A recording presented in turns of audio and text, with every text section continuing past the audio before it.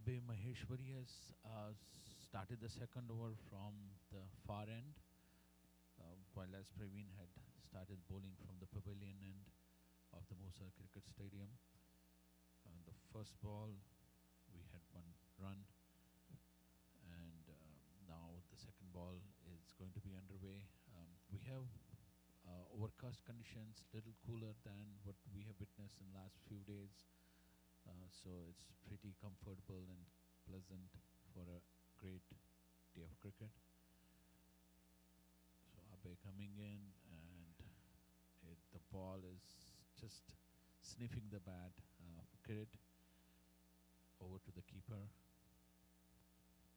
Looks like very good seam and swing conditions here at Musa Cricket Stadium. I'm sure the bowlers would want to take advantage of this nice and breeze coming from west to east across the field. So hopefully the captain has that in mind, and he is employing right bowlers from right hand.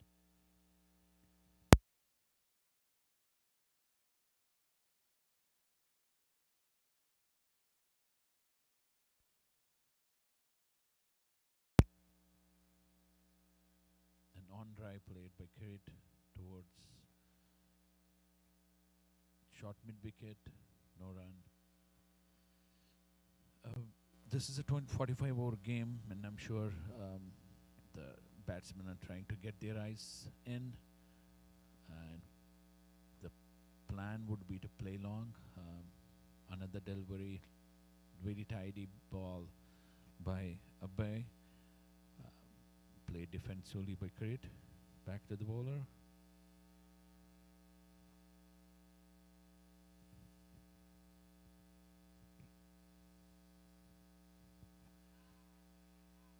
This one was on the leg stump, and Kirit tried to glance it. Was not in complete control. Ball rolling down to the short fine leg. They have a short fine leg employed. And looking at the field, I guess it's end of the over. We can comment on the field in the next over when Abhay comes in back on this far end.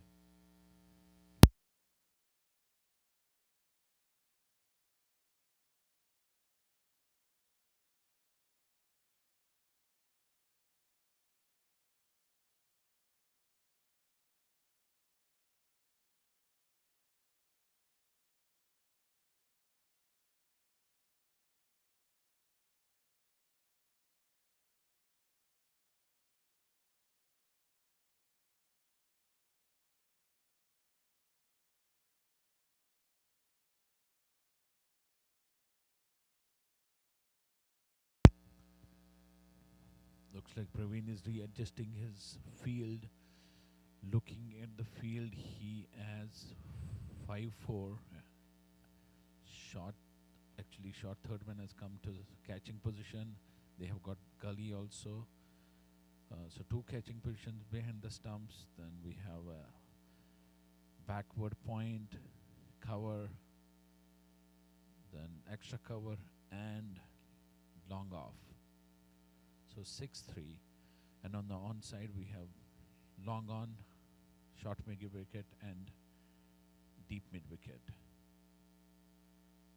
And looks like deep mid wicket is coming in into the 30-yard. The 2 fielders which are outside the circle are long on, long off. And here comes Praveen. A very nice line just outside off.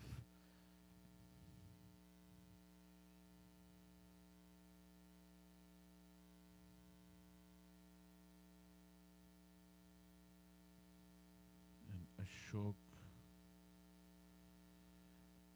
trying to nudge it towards third man, didn't get a connection. An out pitch delivery driven towards point for a single. It was a fuller delivery. The batsman playing controlled way, keeping it along the ground, and it resulted in a easy single.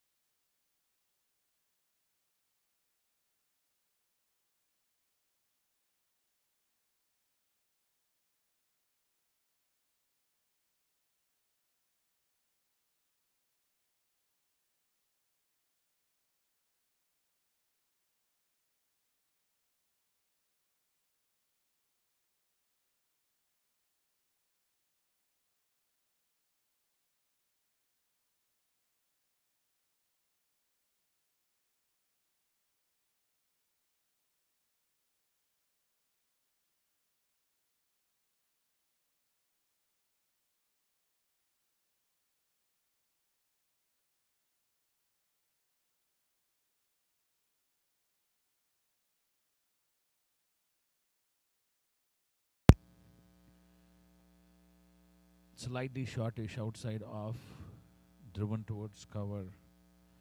Um, Actually, it was great. So he glanced it towards mid wicket for a single. Apologize. With that, Ashok Patel is back on strike. Ashok has been pretty aggressive on his approach. 2 runs scored off 3 balls he faced, while Eskret has been mostly cautious. So let's see what Ashok's approach is. As you can see, a little bit of aggressive mindset Ashok, Mr. Ashok Patel has right now. Tried to slash that width delivery, didn't get any connection. Ball goes to the wicket keeper, and that's end of the over number 3. Raptors at 9 without any loss. So, Sushil, some of the things that I notice here today is the wicket's still uh, behaving fairly well, and the batsmen are tending to play straight. So, if that continues, I think we might see a decent score. Absolutely correct, Orun Bhai.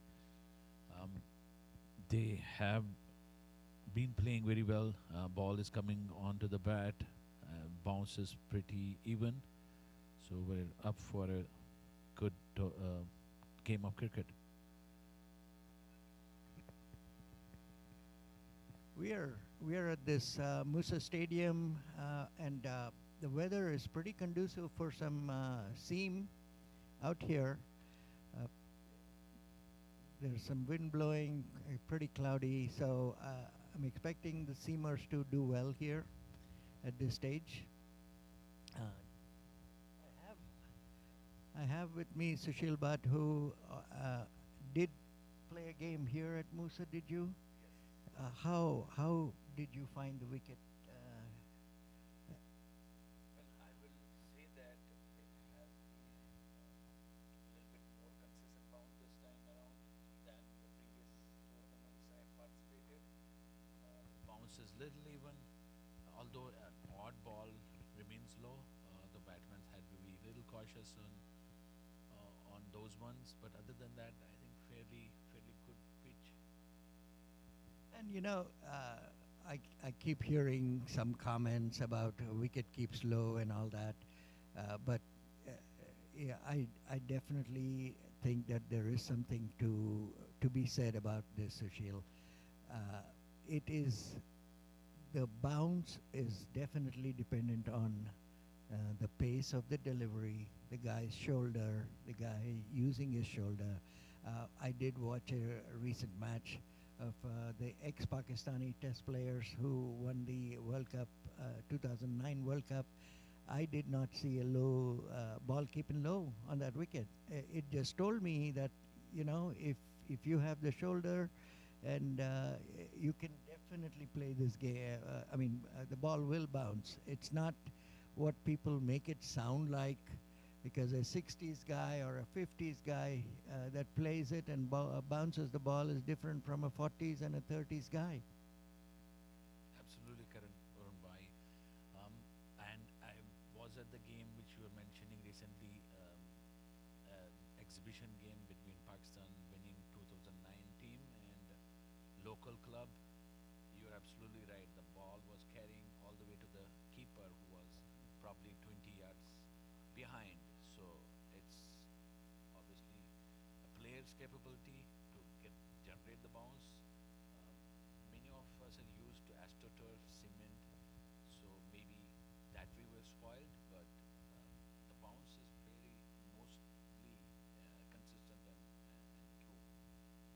Yeah, after the work that was done on this wicket this winter, I think the wicket is definitely playing much better than what people had perceived it to be, and we I mean, the fact that we saw so many high scores on this wicket, even in this last week when our 40s played till yesterday, I think it's a testament to the fact that the wicket is playing fairly well. Absolutely correct, Varun Bhai. Scores have been mostly higher than in the past tournaments, and there has been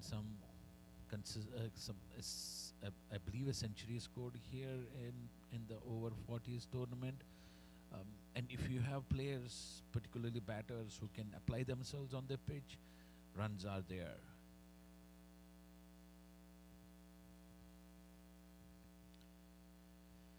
And we have Abhay operating on. Actually, my apologies. It's fresh over by Praveen, over number 5.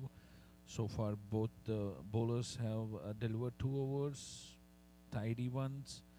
Um, as I mentioned, the batsmen are a little bit cautious, playing on the merit of the ball at this point of time. Sushil, I just wanted to mention something about the bowler, Praveen Amin. Praveen Amin is from Dallas, and he is, the amazing thing, he is over 70, and he is going to be playing for Team India in the upcoming over 70s World Cup. That's awesome news, Arun Bhai. And I'm seeing him generate some pace and bowling with intent. So I guess good future player for over 60 Masters tournament, and we wish him best of luck for the upcoming World Cup. Right. So Praveen Amin, what is amazing about this guy is he is over 70 and he has been playing regular league cricket in Dallas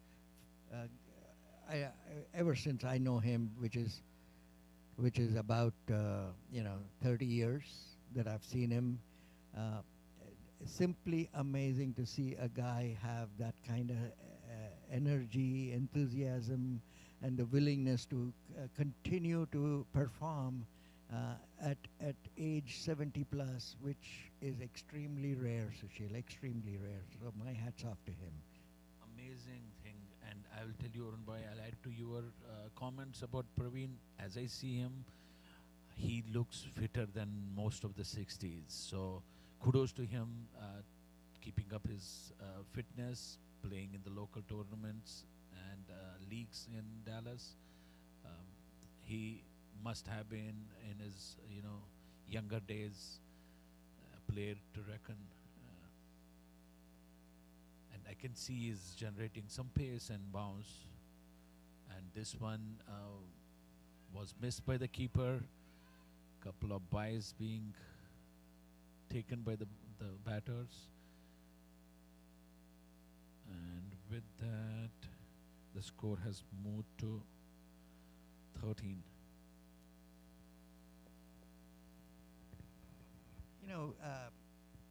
Sushil, I've also got to recognize some people here around us who actually make all this happen. And, 2 of these people, I lied. I have three people here other than you that are part of Masters Cricket USA uh, that go ahead and I've got to recognize some of these people. To my left is Hassan Rafi.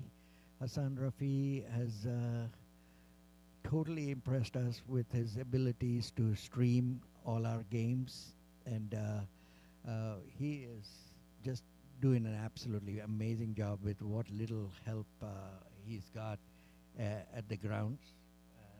Hassan, thank you so much. Oh, thanks for the opportunity, Arun bhai. Don't mention. And we have also got James. We have James who is actually running the show here. This young kid has come from Boston, and my God, this guy, it just takes few minutes for him to figure things out. He's very sharp. I appreciate the opportunity to come out here, help the Masters, and help Hassan. Excellent. Thank you.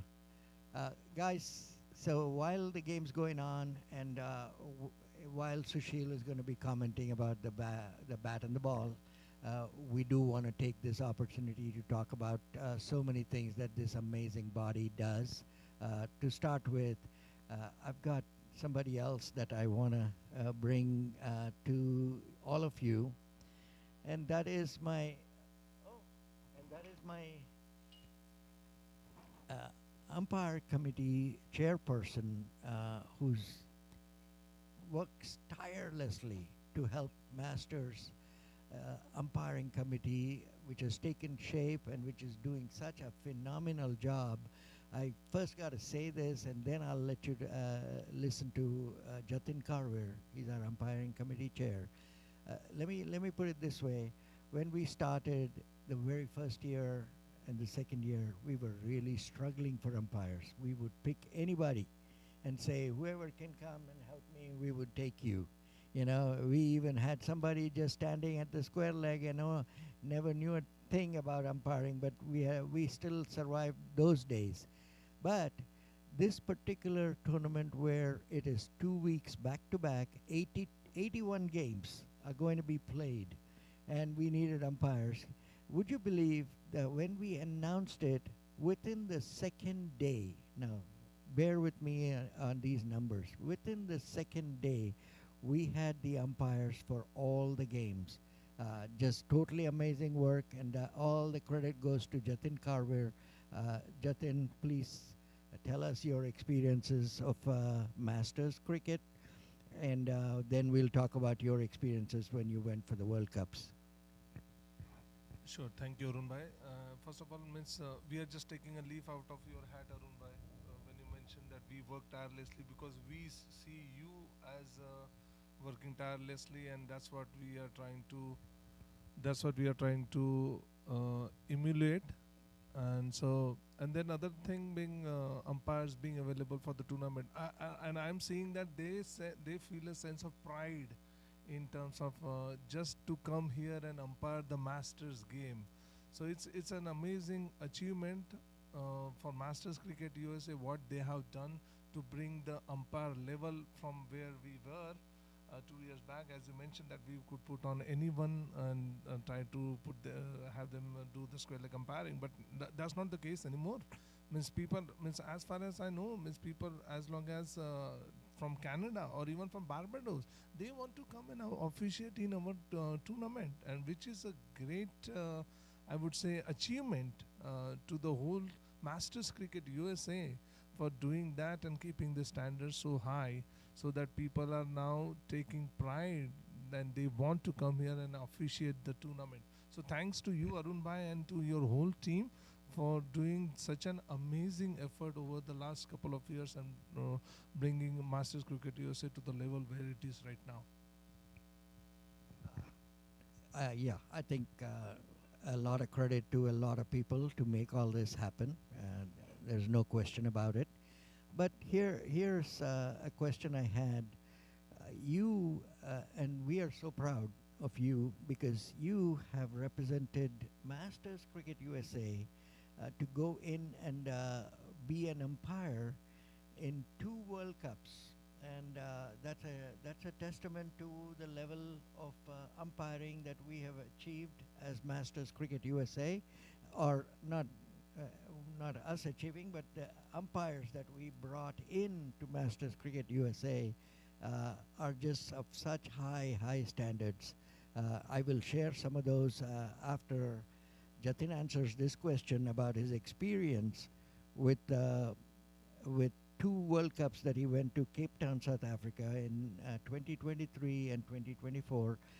Before I go there, I'll first let Sushil give us an update on the score and where we are at. And I'm sorry I'm taking all your time away, Sushil Bhai, but it is also just as important to talk about all these things that Masters does worldwide. Absolutely, Arun Bhai. This rich, history, even though it is short of Masters and its accomplishment, we are all proud of it, and we always cherish, projecting that. We'll take a short break.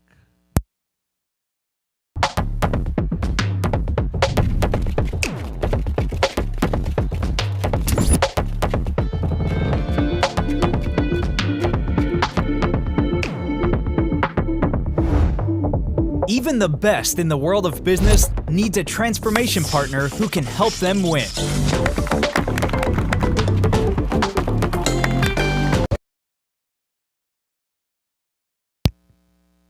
We're back, and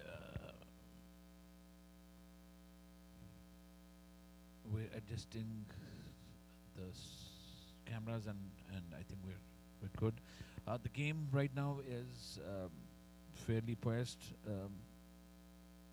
Hawks have taken a wicket of Kirit Parmar, and that was Praveen who bowled him out. Right now, the score is 20 for 1 wicket after 6. Praveen is starting his 4th over, and 7th over is underway. Vipul has scored a run. This is Praveen bowling to Vipul. Driven to short cover, and they have sneaked in a single.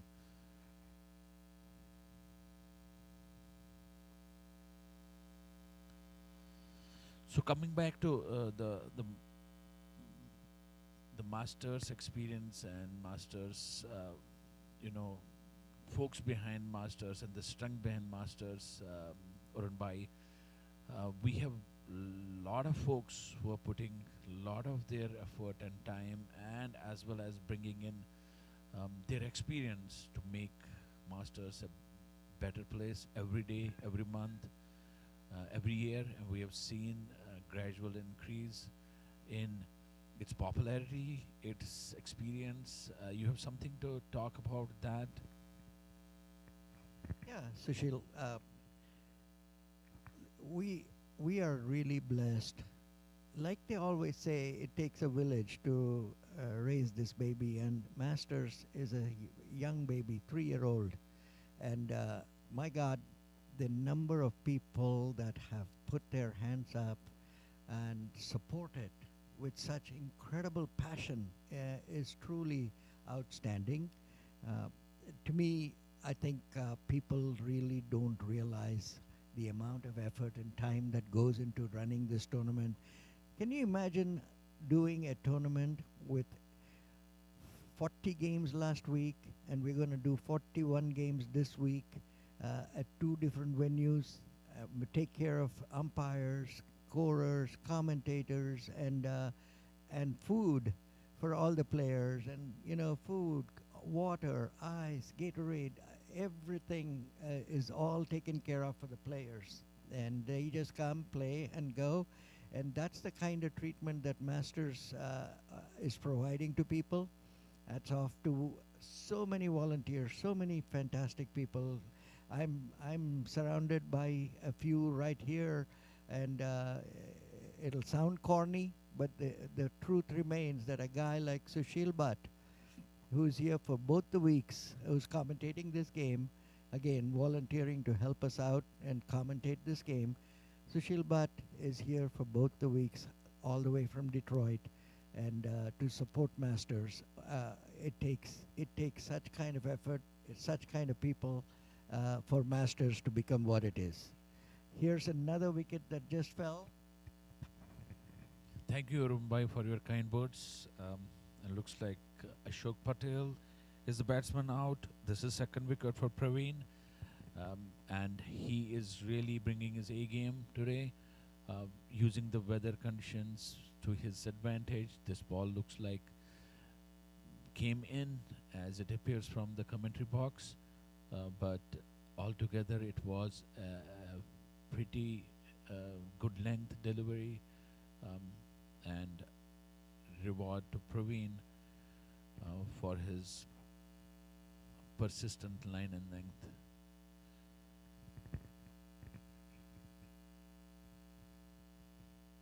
And with that brings Ajit in, and I will let Arun Bhai talk about Ajit a little in a little while, but he is one of the freshest member of Over-60s club.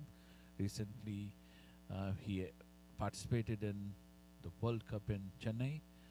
Over to you, Arun Bhai.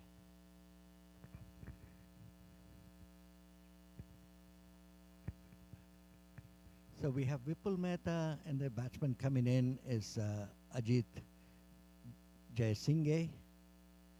And Ajit, for those that do not know, Ajit was part of our 50s team in the World Cup. At 59, he was part of the 50s team and was one of the top two batsmen in the World Cup, which was played in Cape Town in 2023, February, March of 2023. And Ajit was phenomenal over there in partnership with another guy that I always like, which is Fazal Alam. He's going to be playing in the 50s starting tomorrow.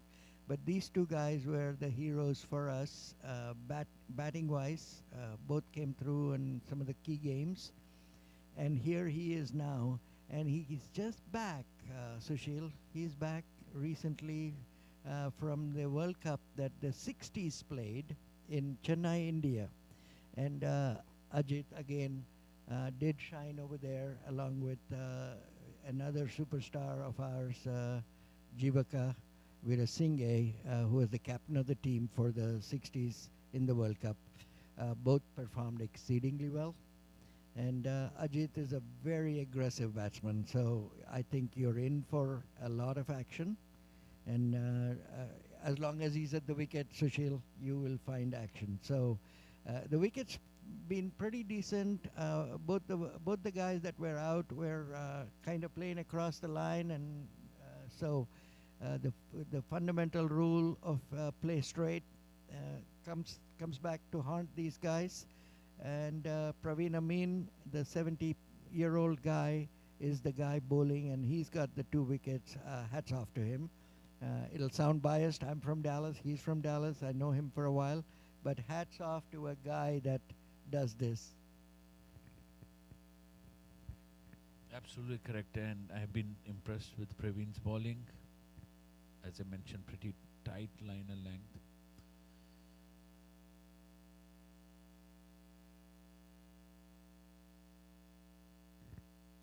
We have fielding change. Fine leg has been brought into cover towards the whack and gully area. We have a slip in a gully, and Ajit is in strike.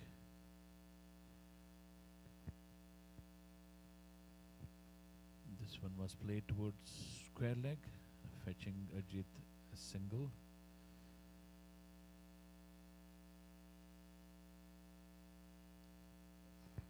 Interesting that for Ajit they have a slip and a gully, because you know this guy, I think if there is somebody that plays the late cuts, it's Ajit. He's fantastic on that shot. I saw that in the World Cup while watching it in Chennai. He got a brilliant 140 something, a brilliant 140 at a run a ball pace. Just outstanding innings, and I think he got 70% of his runs in that point, third man, backward point, slightly cover point maybe. That would be the extent, and he got about 70% of his runs there. Just brilliant.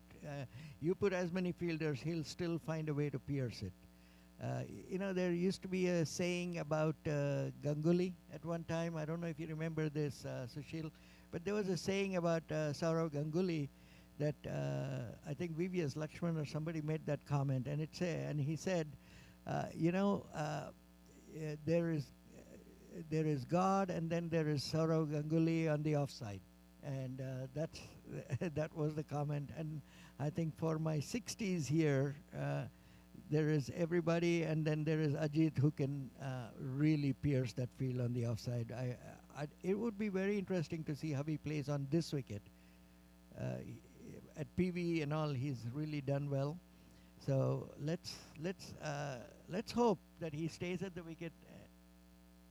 Let's hope he stays at the wicket and create some excitement here for us to watch and enjoy his batting.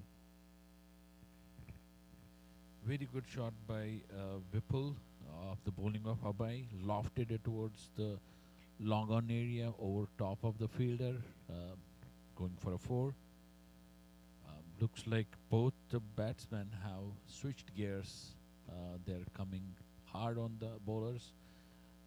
You could see this last delivery. Vipul pulled it towards deep in wicket. So looks like slowly a defensive field is being employed. We have long on, and then we have mid wicket covering the fence.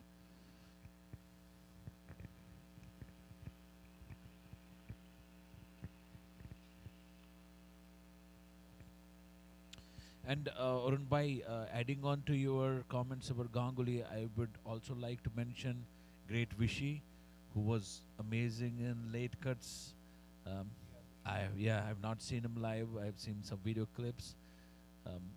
Amazing late cuts, runs towards those third man point, gully area.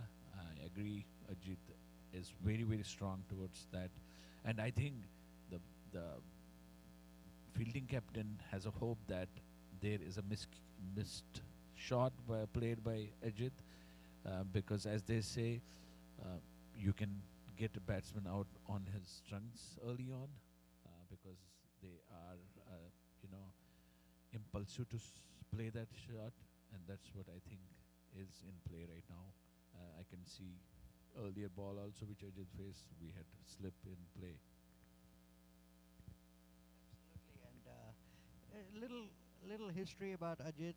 Ajit Jaisinghe, as I mentioned, went to play for the Over-60s World Cup in February to Chennai, India, and here are his stats: 7 innings, 310 runs, at an average of 44.29, and a strike rate, impressive strike rate of 106.53. So a run a ball strike rate, and to score 310 runs with an average of 44 is extremely impressive, Sushil. This guy is one of my favorites, so I'm very happy to see that. Other than him, another noteworthy and a very accomplished cricketer from Sri Lanka, who happened to be the captain of our Over-60s World Cup team that went to Chennai again, to mention that, was Jivaka Veerasinghe. Jivaka, again, played 7 innings, had 413 runs, at an average of 59, and a strike rate of 74.95. So he was absolute rock solid at the wicket, and was one of the top run getters in the whole tournament. And so just an FYI, we have some brilliant talent here in Masters for the 60s, and some of them are going to showcase themselves out here. And we have a lot of new folks, Sushil, a lot of new folks, which again tells me what Masters is all about, that people want to join. And there are some who have not played for 20 years, according to them, but they still wanted to venture, come, and the difference is going to be that down the road, all these folks will get fitter, better. This is going to help their fitness and their regular life. And Masters over 60s is going to do a lot of it for some of these people that you would have never thought they would work out, and these guys are working out. Just like earlier, me and Jatin were at the other ground that's going on, the second match going on, and there was one guy running backwards, trying to take a diving catch, and he fell down. Where does that happen in over 60s? Unless you're fit or unless you're so committed to playing this game the way that these guys play. It's very, very impressive, to say the least, that we have so many people from all over the country that have come to play. And the best part about all of this is, oh, look at the way they run. Look at how they're taking 2s and 3s. Very impressive. I know I take time away from you, Sushil, talking about everything else, but what's happening in the middle, that's your job to continue, and I apologize for taking the time away, but we have to talk about all the great things Masters Cricket USA is doing. Absolutely correct, Arun Bhai. It is a lot of information, lot of valuable information you are sharing, so please feel free, interject and give this information over to the viewers. With that, the Praveen's fifth over underway on a trot. As we were earlier mentioning about fitness, this is the testament of somebody keeping themselves very, very fit at 70 years of age, bowling pace and pretty decent run up. So this is what Masters brings to the community of seniors. Uplift their lifestyle. As Arun Bhai said, we have fairly new bunch of folks joining the over 60s tournament this time.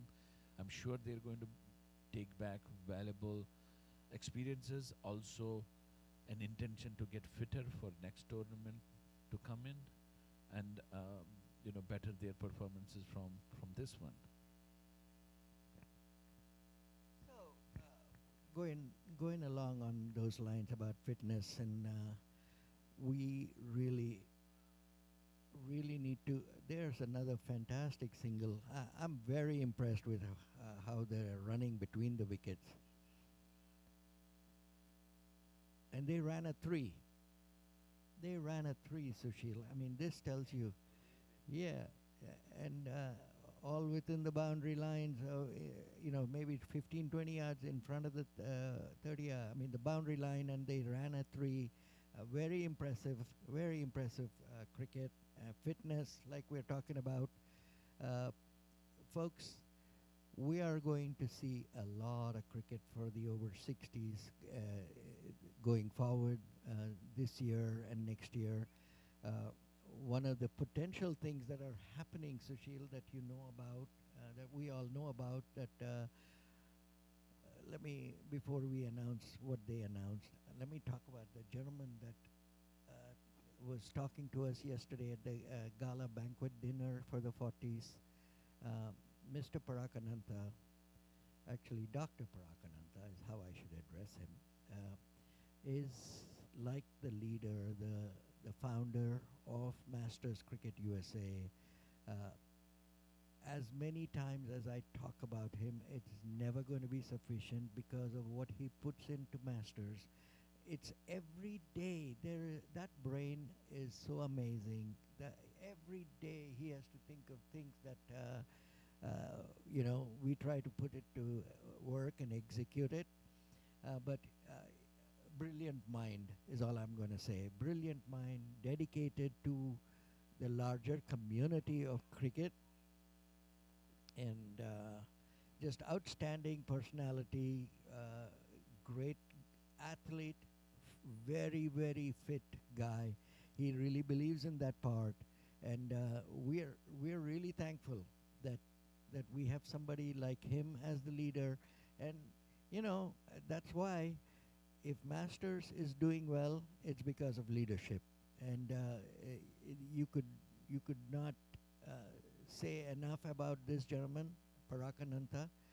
Folks from wherever, whoever is listening and wherever you're listening from, this is the guy we all are very thankful for to bring the level of cricket that we are experiencing, that we play only on turf wickets. We only play when there's live streaming, commentary.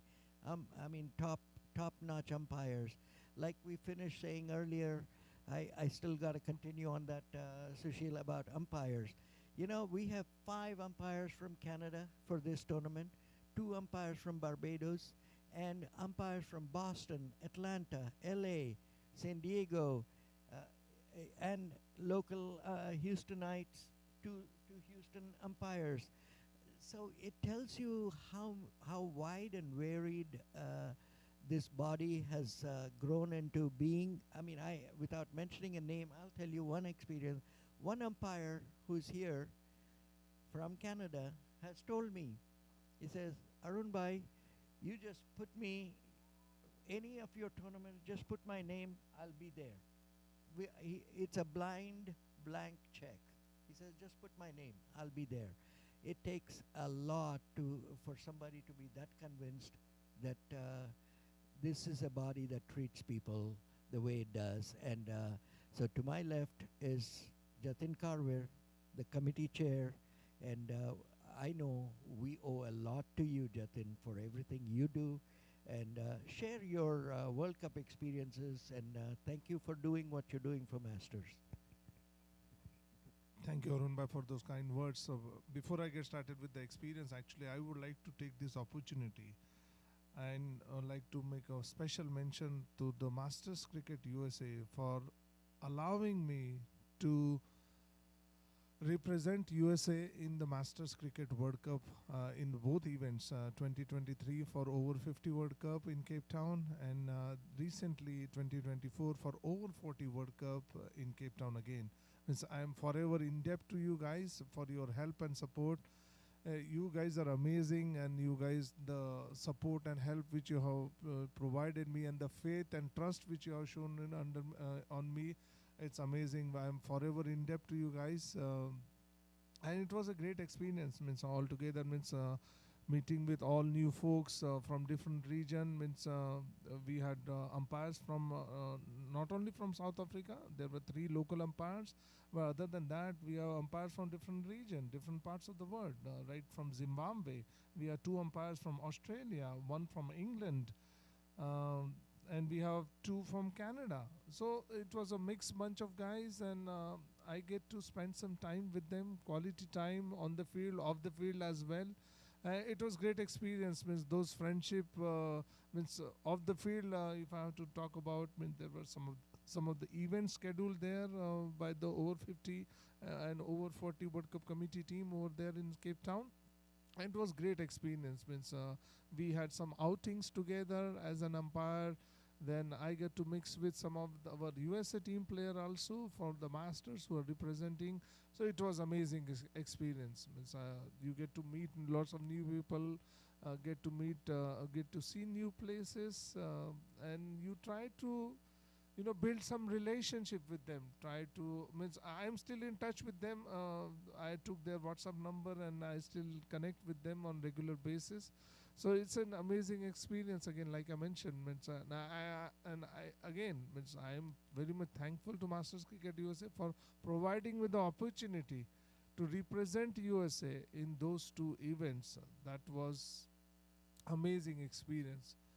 And yes, over back to you, Arun Bhai. Means I think means as far as I mentioned earlier also that our umpiring standards has gone up, and people from outside the world, they means like outside US, I meant to say, they are interested in coming and doing the games. And like you mentioned that one of the umpire from Canada, he told you that put him anywhere. And yes, I have the similar experience. Means umpire they just submit their availability, and they literally don't care which ground they are going, whether it's Balkis or Musas versus Prairie View Sports Complex, where we have 6 grounds, 6 grounds there. So they really don't care, because, and I think the credit goes to again the Masters cricket team USA also, because they kept the standard all throughout the same. No matter which ground you go, they do provide the live streaming and the facilities what they are providing, right from including the water, Gatorade, the lunch facility. It needs lots of time and effort, like you mentioned earlier, that it takes a whole village to raise a kid, raise a baby, and this is what we are also trying to do here. And we are very much thankful that we are of little value in making this baby grow, and in trying to take care of the baby, and we need to nurture this baby, and I'm sure means the fruits will come along down the road, as I have seen also, means some people even outside the USA, means Australian friend of ours, they even try to look at our links or look at our games watching online to see what's going on in USA. What's your take on that, Arun bhai? That some of our friends outside the USA, they are interested in watching our games live. What's your take on that? No, it's nothing but a true testament to who we are. It's nothing but a true testament to who we are, and it's just a real honor when people from South Africa and Australia send text messages saying, "Oh, wonderful, great job.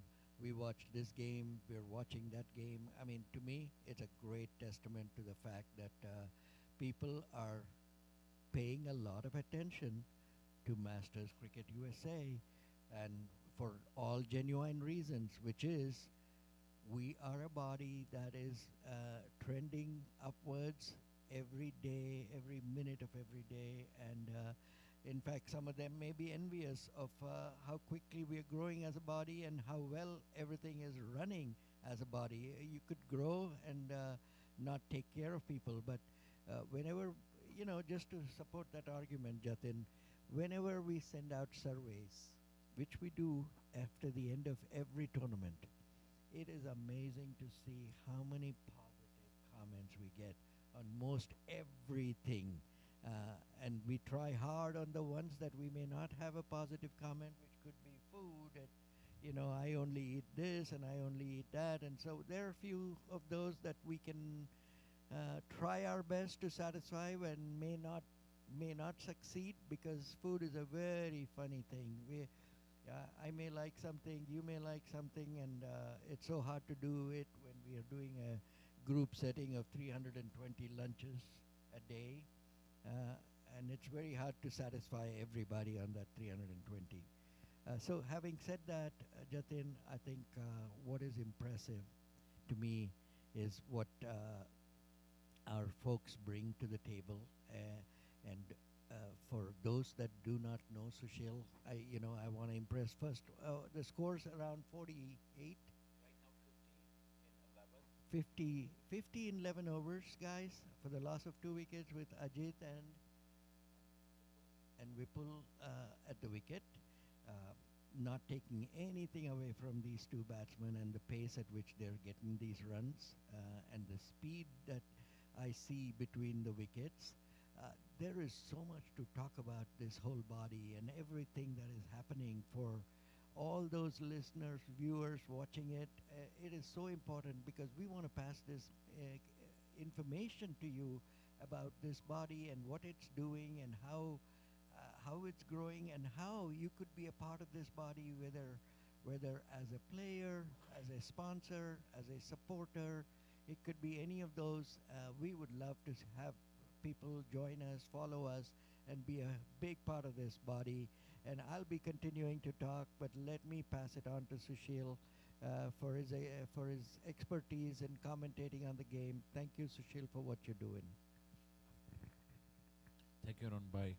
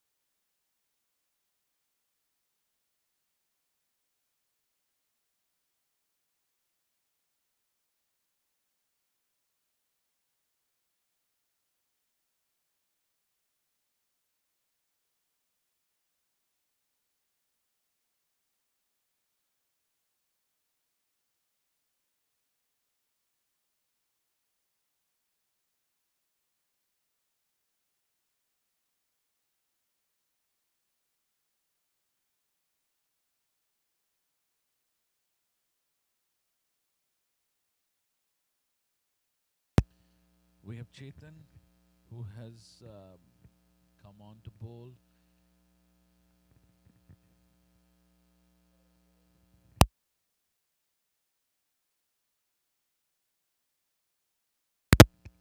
And he has replaced Abhay. Um, Hawks are 60 in 11.5. Vipul and Ajit settling down to a pretty decent pace. The current run rate is well above 4.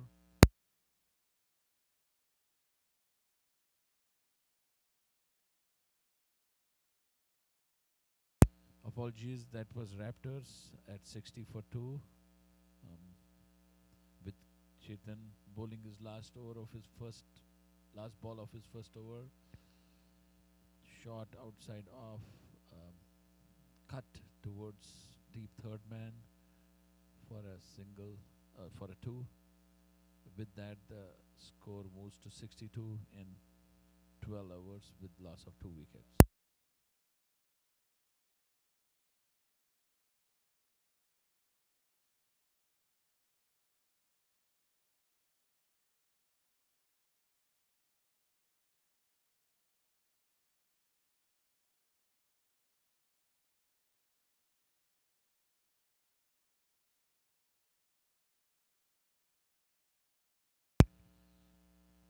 Sun has started to come out slowly and steadily. The breeze is still going from the east to west. You can see the trees in the background moving. With that, you can, get an assessment of a strong wind. Wind has picked up a little bit, uh, but fairly good weather to play cricket.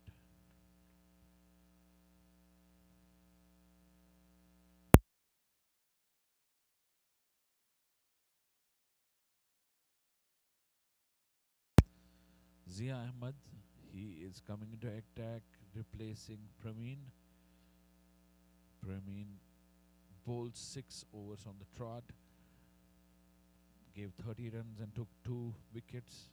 All the wickets that have fallen so far has been claimed by Praveen.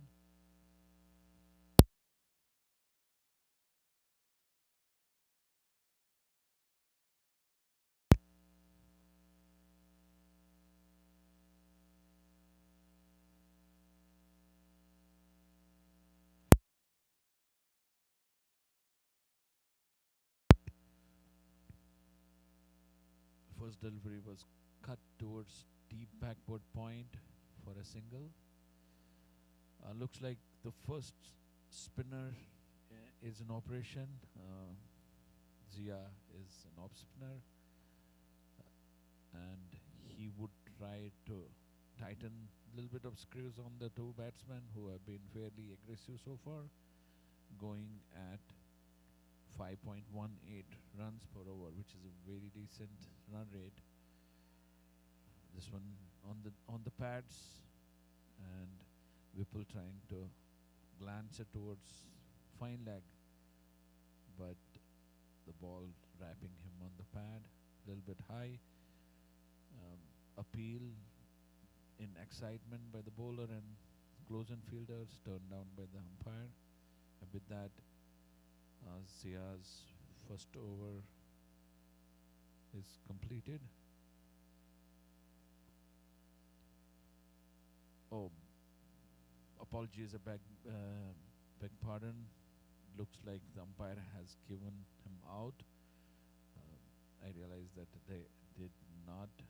It was not out, but appears that the ball would have been hitting the stumps.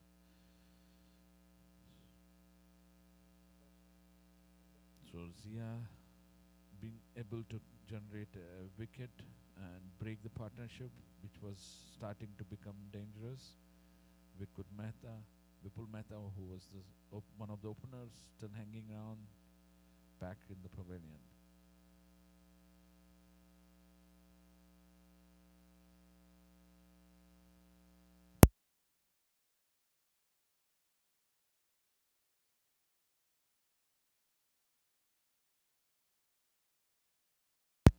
As I can figure out from the walk, this is Mr. Ravi Suri with his elegant walk towards the crease, taking guard. Zia has 4 more deliveries, and Ravi by looking around for the feed placements. We have long off, cover, deep point, gully, and short third man. So 5 on the off, and on the off we have long off, mid wicket, square leg, and short mid wicket. In fact, not short mid wicket, it is short mid on a catching position.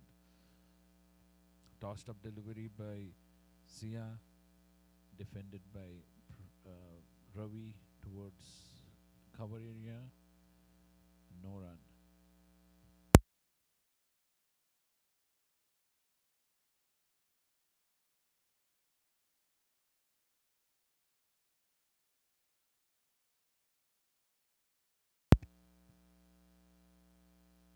A gentle push towards back end cover area. The fielder on the cover is almost near the edge of the 30 yard, and Ravi has sneaked in as single. Ajit and Ravi are fast runners, so we will be seeing some quick runs. This is hit firmly towards deep backward point by Ajit for an easy single. As we were talking earlier, I knew width outside off for Ajit, and now that he's well settled, is going to generate runs, and even some boundaries. So bowler will need to keep it tight for him. Try to reduce the width as much as possible. Bowl stump to stump, and this ball sneaked under Ravi's bat. Lucky for him that it didn't hit the stumps, and that completes Zia's first over. Very good over, successful one, in which he claimed the wicket of Whipple.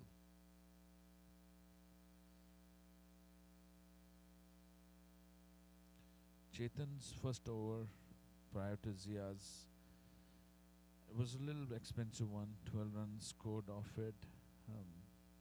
So right time to get in an off spinner by the captain. Captain of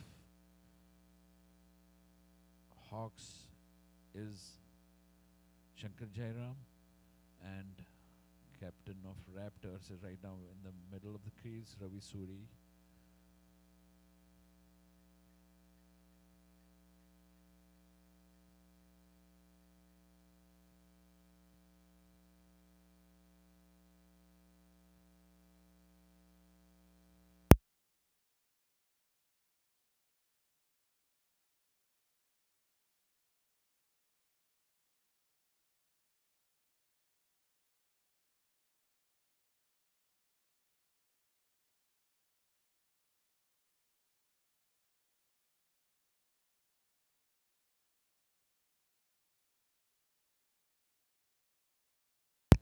Looks like a double spin attack has been employed.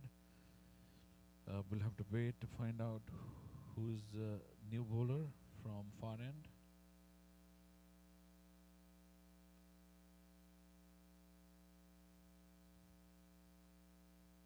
And looks like it's still Chetan bowling.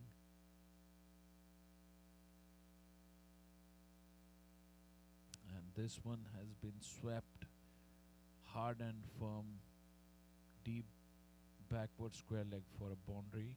Even though there's a fielder placed in square leg mid wicket region, he was not able to cut it out. With that, the score for Ajit has reached 22, and Chetan has conceded 18 runs in 1.2 overs. Pretty expensive.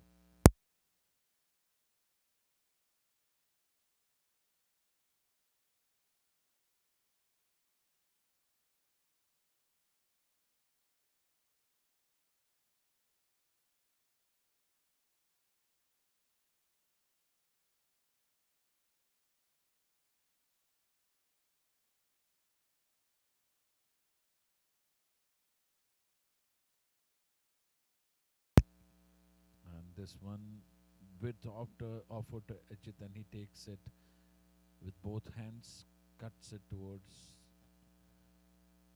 deep extra cover for a double. Chetan will need to keep his deliveries within the stumps if we want to keep the batsman quiet, particularly Ajit. He seems to be in a little bit of aggressive mode, and that one went down the leg for a wide call by the umpire.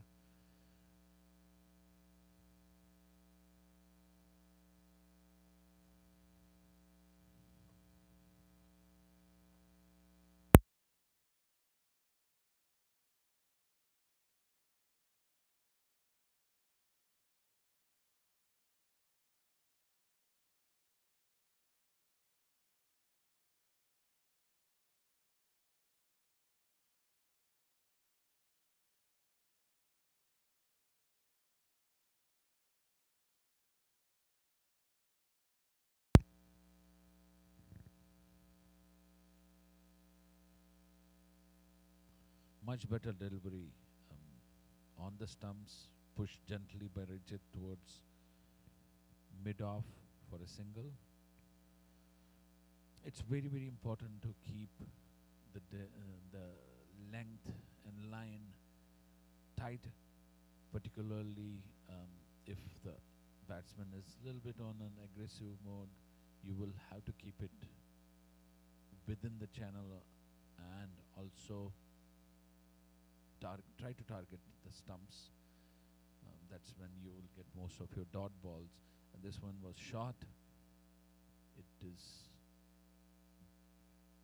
hit towards deep mid wicket, and it after a long chase by mid wicket fielder, the ball passes the rope. It was fairly close for him. He did dive, but it was unfruitful. Looking at the current rate, the projected score right now is 257. So Raptors are going pretty decent. And loud appeal, and Ravi has been given LBW. That looked as if the ball stayed a little bit low. Ravi unable to dig it out, and another wicket falls. That's wicket number 4 for Raptors.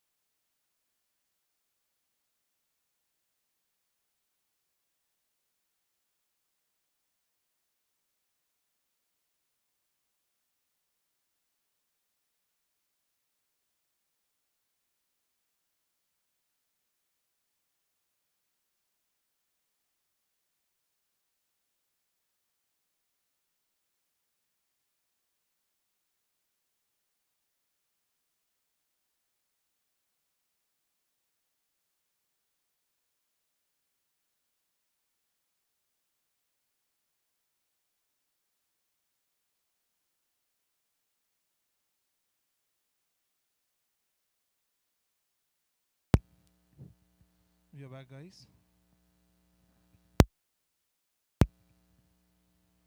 So score for Raptors 93 for 4 after electing to bat first, and Ajit playing handsomely at 39 of 29 deliveries, and the opposite end we have Shanta Suri who's playing at 3. He just joined Ajit recently. 17 overs, 93 for 4. It's a very good going from the as far as Raptors are concerned. Hawks, Zia, who is bowling his second over, who just completed his second over, and now Shankar Jairam, who is continuing with his second over also from this beautiful cricket ground, Musa Stadium. And players are enjoying the weather here. Means we didn't have great start when we started the over 50 tournament as far as weather was concerned, so we had to shift some of the games, but then good for and lucky for over 60, they have been blessed with a beautiful day for cricket today. And now this ball was played handsomely, driven down towards long off region for a single before it was fielded by Bharat Patel, and who threw the ball back. And now Shankar Jairam ready with the next delivery. Slight run up, and now loud shout for an LBW, but not given. It might have been pitched or impacted outside the off stump as far as we are concerned. But yes, it's indeed going great for Raptors so far. Raptors have 75 for 3, 13.4. I'm sorry, 95 for 4. I'm just going to refresh my screen also. Raptors versus Hawk. That is the game going here, and we are checking the score live on Creek Heroes. 95 for 4, 17.3. Ajit on strike facing Shankar Jairam, who is bowling the first over. In his fourth ball, he has conceded 3 runs, and by next ball he played, and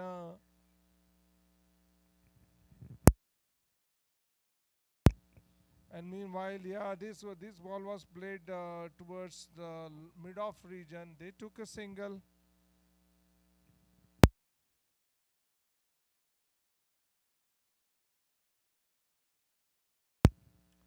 Yes, so 96 for 4. Shankar Jairam now bowling his 5th ball of the over.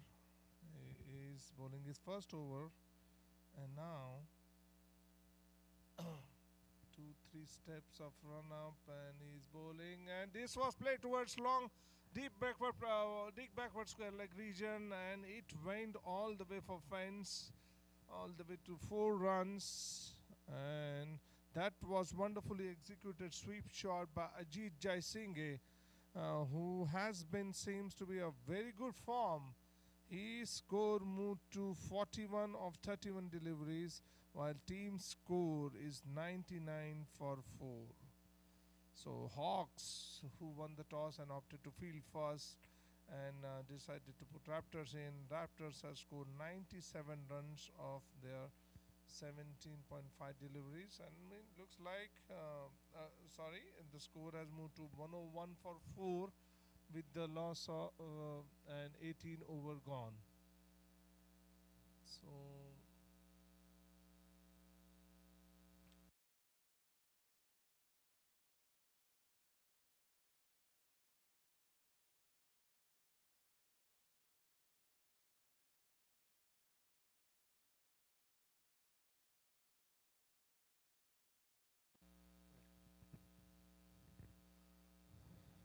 we are back live, and then Shankar, who bowled his first over, gave away 8 runs, and then we are back with Zia Ahmed, who bowled 3 overs so far and conceded 13 runs with 1 wicket.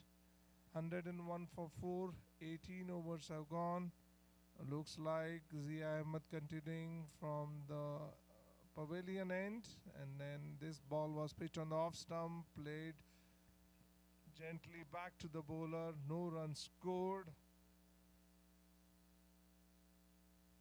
No runs scored, and score remains 101 for 4.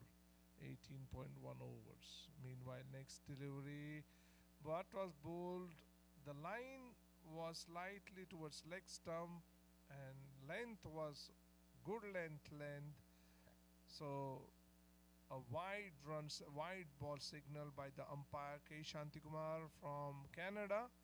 All the way from Canada, these two umpires, the other umpire who is standing at the square leg is Arohan Weatherspoon. And meanwhile, next delivery, safely played back to the bowler. No harm done. A dot delivery. Score 102 for 4. So talking about these two umpires, they are veterans of umpire. Both of them have 3 World Cup Masters World Cup experiences under their belt. Meanwhile, this delivery played towards mid-off region.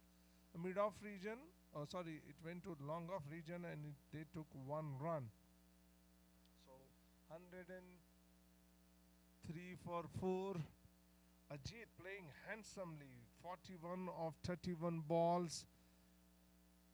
And Shantana Suravira is 10 runs of 18 deliveries. Meanwhile, next delivery again pushed on good length around off stump, and Ajit showed a great defense there. No harm done. And a dot delivery, 103 for 4.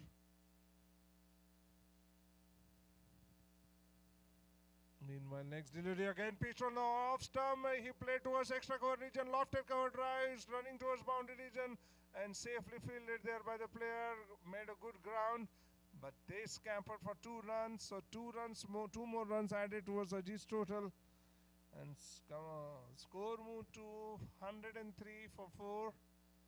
105 for 4 with those addition of 2 runs. So now Ajit playing very handsomely, very beautifully, nicely played. And meanwhile, this one he tried to do a late cut, but completely missed it. Maybe it's the extra bounce which has deceived him. So they did not score any run. And a dot delivery that ended the over. 105 for 4, 19 overs gone.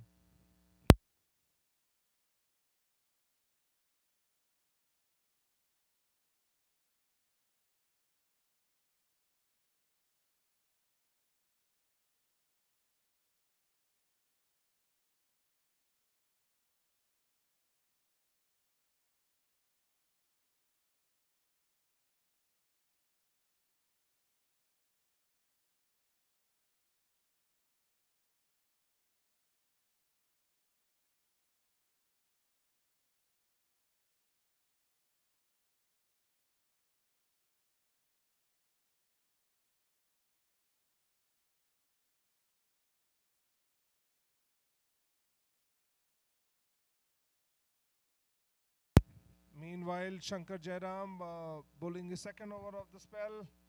He conceded 8 runs in the first over, but the first ball played towards the back to the bowler. He tried to stop in his follow through, but couldn't stop it and couldn't prevent the single being taken. This is a good running between the wicket between these two batsmen. They are showing good commitment and good understanding with each other. Just a mere eye contact, and they scampered for a run. So score moved to 106 for 4. Now Ajit, let's see what Ajit brings to the table. He is facing Shankar Jairam, who conceded 8 runs in the first over. Shankar bowling his second ball in his follow through. Pitched on good length area. Ajit played back towards the mid-on region, and it went towards the longer region, and they took 1 run. And meanwhile, Ajit is really displaying good batting skills here, and total score is 106 with the 107 with that single. 19.2. Shankar Jairam bowling his second over. Again, he don't have a long run up. It's just merely 5-6 steps he takes, and he bowls on good length areas pretty much. And meanwhile, this ball was also pitched on good length. The batsman tried to square cut the ball, completely missed it, safely collected by the keeper. No harm done, no runs given. Dot ball in the end. Meanwhile, again, Shankar Jairam back to his mark, bowling the next ball and played back towards the mid-wicket player where there is a chance of run out, but missed it. The throw was wide. Keeper has to gather the ball, but then he couldn't gather it, and that ended being a one-run extra, one-run overthrow, considered overthrow. So that one run deposited in Shantana's account, and score addition goes to 107, 107. Pardon me, it's 108 with that delivery, 108 with that single. So it's a good context. We are seeing Shankar Jairam is bowling on and around off stump in the good length areas, making it difficult for the ball being hit. And but then I think in the last occasion that was the misfield which conceded a run. Meanwhile, Shankar Jairam back to the over the wicket and bowled towards good length area again. This time it was Ajit, the other batsman, who wanted to square cut the ball or the late cut the ball, but completely missed it, just as Shantana missed the previous ball. But this time, no harm done again, safely collected by the keeper. But again, next delivery, Shankar Jairam bowled and well fielded there by the cover fielder.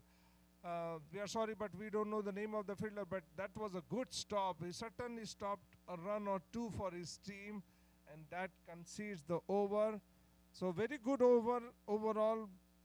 The second over by Shankar Jairam conceded only 3 runs, and the score at the end of 20 overs moved to 108 for 4. Meanwhile, we have Arun Vitala, the executive committee member for Masters Cricket USA. So, Arun bhai, thank you again for being in the commentary box with us. We wanted to ask you, I know we started a couple of years back and we are making lots of progress, lots of headway into that as far as US cricket is concerned. What do you see your vision 3 years or 5 years down the line? Where would you like to see Masters Cricket USA? Well, that's a loaded question, but obviously the most simplest answer would be tremendous growth and move in the right direction, which is stabilize what we have, increase regional tournaments, increase the quality of first off, regional bodies running regional tournaments, and from that the grassroots would grow tremendously. That's our goal, to increase the grassroots and add a lot more people to playing this tournament at grassroots level, and then eliminate, or not eliminate is not the right word, but allow a few number of restricted teams to come join the national championship, Jatin. So that's our primary focus, is to develop the grassroots cricket in America. And I think we're making strides towards that with our North region is going to have its regional tournament in Albany, New York this July. And that's a step towards exactly what we want to do, which is develop the grassroots cricket in America. And all such tournaments will be hosted between each zone, or for each zone. So South has also started talking about how they want to conduct it, or where they want to conduct it. It probably will be Prairie View, Musa, depending on the number of teams. That would decide that, of course. So I'm excited, and I think the future is very bright for Masters, and with the kind of support that I see and the number of volunteers that help out, there is only one way, and that's going north and going up. So that's what I think. Thank you, Arun bhai. It's a great point you brought it up. You wanted regionals to conduct those events, of course, and that has been happening from last couple of years. We have witnessed that. ground limitation means I know as far as north is concerned, because I belong to the north region, Boston area, that's where I live. As far as ground is concerned, means we don't have grounds which are turf wickets. So I know for sure that some of our teams, they have to travel to Albany, New York, which is the turf facility provided by the curator over there, and we will be conducting our regionals over there. So I think 4 or 6 teams are participating in that tournament. Six tournaments. Yes, six teams are participating, and out of those six, top four will be eligible to become participant in nationals.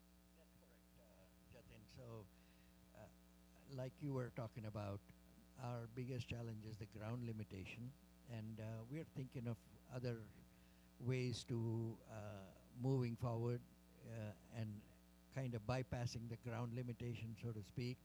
Uh, the potential of even looking at a Division One and a Division Two to eliminate, to allow for each division to play back to back, maybe 2 different weeks, and that that will immediately allow us to do up to, if we are doing it in Houston, up to 16 teams in each group, which I think will really be amazing if we can get that far, which is our long-term goal. And we're also very, very proud, Jatin, to announce that we are going to have our zonals. Believe it or not, our zonals are going to be held in Dubai, and that speaks volumes about who we are and how ambitious we are with our growth. Um, Thanks to a lot of volunteers like Syed Shanawaz and Parag Ananta and Rajiv Shah, Adnan Rao.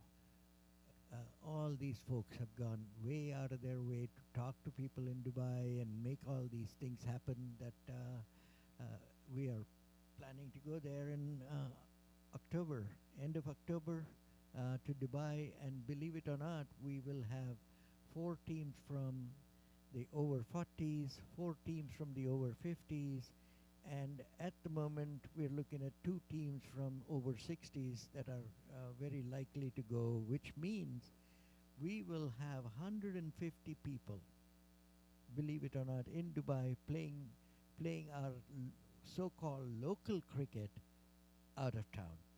To me, it's a fantastic growth, and a great statement to the rest of the world about who we are and how ambitious we are and how well we try and execute some of these challenges of taking 10 teams to another country and playing our local tournament over abroad, over in another country.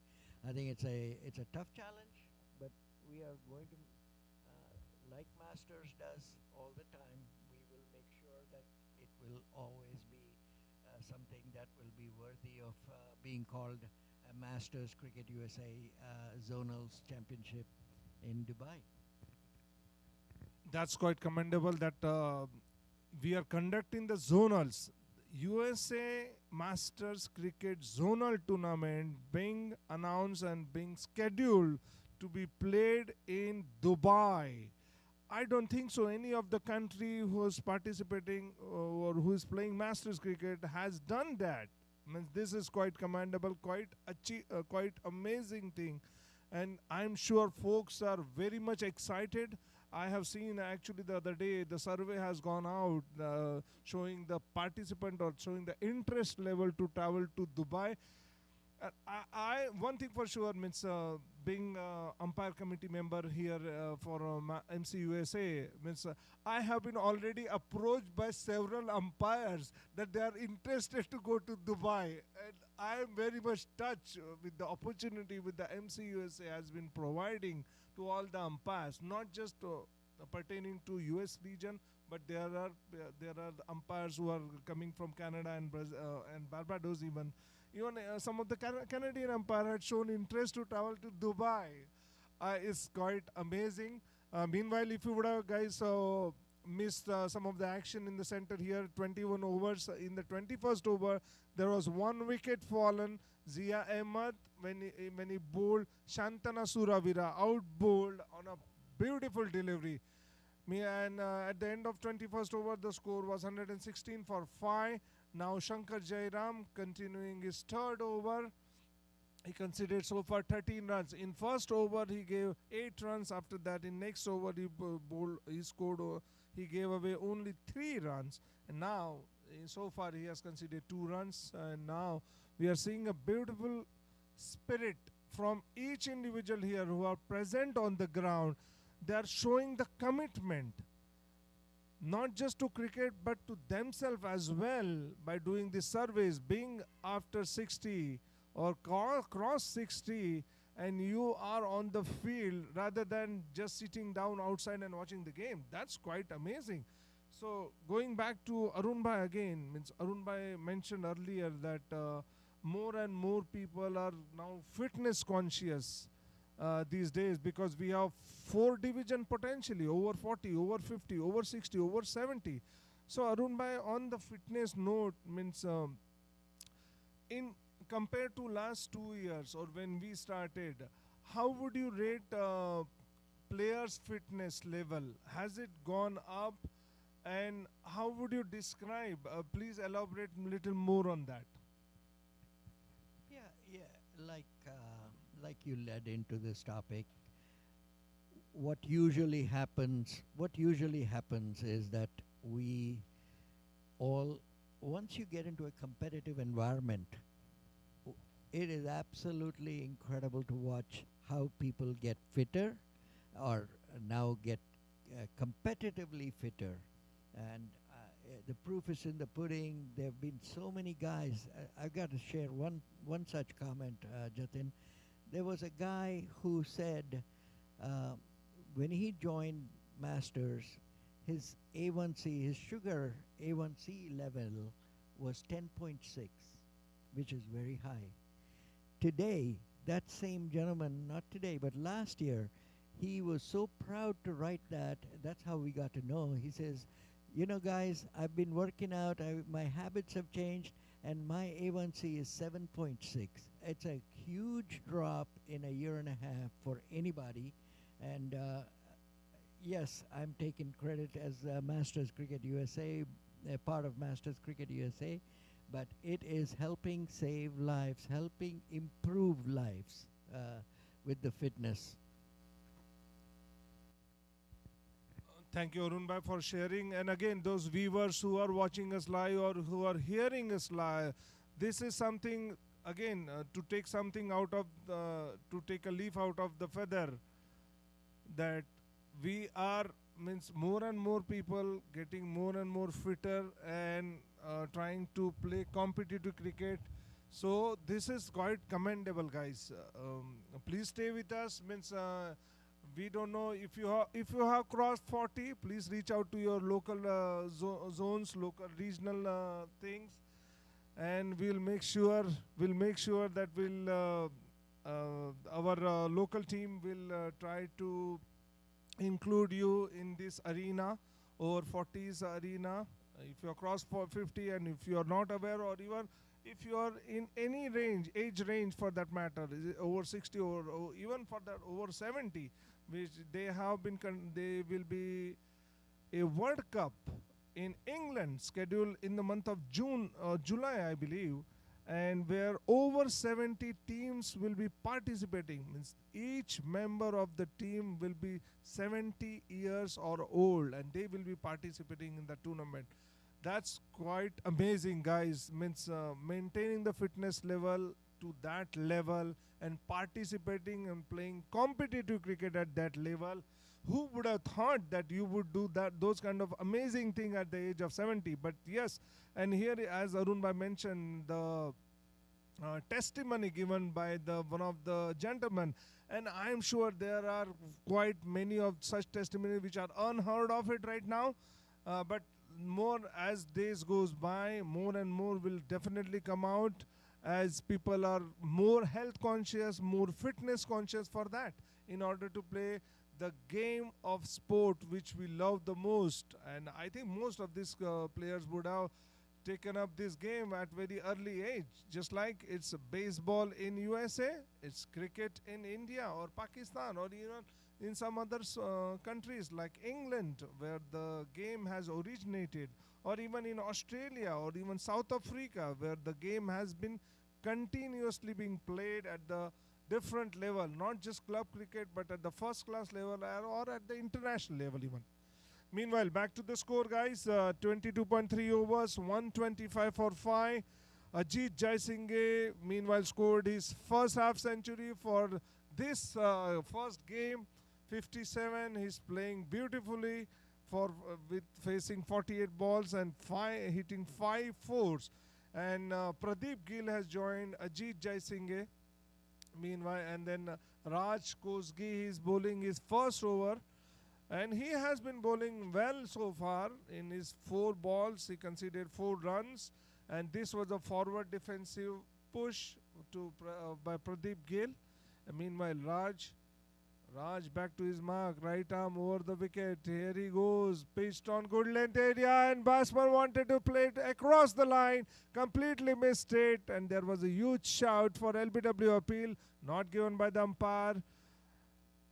So a dot delivery, no harm done. Score remains on 125 with the loss of 5 wickets. 22.5, another last delivery of the over, played towards off region, mid-off region. Actually extra cover region, and then where it was safely fielded, but before it was fielded, a single run was taken, and now score moved to 126 with the loss of 5 wickets. 23 overs have been bowled. Again, those folks who have joined us later, just to let you know, the game between Hawks and Raptors going on. Hawks, after opting to field, they have taken 5 wickets from Raptors. Raptors 126 for 5. At the end of 23rd over, they have been consistently losing wicket at regular interval. So I think that's what putting the brakes on the scoring also, because even though Ajit has been playing beautifully, he scored 57 of 48. He has the capability to accelerate at any moment, but I think he is waiting to see if the wickets are falling at the other end. I think he might be holding himself back. Looks like there has been bowling change. Bharat Patel is the new bowler who is being introduced into the attack. Now let's see, he's a left armer, and looks like he took the guard, and he will be bowling left arm round the wicket.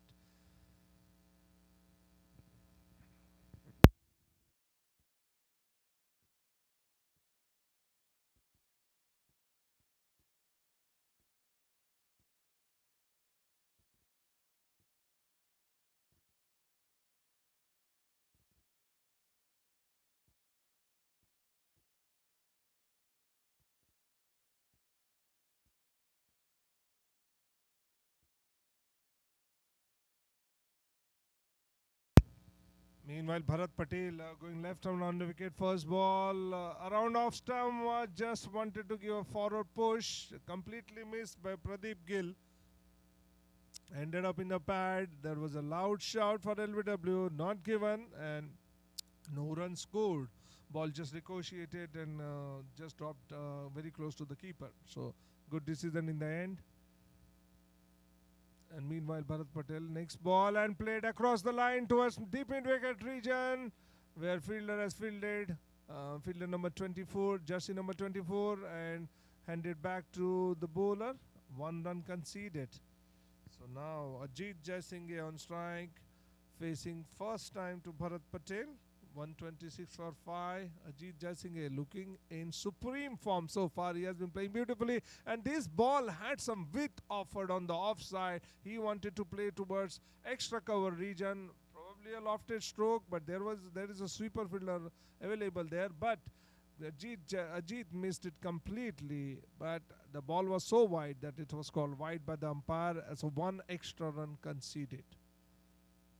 Ajit facing the next ball and plays toward the long on region. Ball is running down toward the long on region all the way for 4. There was a misfielding there by one of the mid-on player, and the mid-wicket player couldn't, or the cow corner player couldn't cut it off, and it ended up being 4 runs.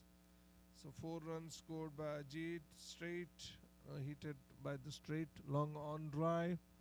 Nicely played. Score moved to 132. Ajit scoring 61 runs of his 50 delivery. Strike rate of 122. Very well played, Ajit.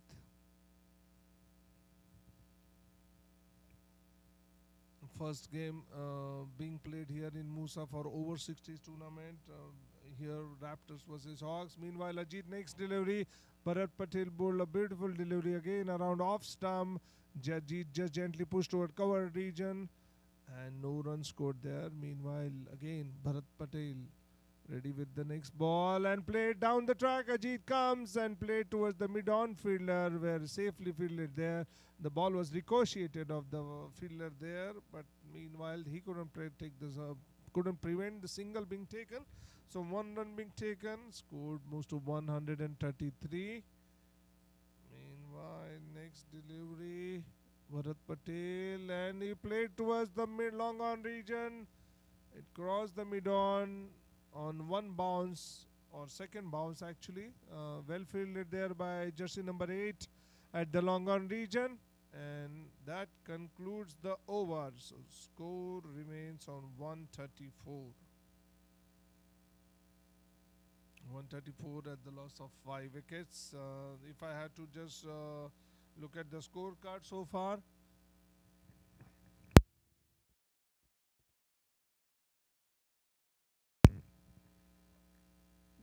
if I have to look at the scorecard so far, Kirit Parmar and Ashok Patel opened the inning. Kirit was bowled by Praveen Amin for the score of 8. Ashok Patel was also bowled by Praveen Amin for the personal score of 7. Then Vipul Mehta came in, tried to consolidate for his personal score of 16. Ravi Suri, the captain, he also showed some one good shot, but then he didn't last long. He was given LBW at the personal score of 5. And the 5th wicket was Shantana Suravira, who scored 14 runs before he was bowled out by Zia Ahmed. So now 2 batsmen in the center, Ajit Jaisinghe, who is playing at 62, and Pradeep Gill, who is playing at 4 runs. Total score 134 for 5 at the end of 24 overs. Meanwhile, next over,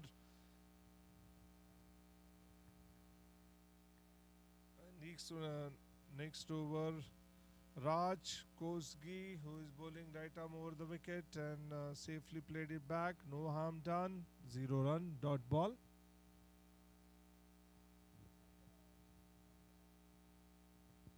Next delivery, right arm over the wicket. He gently pushed toward the mid-wicket region, and before it could be fielded, they scampered for a single run.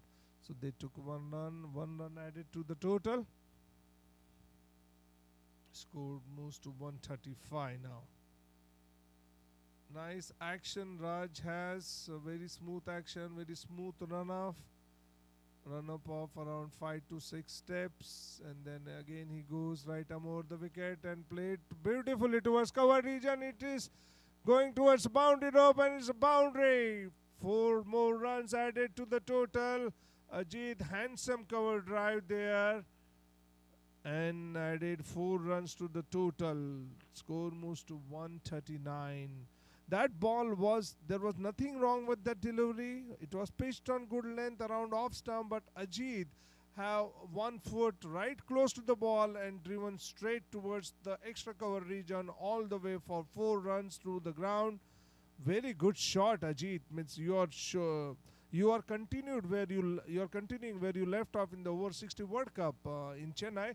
Meanwhile, this ball he played towards the backward point or cover point fielder, and where it was fielded by the sweeper fielder, they took a 1 run. So score moved to 140 with the loss of 5 wickets. Ajit showing great signs here. If he could get consistent support, I am sure he is headed towards a big score. Meanwhile, Arun Bhai is over here. Arun Bhai. Yeah, so Jatin, just commenting about, you and I talked about this before about Ajit, his incredible capabilities, and also talked about how he plays in that third man backward point region, and it's proving true. He's playing so many shots in that area. It's just absolutely wonderful to watch this guy bat. Thank you, Arun bhai. Yes, it's so amazing that I still remember last year I was one of the umpire for the zonal tournament, and we were having breakfast. Then Ajit mentioned to me that he will be playing over 60 World Cup next year, and I was amazed that how could you play at the two league even, means you are part of over 50 playing the zonal, and you are part of over 60 also. So hats off to the fitness level which he has, and I'm sure he is going to encourage other players to maintain that fitness level, or even to certain extent to go beyond that. And lots of people are going to be really admire the fact, the fitness level which Ajit is carrying at this age also, means at the 60, means, and he is running twos, threes even at some occasion, but that's quite commendable. Meanwhile, Bharat Patel bowling the next over again, late cut towards the backward point region, but safely fielded there, no harm done.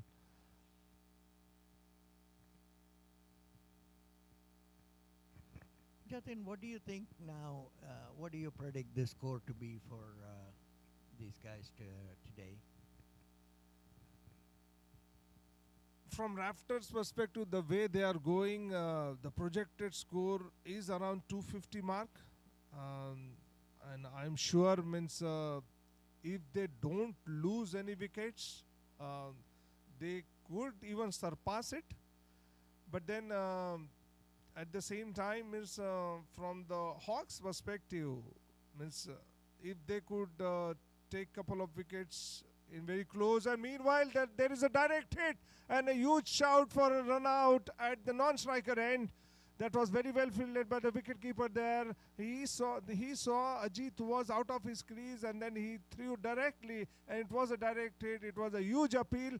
Umpire said not out, but then ball ricocheted towards the mid-wicket region, and 1 run taken. Again, good communication there between these two batsmen, Ajit and Pradeep Gill. That was just a mere eye contact with those two players, and up in a flash, they stole that single. Very good communication between these two players, guys. Batsman has to reach for it, just like this delivery again. It was bowled on right around off stump, good length area. Ajit just merely pushed it toward cover region. It crosses the 30-yard mark, and before the sweeper fielder could cover it, they ran for 2. So 2 runs added to the table. Meanwhile, we have one esteemed guest here in the commentary, and I would pass on to Arun bhai, who has some comments to be made about this esteemed guest in the pavilion. Thank you, Jatin. Let me tell you this.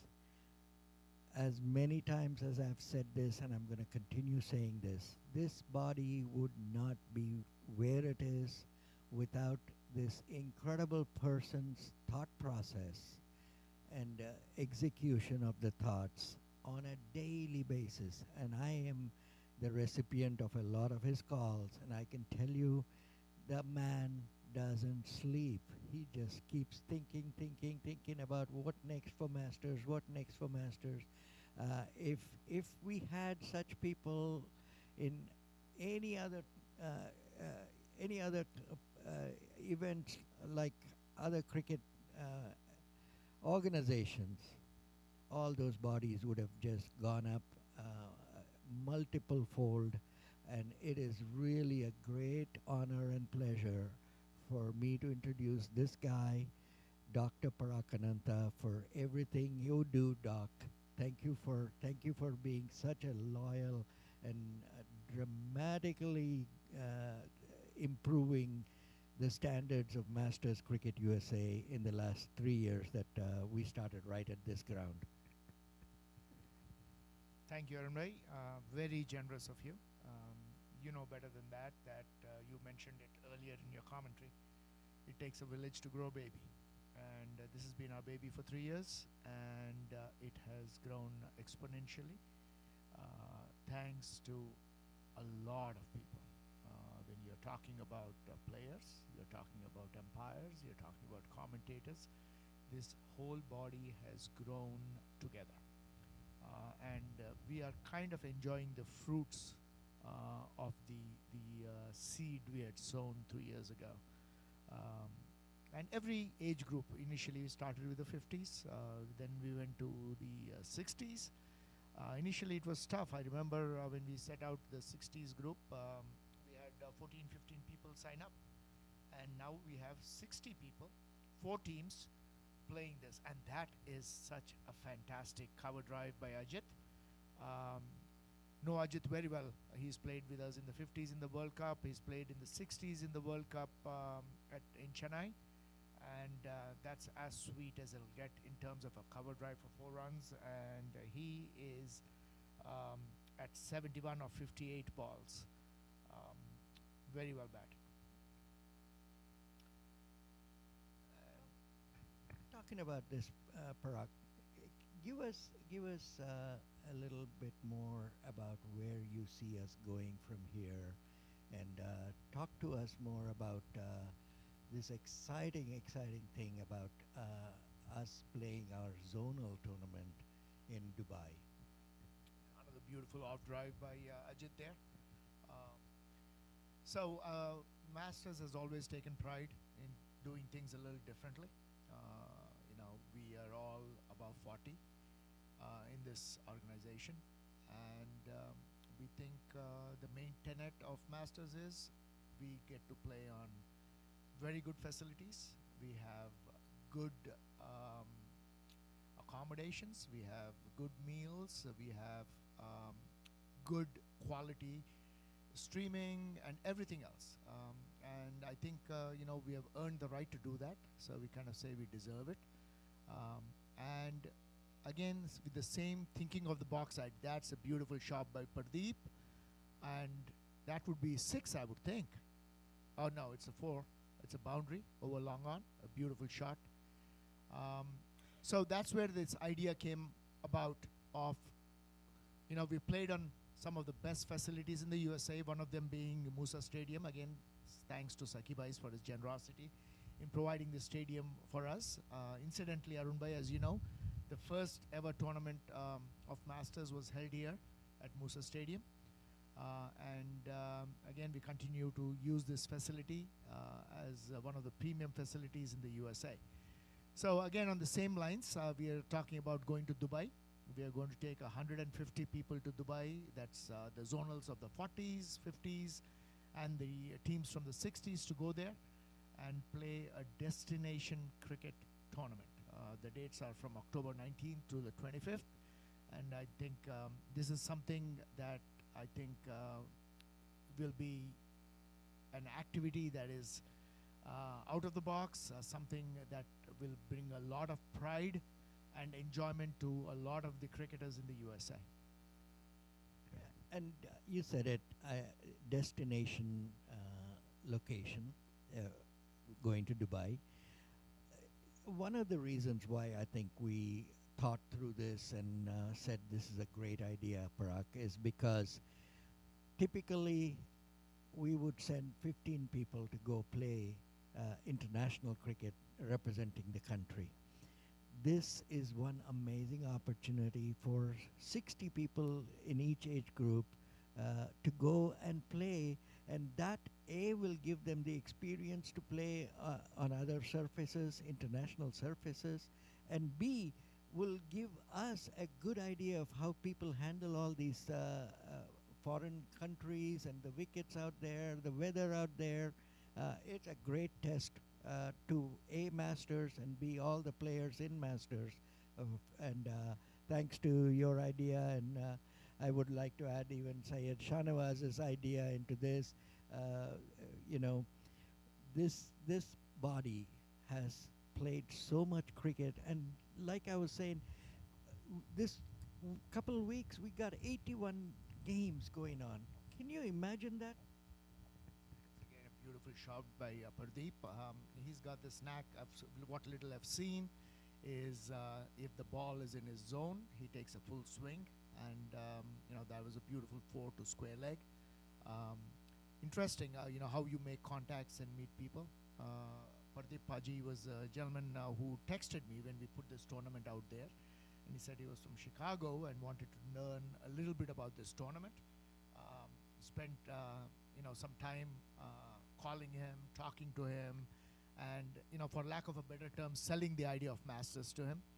He was one of the guys who was so excited to be here. And when people talk about the organization, we always have some metrics as to say what your story of success is. And we always said this, Arun bhai, if we are able to get to even one person who has left the game to come back and play this game, then we've been successful. And I think we have been pretty successful in doing that over the period of time. Coming back to the game, the partnership is 50 runs of 43 balls between Pardeep and Ajit. Bharat, who's from Massachusetts, good left-arm spinner. He actually does everything. He's a left-arm spinner. He bats left-handed. He keeps wickets. So a little bit of everything. I've known him for quite some time. Decent left-arm spinner who bowls, line to line and wicket to wicket. So this game actually is, interestingly poised, where Raptors are 160 for 5 of 27.5 overs, and the projected score is around 250. And on a ground like this with fast outfields, I think that's probably where you need to be, around 250 runs. And what is interesting, like you made that comment about one guy coming back after giving it up for a bunch of years, let's say 10, 15 years, and coming back and playing.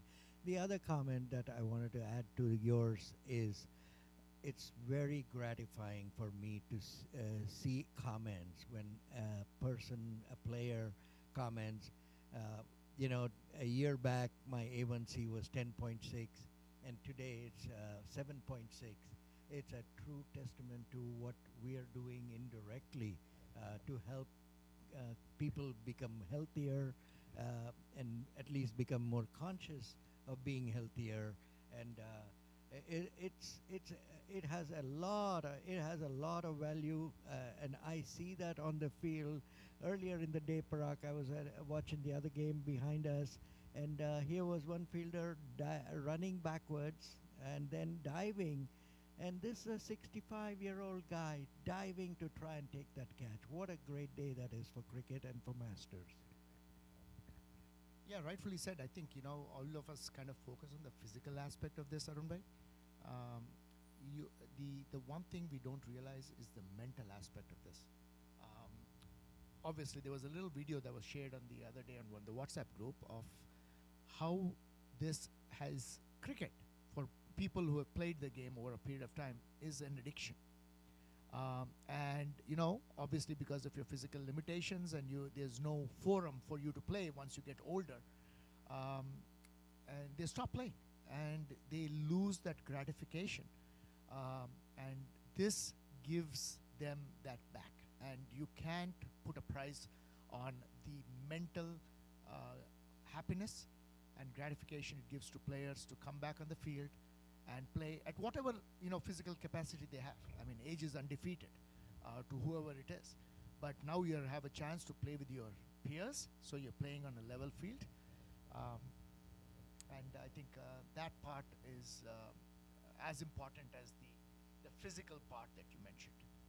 That ball kept a little low on there, and Ajit for once missed his favorite shot of the cutting the ball. You rarely see him miss a cut.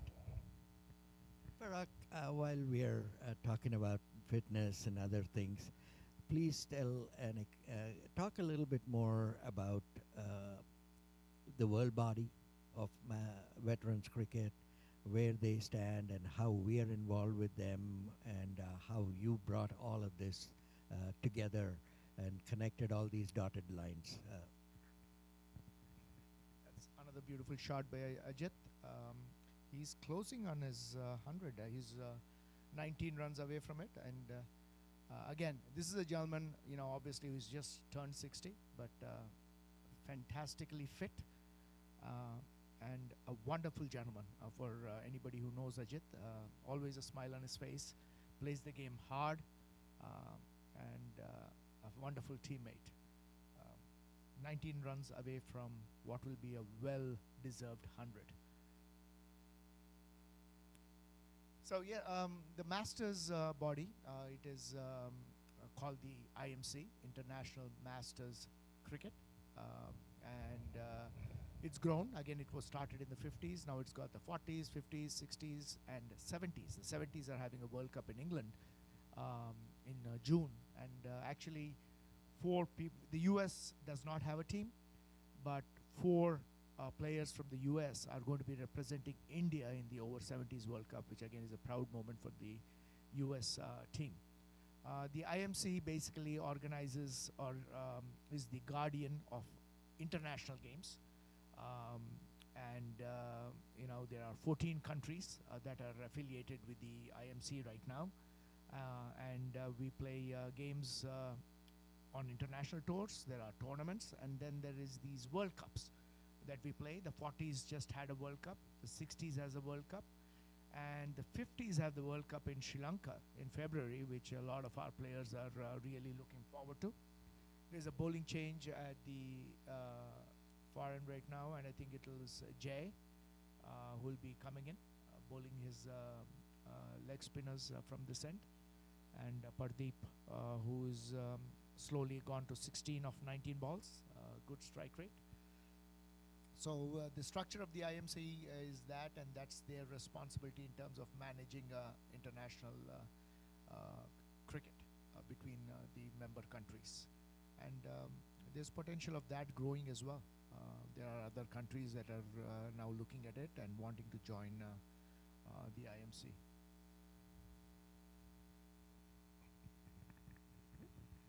Thank you, Parag Bhai. I'm going to go back to Dubai zonal idea and then just wanted to pose one more question there. It's a great step. And then meanwhile, it was paid towards the square leg region where they took a single.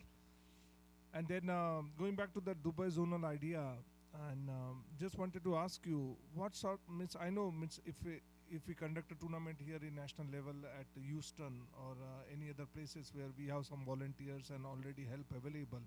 So if we are planning for a Dubai tournament, then what sort of challenges you are foreseeing, and then what is the solution, or do you have any a proposed plan for that, so in order to overcome those challenges? Thanks, Jatin. Wonderful question. Again, the cut shot. He can play that shot all day. I remember in the IMC World Cup, he got 100, and I think out of that, 70 runs were on the cut shot. And he plays that wonderfully. Not that he doesn't have other shots; he plays other shots very well too. But that, for some reason, is his favorite. A big swing by Pardeep, and he kind of got lucky there. Got the outside edge. There was no slip in place. Went to third man for a single. So yes, the Dubai will present challenges, and again, Masters is all about entering new frontiers and facing these challenges. Obviously, the biggest challenge will be travel. People will be flying anywhere between 13 to 18 hours to get there. The jet lag is going to be an issue. But again, my answer to that is we flew to New Zealand. Which is some of us flew about 18, 19 hours, and the next day we put our pads on and started playing a game. The human mind is much stronger than what we give it credit for. You accept the challenge. Most of us, yes. Is it perfect? No, it isn't. But it's a new experience. So that will be our biggest challenge. A beautiful shot to mid-wicket again for 4 runs by Ajit. He is on 86 now, so 14 more runs going there. And obviously, we'll be playing on some of the pristine facilities in Dubai. I have never had a chance to play in Dubai, but from what we all hear, their grounds are fantastic. We are looking to play at these facilities called the Sevens grounds. It's a 3-ground complex where we'll be having all our games. Some of those games will be under floodlights as well.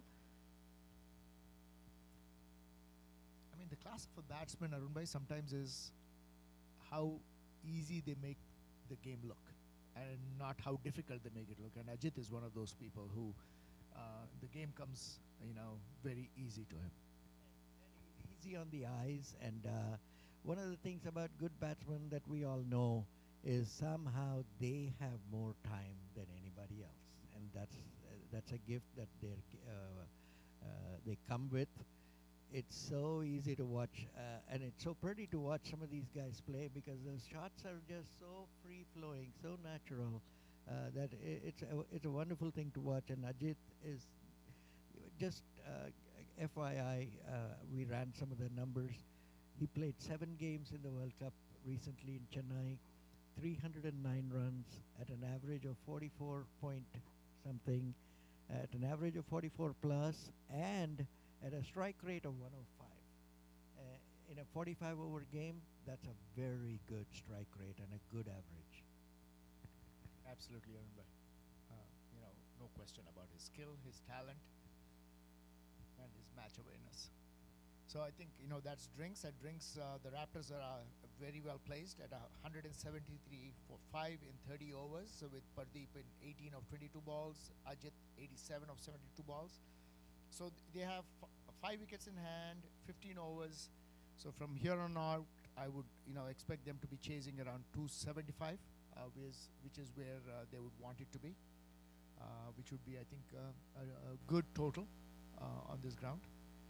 And having said that, I really appreciate Arunbhai and Jatin for your time, and I will take leave because I have a game coming up tomorrow, and my captain is asking me to come and give him some throwdowns.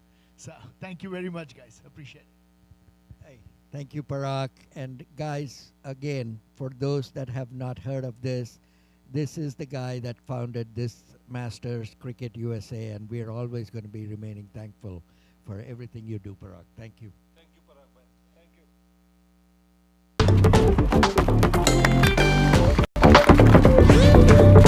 you. Yash Technologies. More than what you think.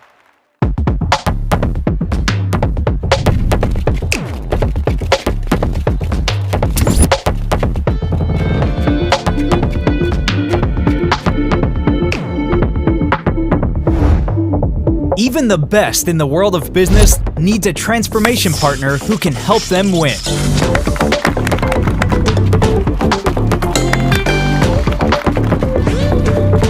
Yash Technologies. More than what you think.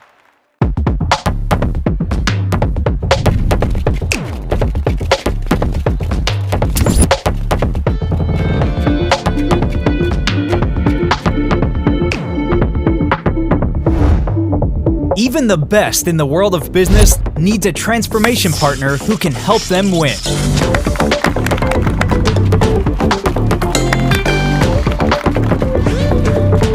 Yash Technologies.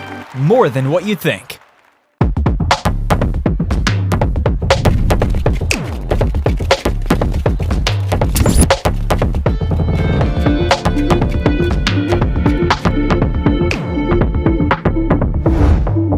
Even the best in the world of business needs a transformation partner who can help them win.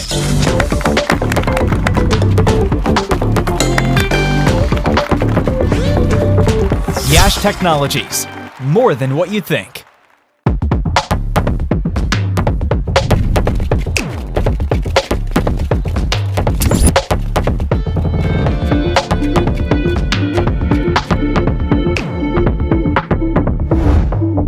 Even the best in the world of business needs a transformation partner who can help them win.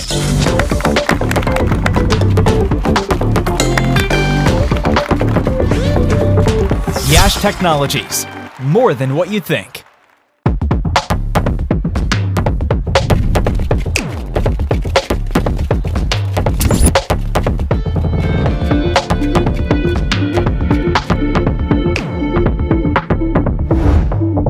Even the best in the world of business needs a transformation partner who can help them win.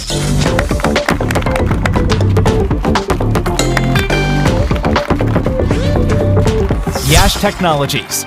More than what you think.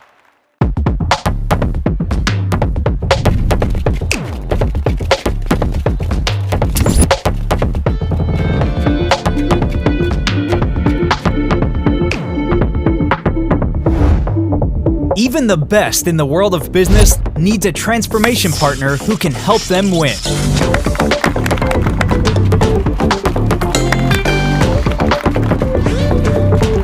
Yash Technologies. More than what you think.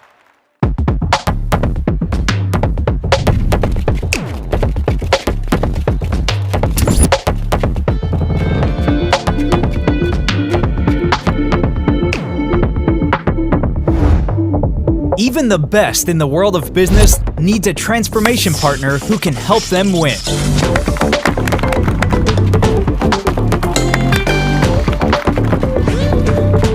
Yash Technologies. More than what you think.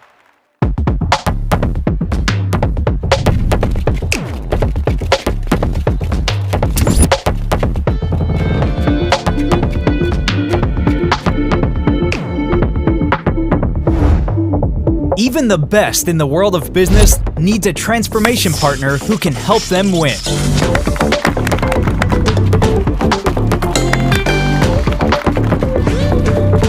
Yash Technologies. More than what you think.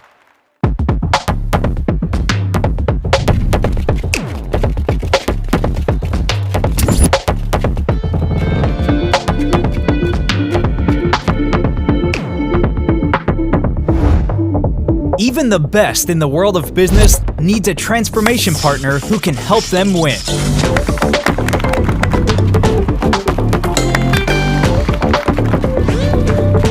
Yash Technologies. More than what you think.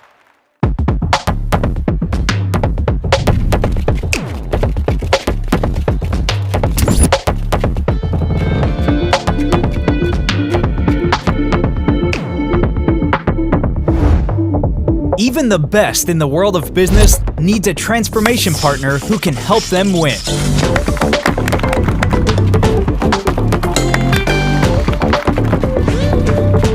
Yash Technologies. More than what you think.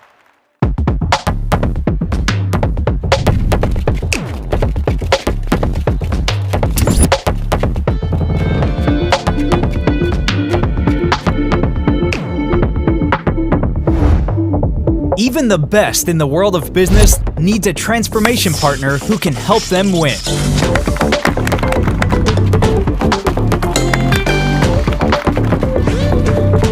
Yash Technologies.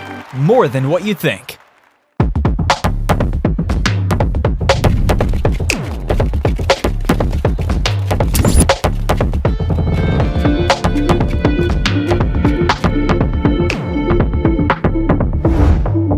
Even the best in the world of business needs a transformation partner who can help them win.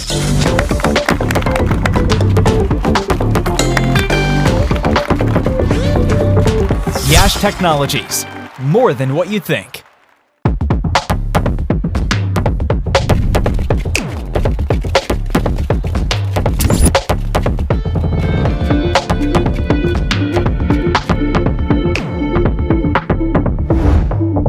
Even the best in the world of business needs a transformation partner who can help them win.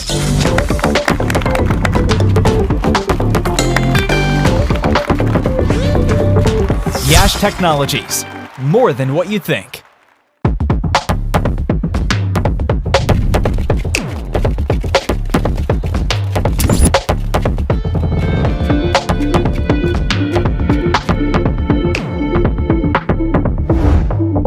Even the best in the world of business needs a transformation partner who can help them win.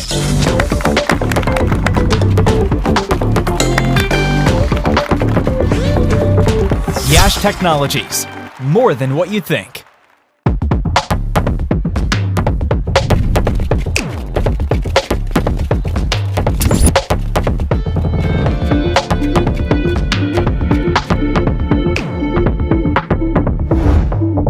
Even the best in the world of business needs a transformation partner who can help them win.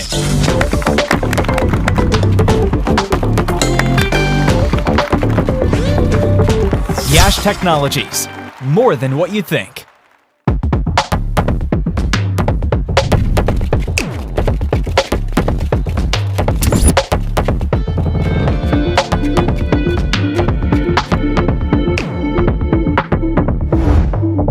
Even the best in the world of business needs a transformation partner who can help them win.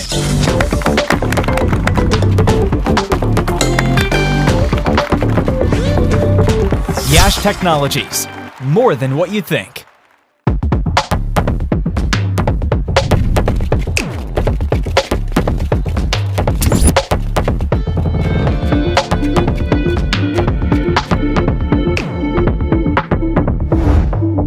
Even the best in the world of business needs a transformation partner who can help them win.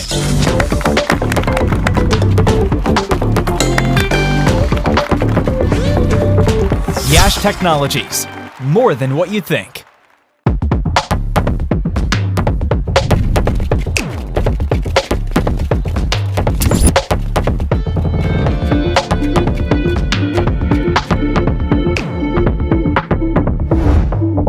Even the best in the world of business needs a transformation partner who can help them win.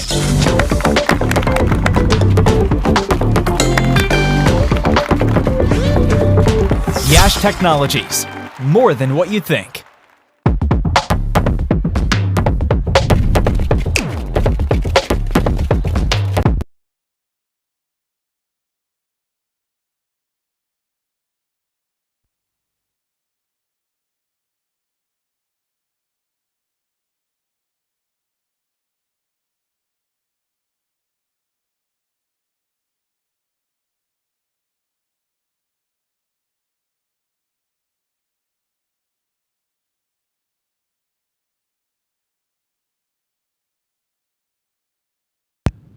We're back on after the second drinks break. Raptors are 175, 3 for 5 in 30 overs. Play is about to resume. I guess the fielding team is trying to determine who's going to bowl next.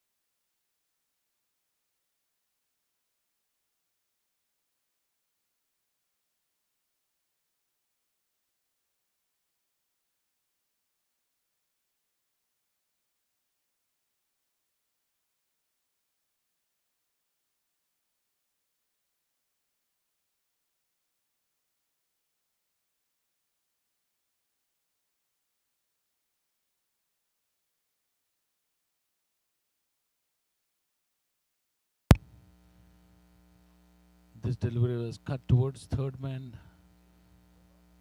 Fielder able to cut it off just before the ropes, and the batsman scored 2 runs. That was Ajit.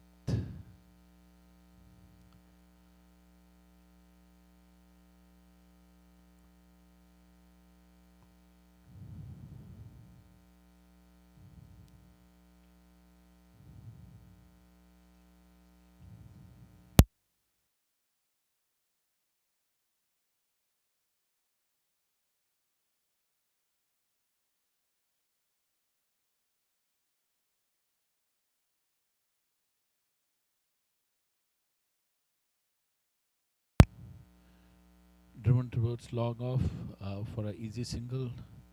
With that, Ajit moves to 89, 11 short of 100. With him is Pradeep Gill at 18 of 22 balls. Chetan Shah is the bowler. Chetan has managed to take one of Raptors' wickets. And this one was driven easily towards cover area by Pradeep for a single.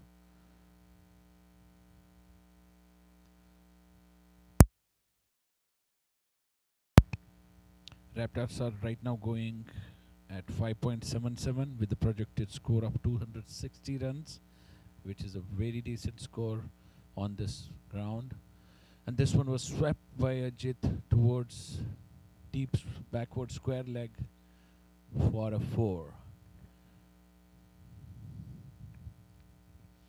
Things seem to be getting a little more overcast than earlier. Earlier, sun was just trying to come out.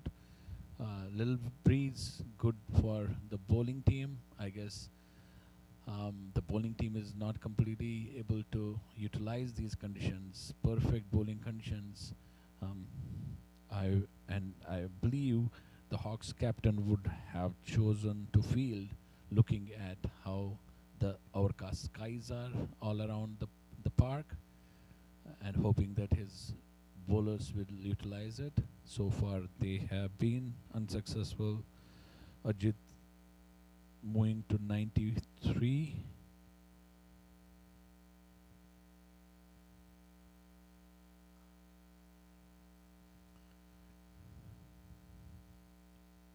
That was a quick single by Ajit and Pradeep, taking the score to 182 from 31 overs.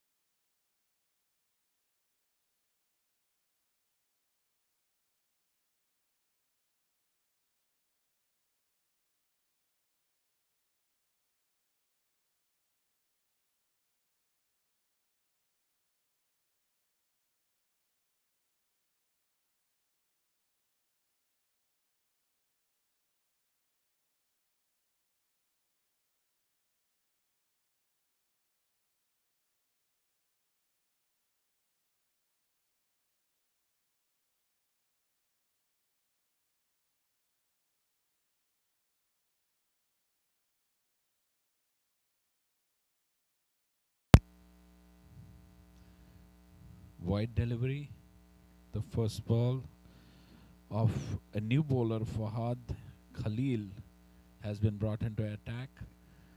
The captain, Jay, he replacing himself. And this one is wrapped on the pad, loud appeal, umpire unmoved.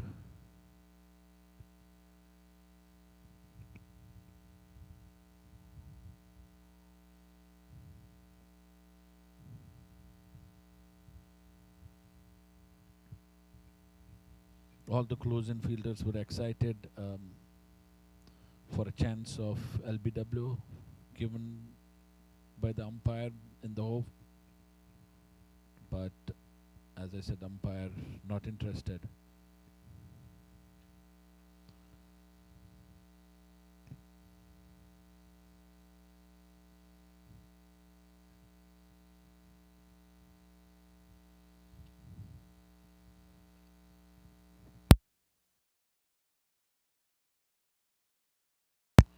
This one was square driven by Ajit.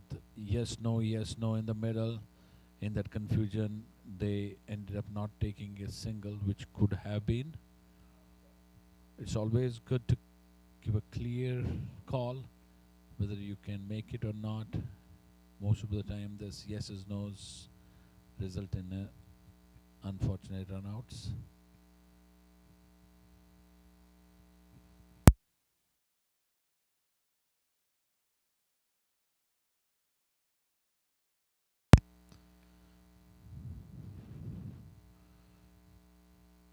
Ajit reaching out to this wide delivery, hitting it towards cover, and they steal a second because of a late throw.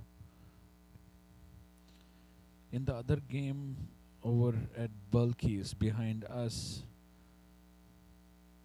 is a high scoring game going on right now there. Eagles, after being asked to bat, have put on 282 for 2 in 29 hours, with Mahmood Shahid not out 172. With him is the captain Jivika, 26, and looks like a high scoring game.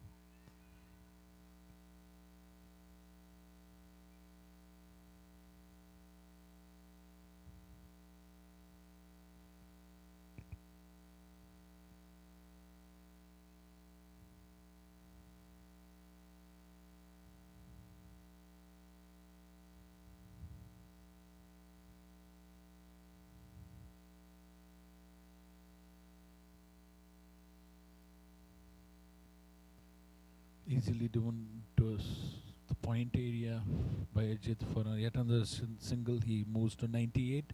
That's end of the over. The partnership between Ajit and Pradeep is right now 78 out of 69 balls, so they're going more than run a ball.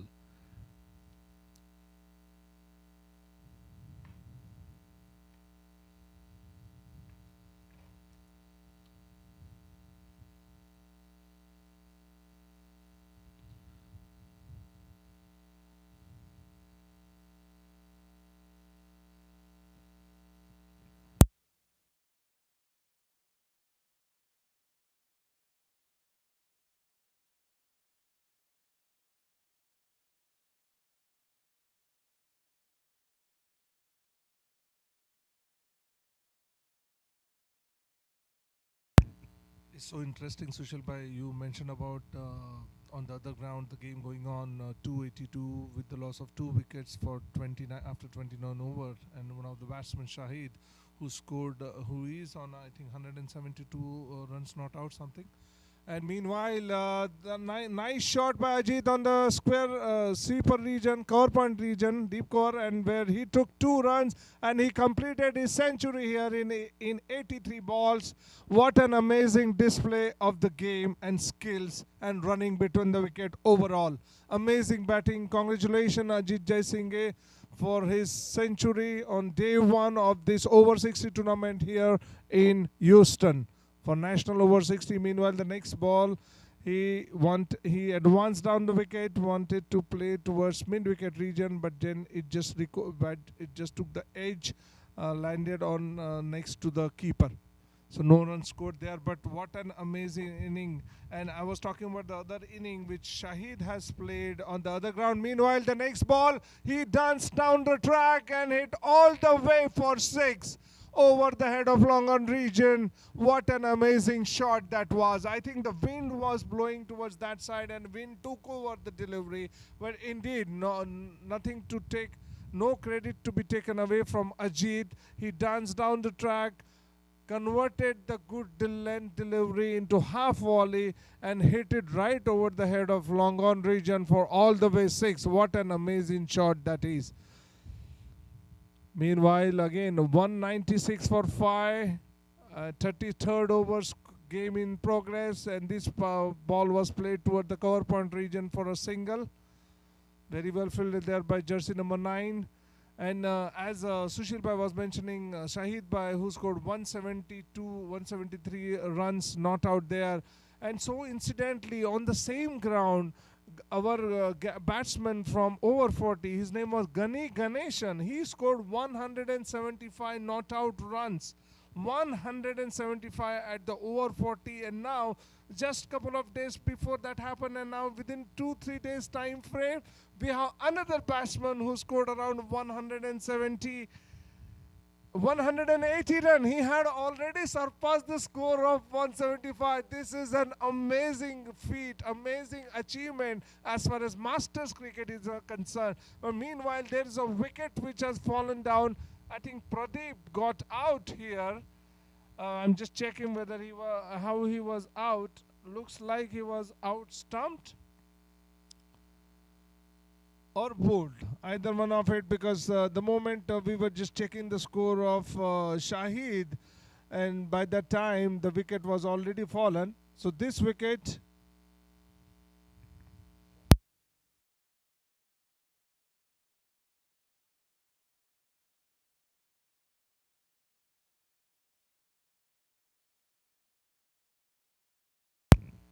and now miss, it was just reminded to me by Arun Bhai that 180 so far is the highest score in any of the Masters event in USA, and maybe if I'm not wrong, it might be even the highest score all over. Even that's quite amazing to see that within the span of 2 to 3 days we have hundreds of close to 200 statures being scored here. What an amazing display! And back to our game live here in Musa by Raptors. The sixth wicket to be fallen, and sixth wicket to be fallen by and Prem Suri is the new batsman who come in, but the sixth wicket, Pradeep Gill, he was out bowled actually by Chetan Shah. Chetan Shah's figure 6 over 50 runs for 2 wickets. The new batsman coming in, Prem Suri. Prem Suri, who will be taking the strike. Who will be taking the strike? A right-handed batsman. And now the bowler.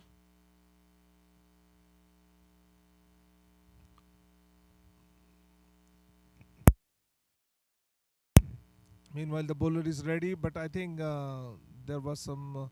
He had to go back. Because I think there was some hold up.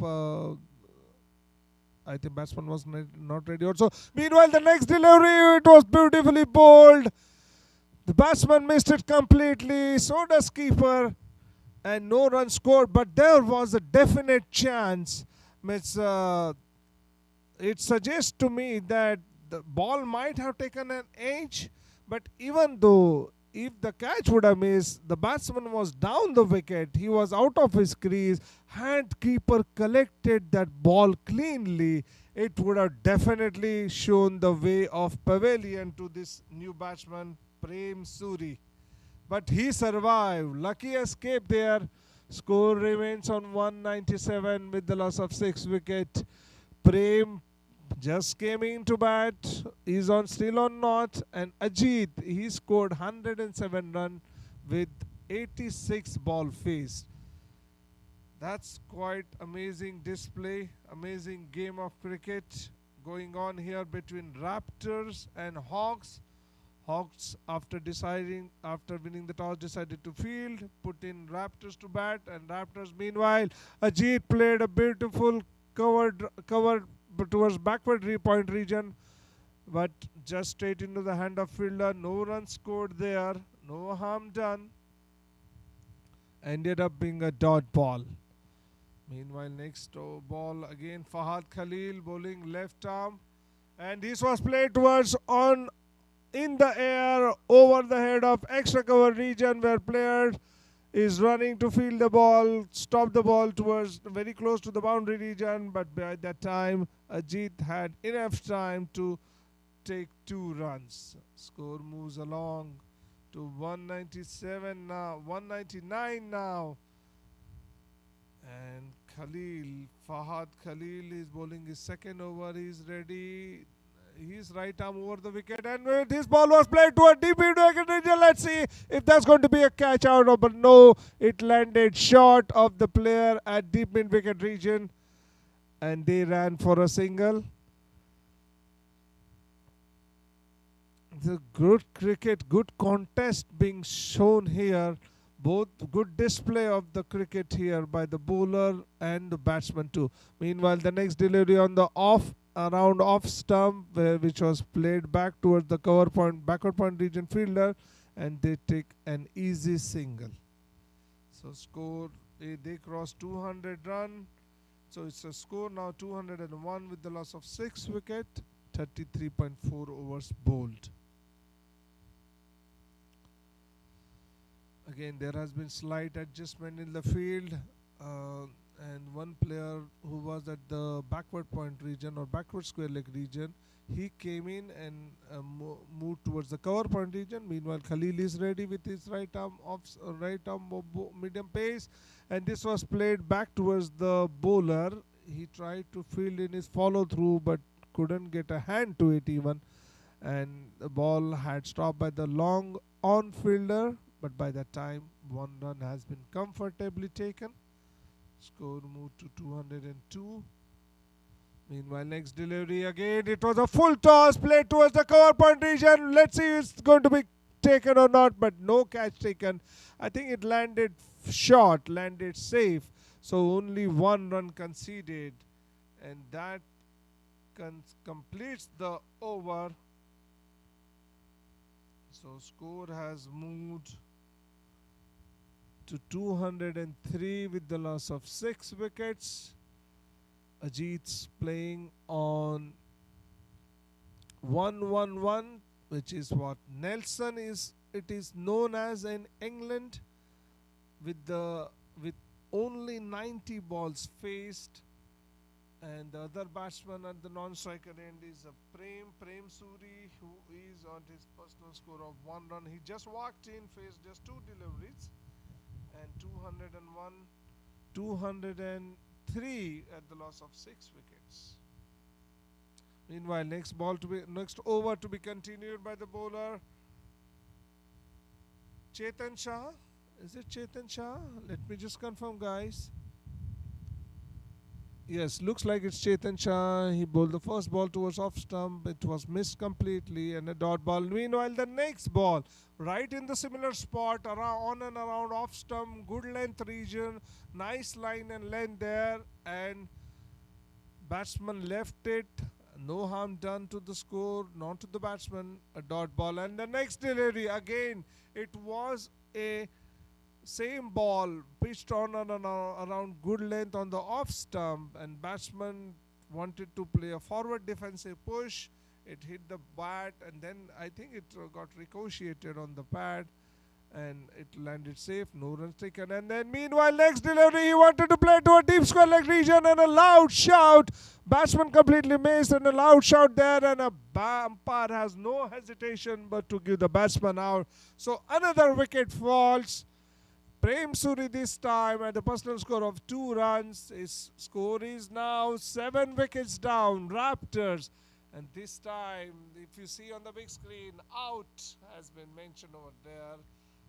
And LBW is the mode of dismissal for the batsman. Prem Suri walking back to the pavilion. 203 for 6 is the score. 203 for 7 is the score now.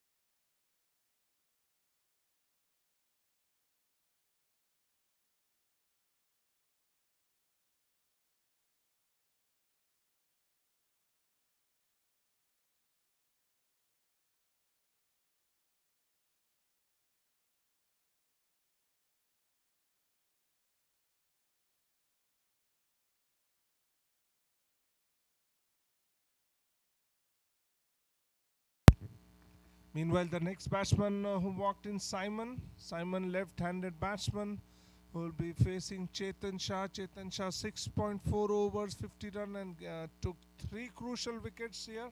Now, this ball was pitched on an off-stump area. No, it was actually pitched on the middle area, so the batsman could play comfortably towards the short mid-wicket region, where no runs was taken. And that completes the over. 203 for 7. Raptors, Ajit, the top scorer so far, 111 runs with 90 balls. And Hawks, Chetan Shah gave away 50 runs for his 7 overs and took 3 wickets. If I have to look at the scorecard again, bear with me, I'm just looking at the scorecard. 111 Ajit on his personal score. What an amazing milestone over there. And if you look at the bowling figure, I think Chetan Shah, who grabbed 3 wickets and for 50 runs. Now next bowler continuing, and this ball was pitched on and around off stump and missed it completely. He wanted to play a square cut but missed it completely. Fahad Khalil.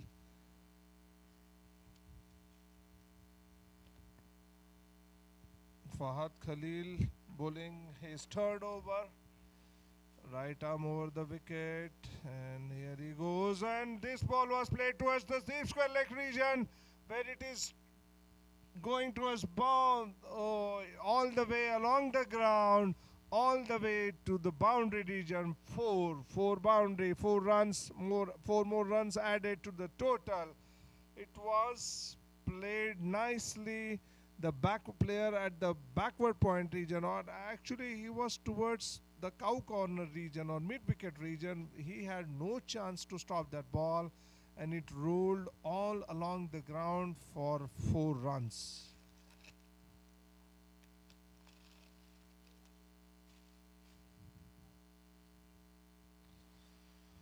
.207 for 7. Ajit Jaisinghe again ready to face Fahad Khalil bowled towards this ball was around off stump and played towards cover point region, deep cover point fielder, where it was nicely fielded there, and throw comebacks, but then they have taken 1 run by that time. And then 35.3, 208, and now Simon Ram Subhag. Simon Ram Subhag will be facing first time Fahad Khalil. Fahad Khalil right arm over the wicket. I think he's continuing the. No, he has changed his side. He's bowling right arm round to Simon. Simon left-handed batsman. Khalil bowling towards. I think that ball didn't hit anything. It was little towards down the leg side, and there was a white call by the umpire.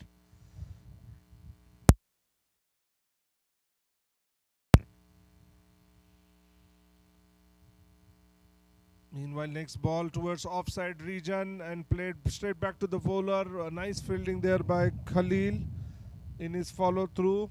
No run scored there, and a dot delivery. Again, Khalil is bowling very nice line right around off stump, apart from that wide delivery. But this ball was played towards extra court fielder, where they had the opportunity to take the single, which they took it, and the 1 run scored without any harm. Now Ajit back on strike. Means every time when Ajit comes on strike, he makes the game little more interesting with his stroke play. And I'm sure the viewers who are watching this game live would anticipate the same. Meanwhile, Khalil, right arm over the wicket, where he's playing. Ajit played towards the deep square leg region, where there is a fielder there, but nicely fielded there. Oh, I'm sorry, he completely missed the ball, looks like it, and that went towards the boundary region for 4 runs, 4 more runs. There was a slight misfield. It was powerfully struck. There was a fielder perfectly placed for that particular shot, but the player couldn't stop it and it went all along the ground for 4 runs over there. So 4 more runs added to the total. Score moved to 214 with the loss of 7 wickets. And Ajit Jaisinghe on his personal milestone, personal score of 120 runs with 12 fours and a 6. What an amazing display, amazing stroke play by Ajit, who is entertaining the crowd who is watching the game, not only in the stadium over here, to the players who are here, but online as well. Meanwhile, Chetan Shah continuing right arm over the wicket. No, actually he's bowling right arm round, and this ball was way down the leg side. Umpire signal wide so correctly. 1 more run added to the total.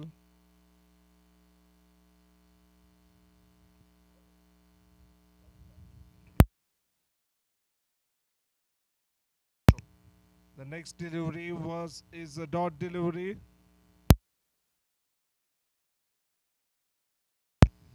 Dot delivery. It was bowled on the off stump and played back to the bowler. Meanwhile, another ball on. He wanted to play towards legs, square leg region, but missed it, and it just ricocheted off his pad and just landed next to the wicket keeper, where fielder collected it, and then he saw Ajit at the non-striker end. He was out of the crease. He threw the ball and he hit the wicket also, but no harm done. Ajit made it back safely. So not out was signaled by the umpire. Meanwhile, next ball, Ajit Chetan Shah ball. It was way down the leg side.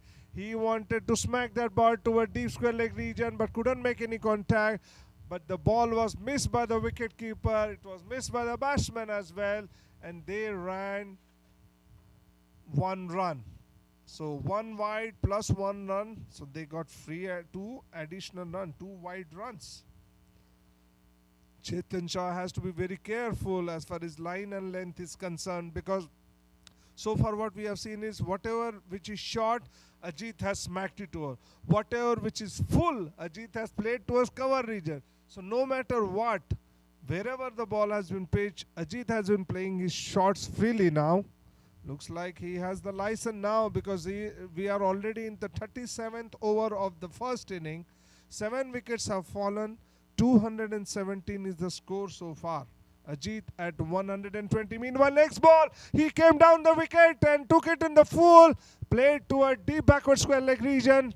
Actually, it was deep long leg region. I'm sorry, because the angle which we have been said, it is sometimes become difficult to judge where the ball has reached. But meanwhile, they're well fielded there by Bharat Patel, who is at the deep long leg region, and just restricted the batsman to only 1 run. Very good fielding there. Meanwhile, Chetan Shah back again. The score 218 for 7. Only 2 balls bowled of this inning, and this ball was bowled on the off stump region. It was played towards cover point fielder. Slight misfield there. They took 1 run. No harm done as far as batting is concerned. These two players have been playing little sensibly. I think what we are seeing is Simon is trying to give the strike back to Ajit, and why not? Because Ajit has been striking the ball very beautifully. Meanwhile, next ball, Chetan Shah bowled to her around off stump. He wanted to do a late cut, a square cut, missed it completely. Ball passed and safely collected by the wicket keeper. No run scored there. Meanwhile, next ball, Chetan Shah right arm over the wicket. Again pitched on good length around on and off stump. And they ran for a quick single. By the time the score came in, the throw came in and the wicket keeper disturbed the stumps, they were comfortably home. So that completes the over. Score 220 for 7 at the end of 37 overs.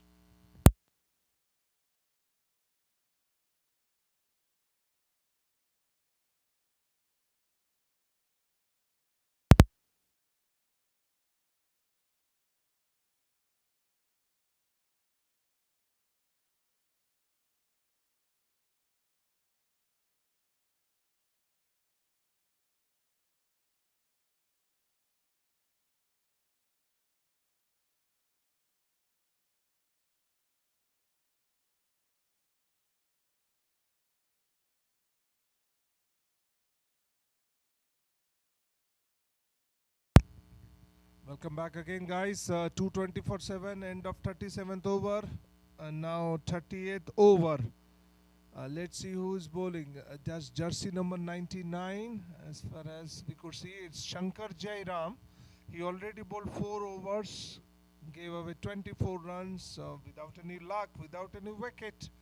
He'll be bowling to the master batsman here right now, who is on 122 runs of 98 delivery. Amazing batting skills, batting display here. Meanwhile, first ball bowled to on the and around off-stump good length area, where played it to the cover point region. No runs taken. Very good start here by Shankar Jairam. He's bowling the second ball of the inning, and now this was little on the shorter side on the off stump. He played towards square cut, but it went straight to the fielder. No run taken, no harm done. This is the third power play, which means they are allowed to have 5 players outside, which I could see they have already 5 players outside. Meanwhile, the next ball, it was very close to the wide line, but I think Ajit moved close to the ball and no wide was given anyway. So another dot delivery, 3 balls, 3 consecutive dots, which is very unheard and unseen of. Meanwhile, this ball towards leg side. Ajit wanted to play to a deep backward square leg, but completely missed it. Ball was way down the leg side, safely collected by the keeper, and a wide signal was given by the umpire.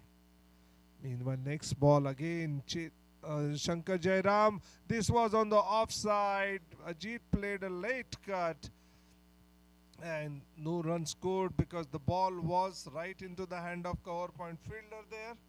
No run, no harm done. Score remains on 221. 4 balls and 2 more to go. Meanwhile, next ball on the offside region. Ajit wanted to play a cover drive, missed it completely. Very safely collected by the keeper there. No harm done. Again a dot delivery. So far only 1 run from last 5 balls.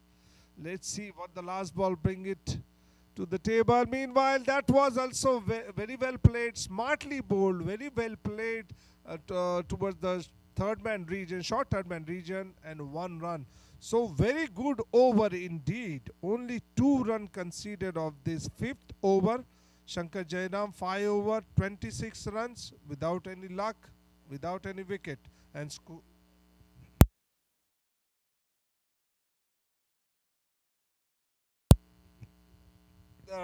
Arun Bhai just reminded me again, guys, Ajit, who is on scoring on 123, and Shankar Jairam bowled 6 balls to the batsman who is all set, gave away only 2 runs, out of which 1 was a wide towards leg side, and 1 run was scored. So that's quite amazing display of the bowling by Shankar Jairam. The captain leading from the front, giving away only 2 runs. What an amazing display of bowling here. Meanwhile, the next bowler we are going to see, because Chetan Shah has already completed his quota of 8 overs, gave away 52 runs. And it looks like it is Zia who will be continuing from the pavilion end. And Ajit will be on strike, facing Zia, who bowled so far 5 overs, conceded 25 runs and took 2 wickets. Zia, right up over the wicket. This was a shot of length on the off stump. Ajit played it back past the bowler, but surprisingly, they didn't want to run. The ball had traveled to the long off region, but they did not take a single. Anyway, looks like Ajit has different thing in mind, which we will come to see right in couple incoming deliveries.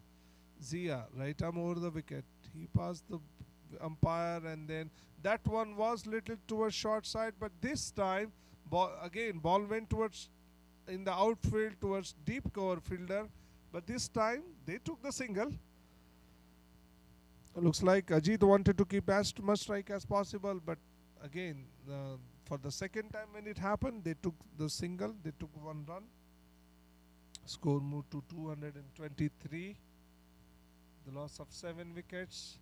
Ajit on 124 who was just joined by Simon Ramsbach. He is on personal score of 2 runs of 6 deliveries.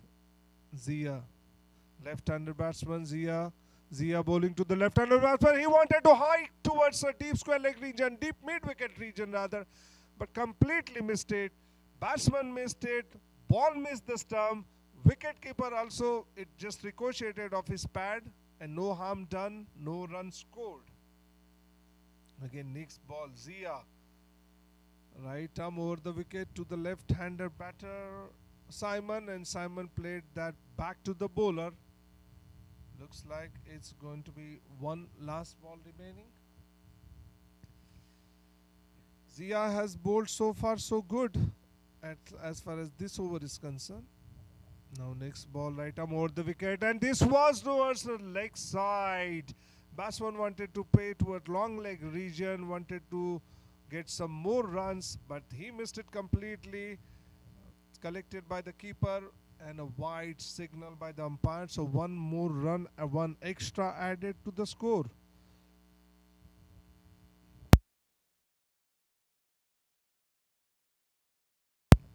Meanwhile, Zia, last ball of the over. Again, that was towards the leg, on the leg side. We have to wait for umpire signal if there is any. But batsman just run one run, and umpire did raise both arms horizontal to his body, which is making a 90-degree connection, 180-degree for both the arms, which means it's a wide signal, means one extra run added to the total, plus one run which batsman ran. So it's a 2 wide runs, 2 additional runs added to the total. Even the ball was towards leg side, even keeper had to run back and collect the ball. That was quite interesting, because I think he was the only player close to the ball who could have reached and stopped the ball going to the boundary. Meanwhile, next ball it was pitched on good length and played towards the cover point region by Ajit, and a 1 run scored. And with that, I'm just waiting for umpire signal. Could be the last ball of the over now. 2 wides, courtesy to those 2 wides and additional runs which they have taken. I'm going to tell you in a few minutes how many extras are there as soon as this last ball is bowled. Right arm over the wicket, and this was played. He wanted to play towards deep square leg region again, wanted to play across the line, missed it completely, and he is very lucky because ball also missed the stumps and collected there by the keeper, and that concludes the over. So 39 over 227 with the loss of 7 wickets. I'm looking at the overall score. So far they have conceded 28 extras through wides only, 28 wides. I'm sure miss on some of those delivery batsmen would have run also. So if we have to take some 8 to 10 runs out, they have already bowled 4 additional over. 227 for 7 at the end of 39 over.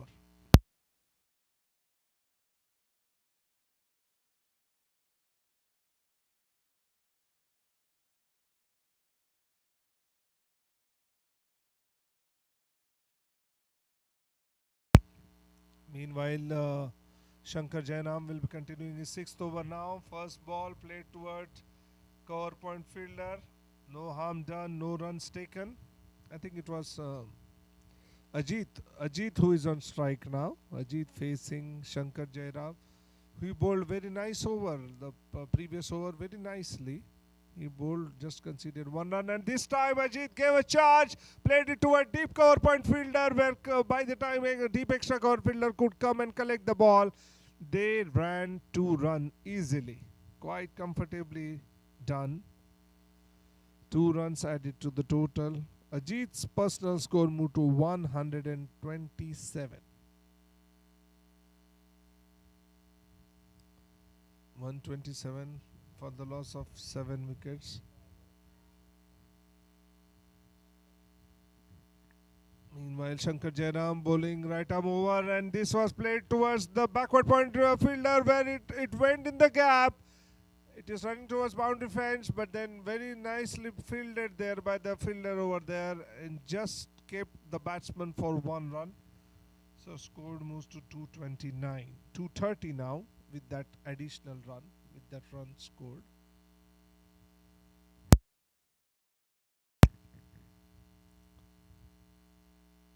Meanwhile, there has been some fielding adjustment now since the left-handed batter Simon Ramsubhag is on strike. I think he'll be facing the first ball of Shankar Jairam. Even though he has been on the crease from last 2 to 3 overs, last over when Shankar Jairam was on the was bowling, it was all deliveries were faced by Jeet. So this is the first time Shankar Jairam bowling to Simon Ramsubhag. He goes right arm round, and that was played toward backward point region for 1 easy run.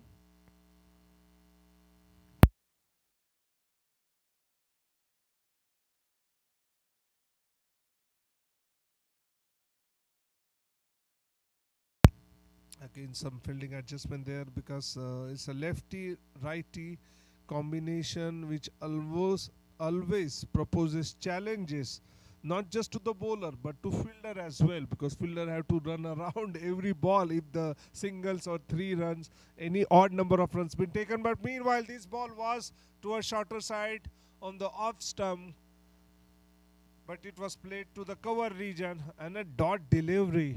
Very rare to see when a batsman who is at 128. But again, this ball, Ajit wanted to play. He came down the wicket, and that he got stumped. But looks like it. Wicket was disturbed, but batsman had made his ground good. So that means he is not out. Very lucky that Ajit did not get stumped, and he remains not out on 128. So score is 231 with the loss of 7 wickets, and we have Sushil Bhai who will take you to the remaining half of this overs. Sushil Bhai. Thank you, Jatan Bhai.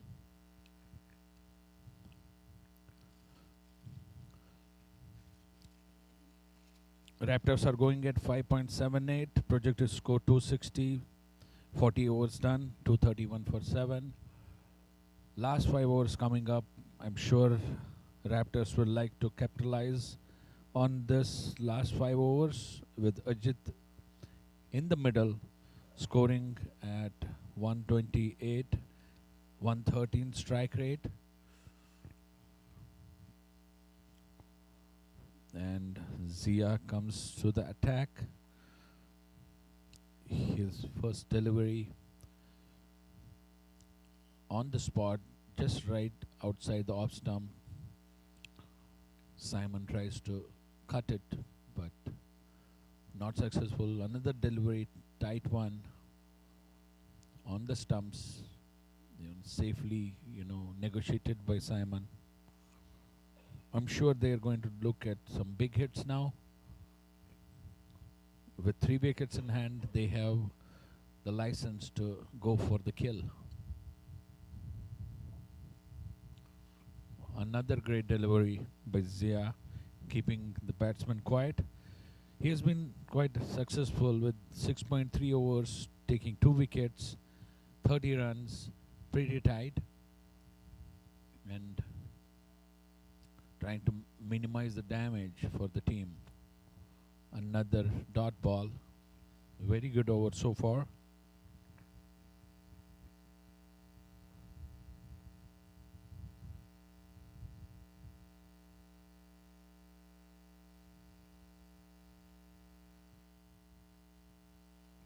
Update from the other game from Balkis. Mahmood Shahid is still batting, 238. And Eagles are 361 for 2 in 35.1 overs. And Jivaka, the captain, on the other end, scoring at 42 runs, giving support to Shahid. Shahid is firing in all cylinders today. You never know, with 10 more hours remaining there, you may see a triple 100.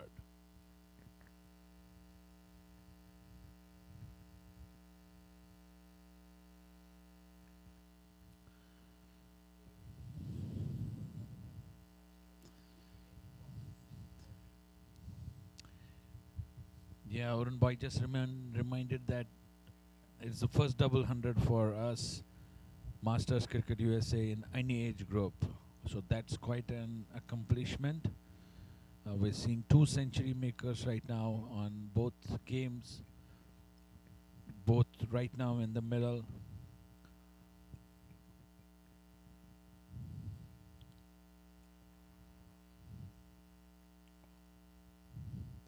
Zia Ahmed completes a very tight over, just conceding 2 runs. That's amazing at this juncture of the innings that he could, you know, keep it tight. And the bowling team will be hoping that their captain, who has been bowling pretty nice and tidy line and length, continues to close the bowling inning on a good note. And this one was just outside off. Ajit tries to cut it, unsuccessful. Another dot delivery.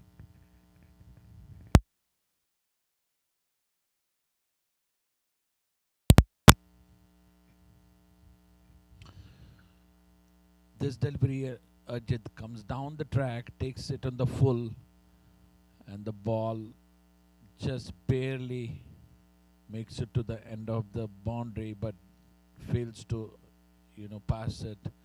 So the 2 runs are taken. It appeared that the ball is going to carry all the way, but it rolls and stops. The fielder fetches it. We're going to have two big scoring games. It's going to be some task for the second batting team to chase it down. All in all, it's a very exciting games going on here in Musa and Balkis for over 16 Nationals 2024. And I want to also announce that, or mention that yesterday we had a big announcement that the zonals, which means that the teams coming out of these nationals played. We just concluded 40 overs yesterday. 60s started today. 50s is going to start tomorrow. The zonal teams coming out of these nationals will be traveling to Dubai to play zonal. So exciting news for Masters Cricket. Another cut shot going towards third man. No single taken, although they could have. Right now, the batting team should focus on taking as many singles, as many runs as possible. This is the last few overs. Capitalize on it. Just go for boundaries and keep the scorecard ticking.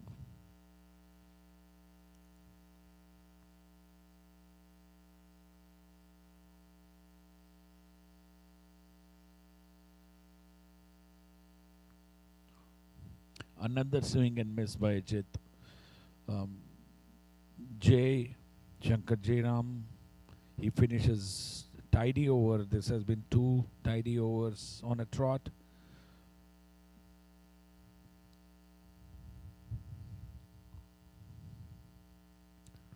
Beg your pardon, that was one more ball hit towards the short cover region by Ajit for a single. That completes the over number 42, and Raptors are 237 for 7.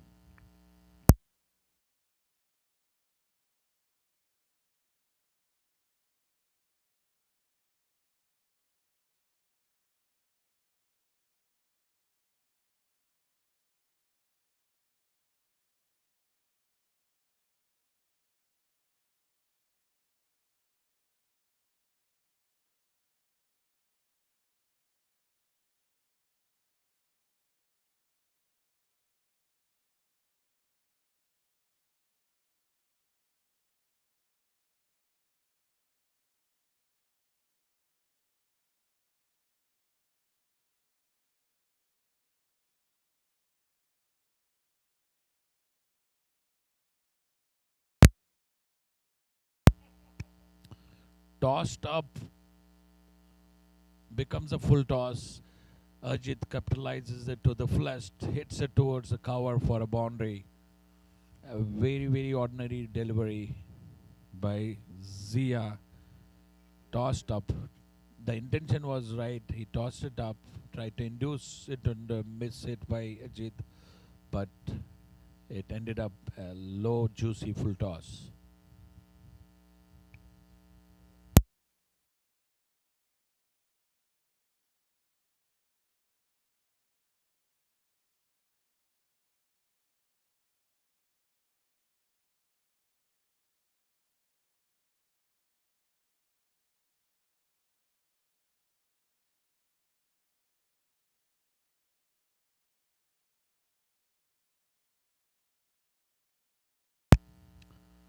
Ajit hits another boundary towards the off, and that takes him to 140. So two boundaries, and this was because the earlier ball was declared no ball by the umpire. That was a free hit, and Ajit comes down the track, hits it towards the cover. The ball just bouncing in front of the long off fielder. In the meantime, Ajit takes a single, and now that brings Simon on the strike. Simon has been playing second fiddle to Ajit, going just giving the support and going at 30 strike rate. It's time for him also to gear up and start playing some big shots.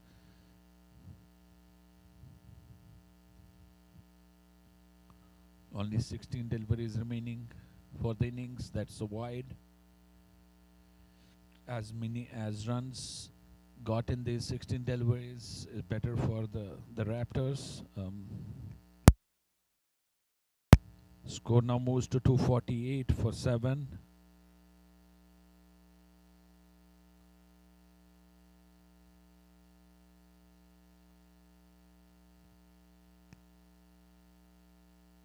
Nice delivery. It was very good length for a spinner. Simon tries to hit it towards on area and misses it. Wraps in the pad. Some excitement in the fielding team, but was safe. Probably down the leg.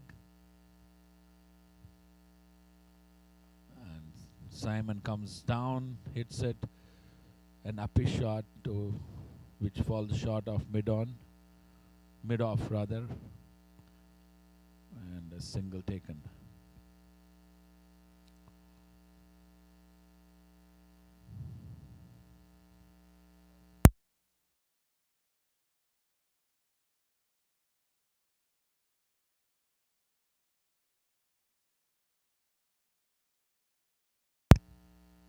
Another tossed up delivery. Ajit comes down and accepts the challenge, takes it on the full, drives it towards cover boundary for 4. Yet another 4, taking him to 145. He is closing on 150, landmark. We have had two big scores today by two batsmen. Ajit Jaisinghe here 145, and in the other game we have Mohammad Shahid batting at 249, so he's approaching the 250 mark. Amazing innings. And total score for the other game is 381 Eagles for 2 in 37 overs, going at 10.25 run rate. This is hit by Ajit towards long off boundary for 6. Clean hit, taken on the up. And that's 150 for Ajit. And we can hear the clap from the pavilion, the batting team dugout, cheering him up for a great knock.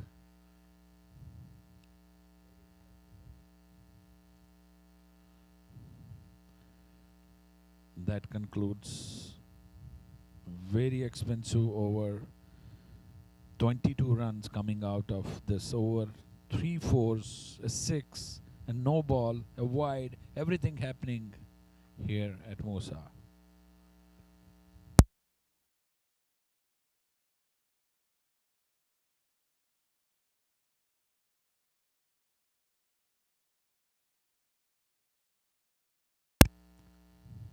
partnership for the 8th wicket right now at 56 runs off 51 balls.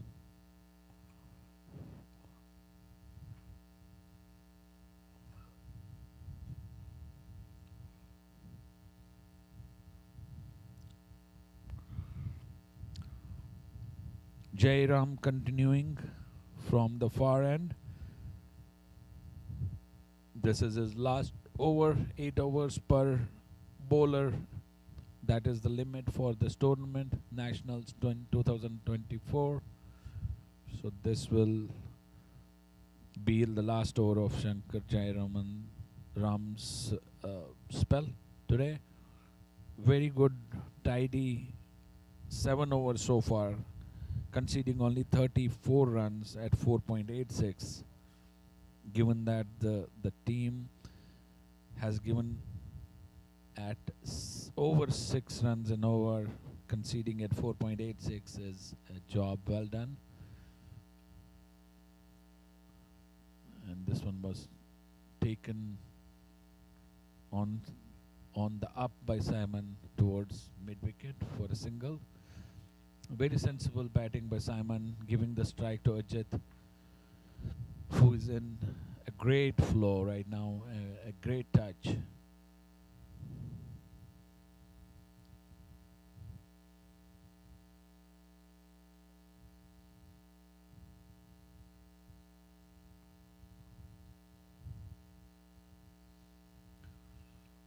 Jay adjusting field, bringing in one more player from the on region to cover, I guess, the gully. He is intending to bowl Ajit outside off.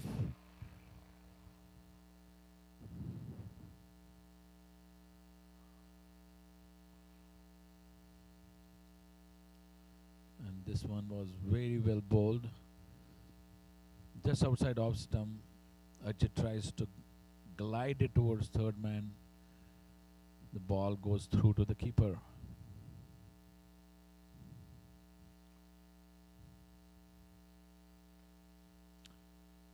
Driven towards long on for an easy single. Well fielded by the fielder.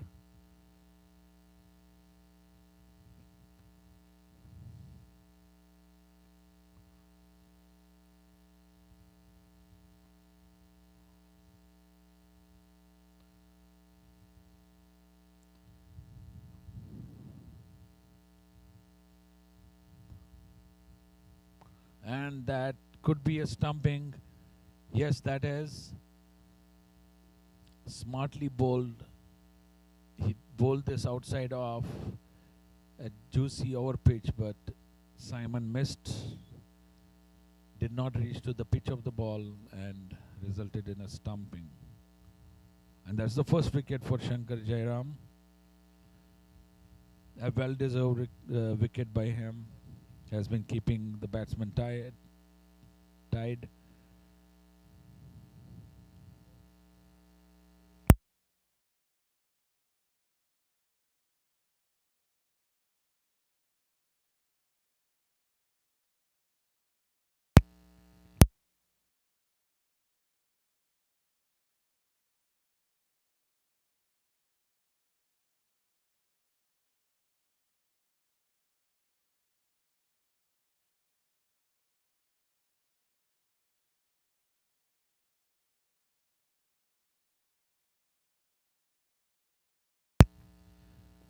Manoj Bhatia is the new batsman.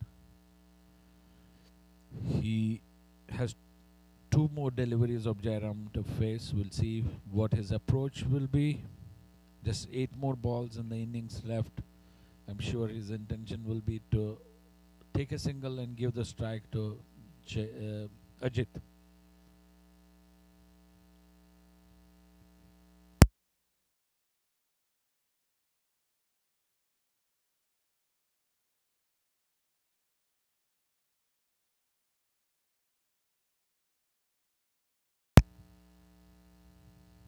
A toss-up delivery driven towards cover by Manoj.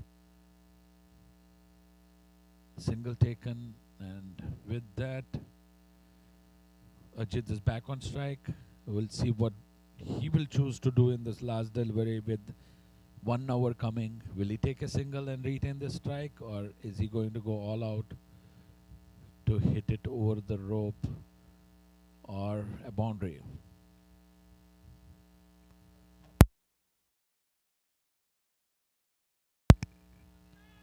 And that's a wicket. Amazing bowling by Jay. Got the prize wicket of Ajit. He has been missing the edge of Ajit quite a lot of times.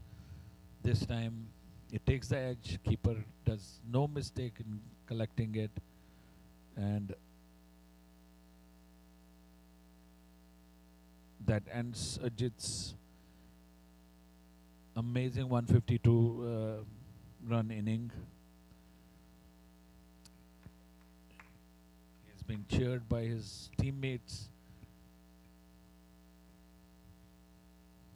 and the commentators here.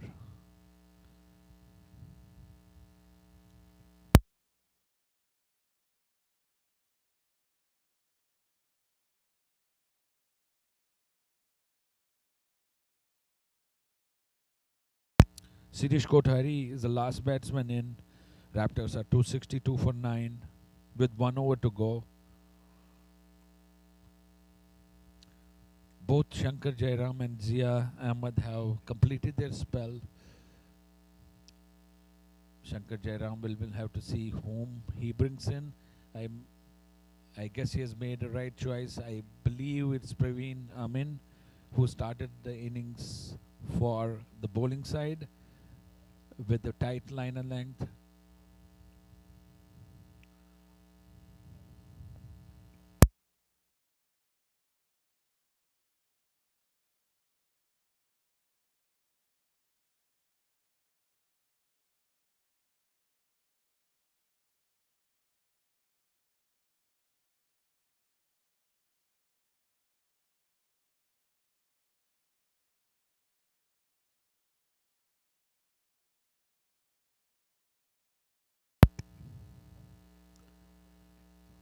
The first delivery, it's outside, just outside off, and Manoj tries to cut it, unsuccessful.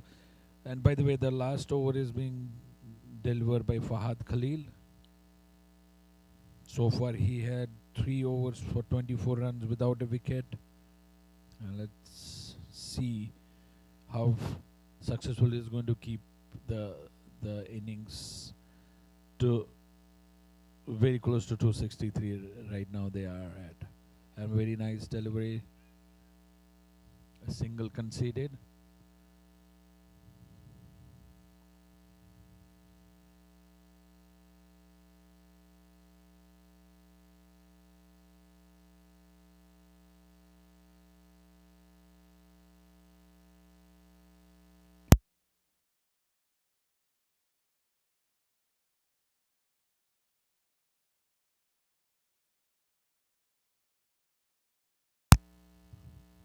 Another single taken by the batsman, playing it into the deep cover area.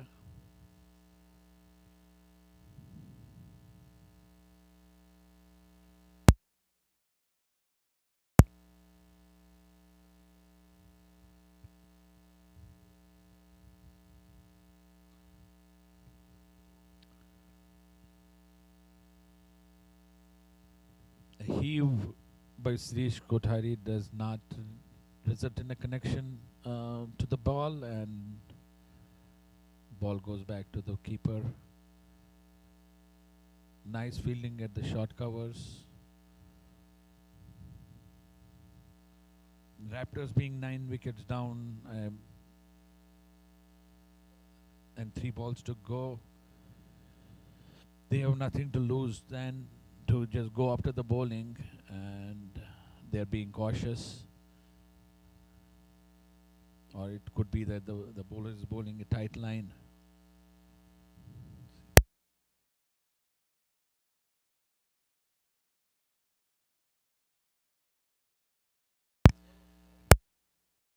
And that concludes the innings for Raptors. They've scored 265 for 9, with Ajit being the top scorer with 150 odd runs. I'm able to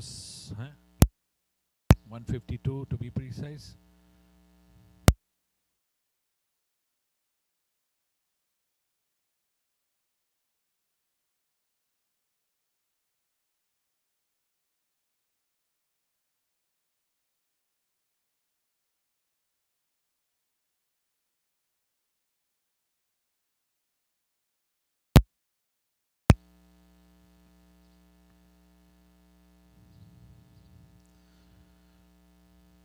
The target for Hawks is 265.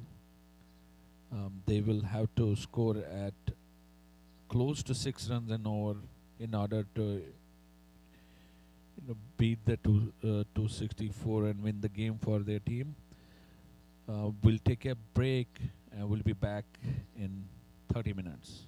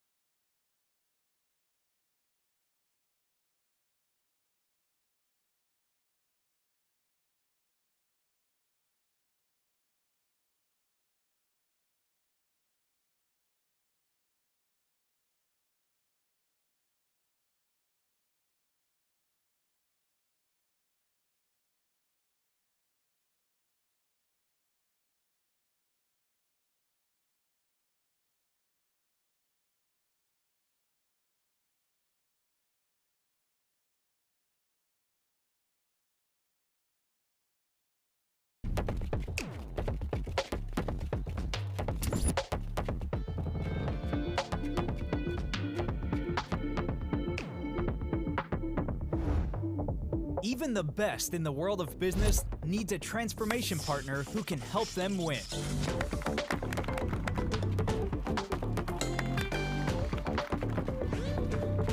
Yash Technologies, more than what you think.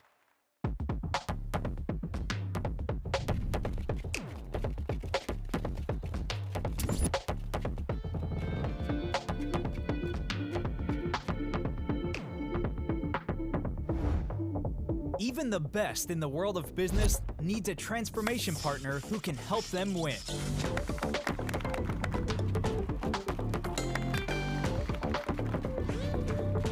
Yash Technologies, more than what you think.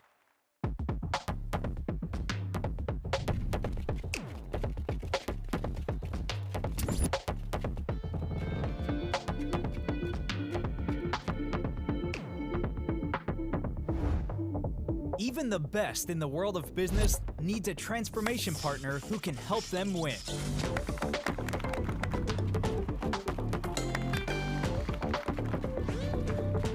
Yash Technologies, more than what you think.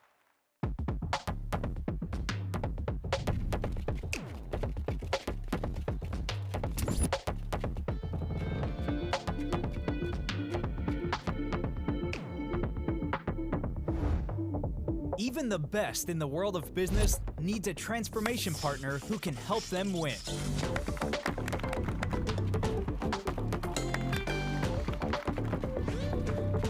Yash Technologies, more than what you think.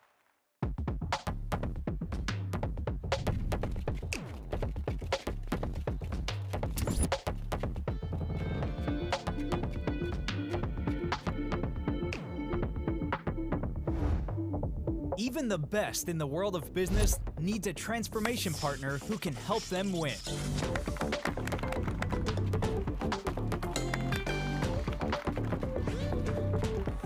Technologies. More than what you think.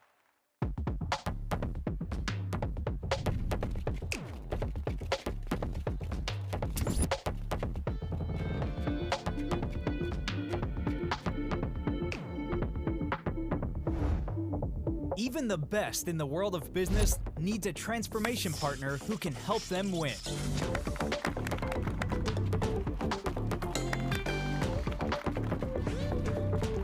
Yash Technologies.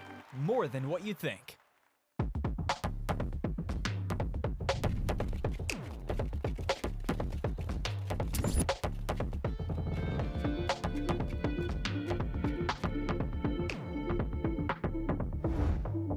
Even the best in the world of business needs a transformation partner who can help them win.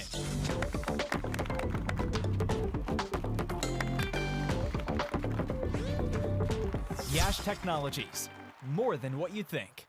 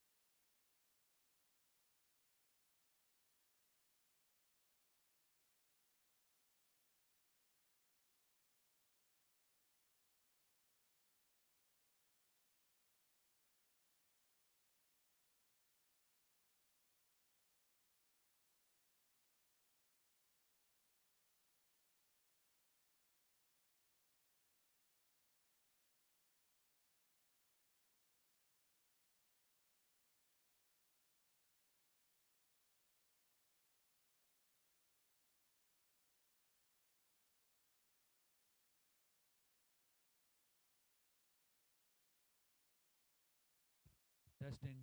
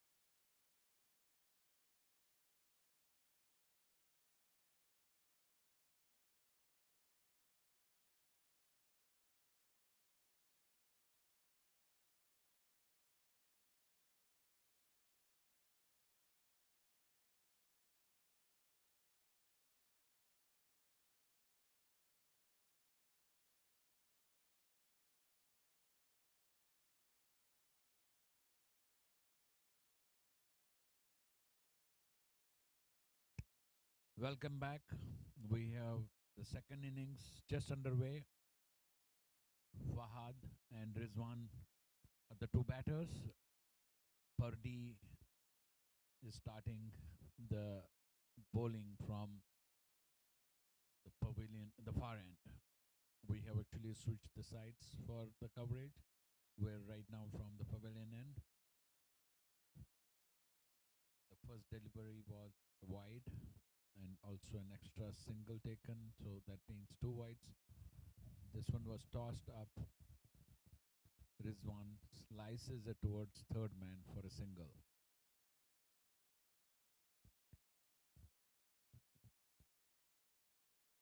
The target for Hawks is 263 to be scored in 45 overs max.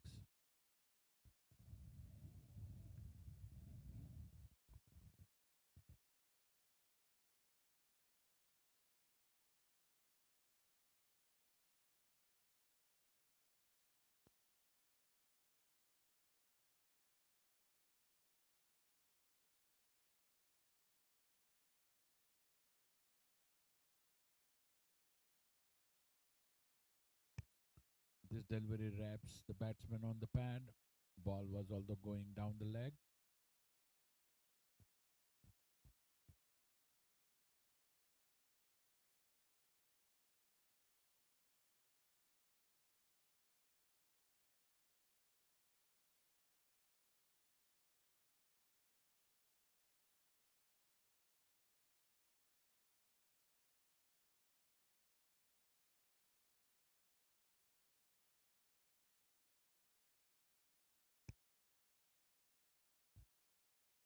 Next delivery pushed towards gully area by the batsman, which is Fahad.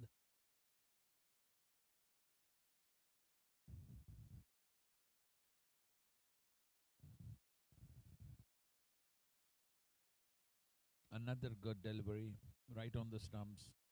Batsman pushes it gently towards the short mid wicket area.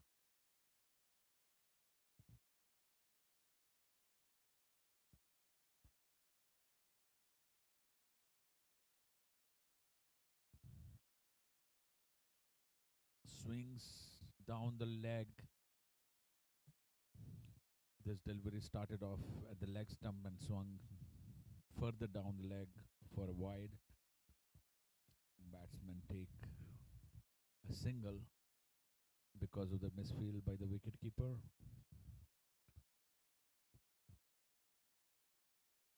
Four wides conceded in the over so far. And that is wrapped on the pad again.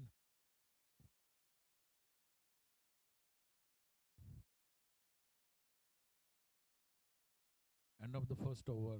Hawks are 5 for no loss. Target 266.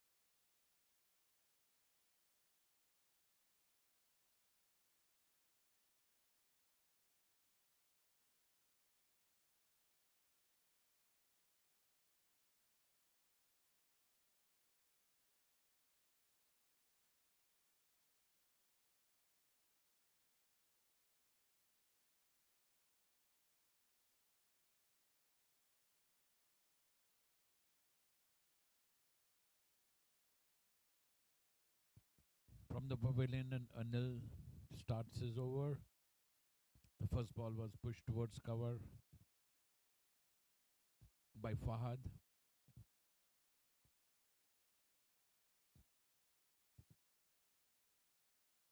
Bowled way outside off.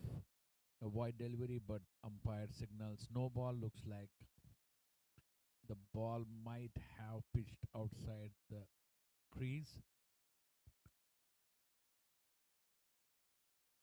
and umpire rightly signaling it's a no ball and a free hit.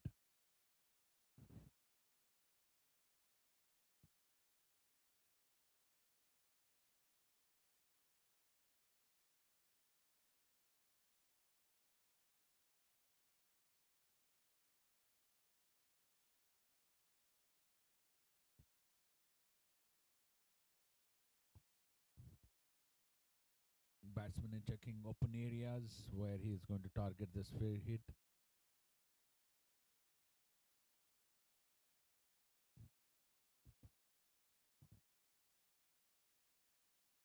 A wild swing towards mid-wicket, open mid-wicket region, misses it completely, and no damage for the Falcons.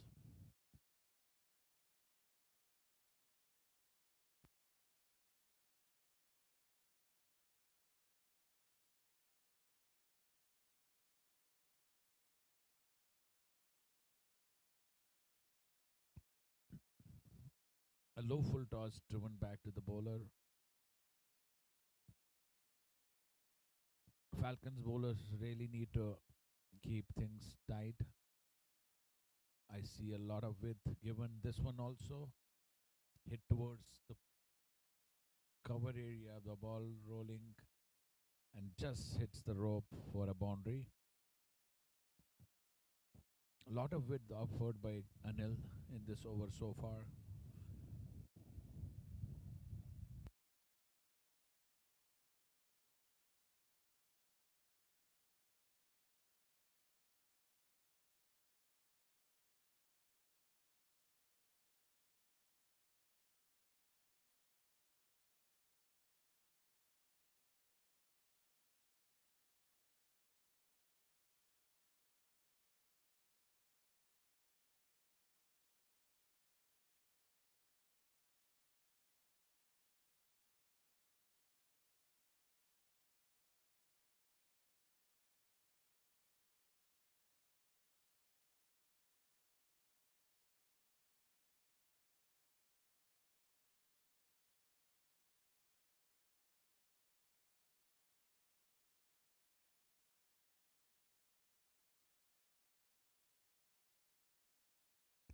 Good recovery by Anil. Last two deliveries have been put in the stump.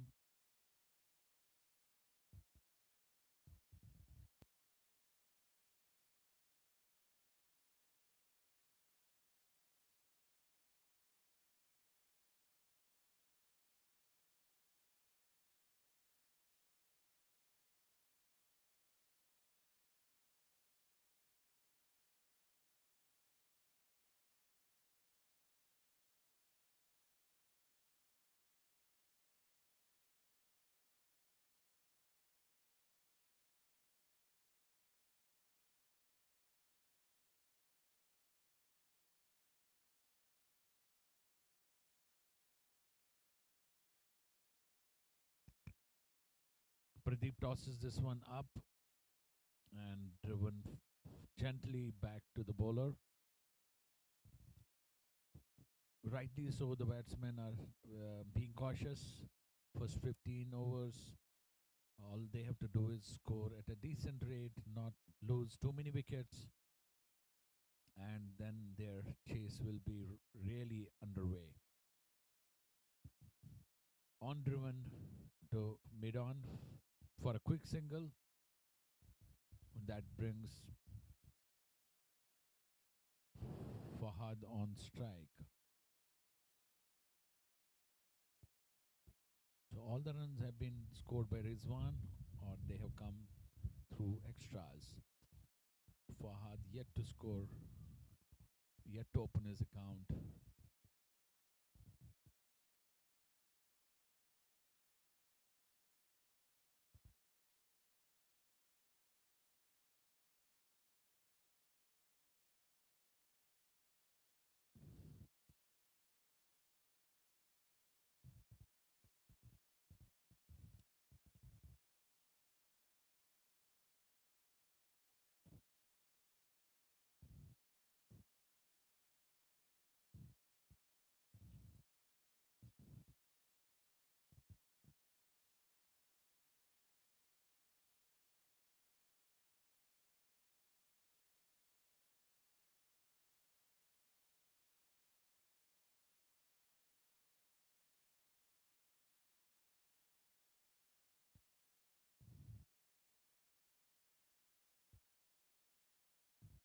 Short delivery on the off stump, pull towards mid on area, directly to the fielder, no runs. Pradeep is slowly settling to a good line and length, good rhythm. His first over fetched few extras, wides down the leg, but it seems like he's controlling the swing well now. This delivery has been glanced towards leg side for four, the first four for Hawks coming off the bat of Fahad. And with that, Fahad opens his account. 3 overs completed. Hawks are 17 without loss. Cruising along around 6 runs an over. They need to stay at around 6 runs an over. That's what the asking rate is. And that has to be done for the whole 45 overs.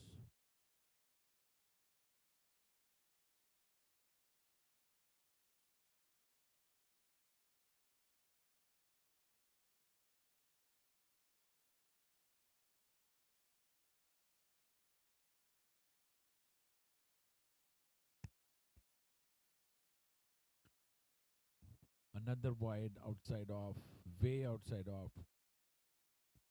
Wicketkeeper is not able to collect it even after a dive, full stretch dive. Batsman crossover for a run, resulting in 2 wides.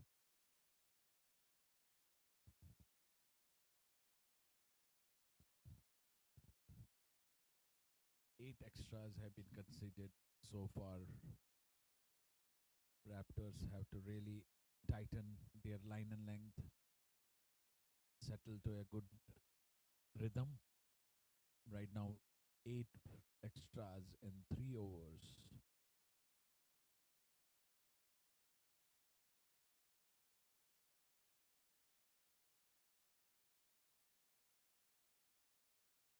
Cut towards the cover, directly to the fielder. No run.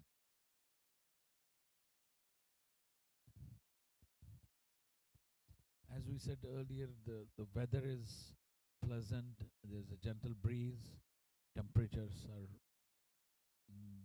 very pleasant, probably in 70s. Another wide, this time down the leg. Anil is really struggling to keep it tight, keep the line and length tight, and also control his swing.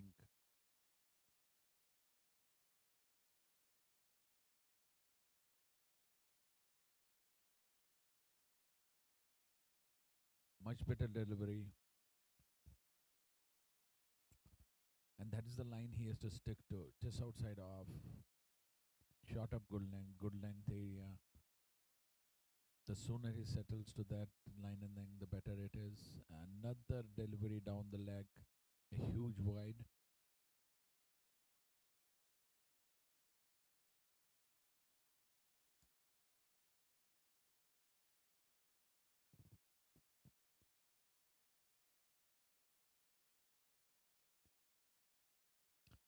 And the extras have now gone to the double digits.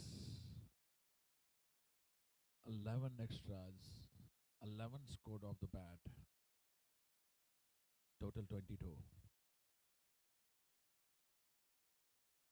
266 is the target.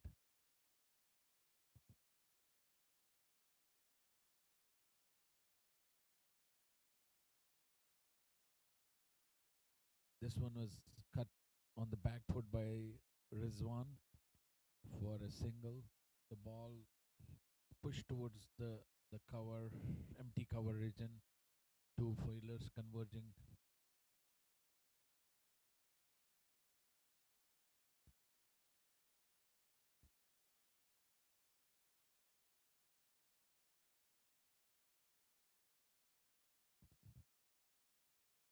Lucky for Anil, this juicy full toss was not dispatched to the boundary. It found the fielder and no damage. Another tossed up delivery, and that completes the over.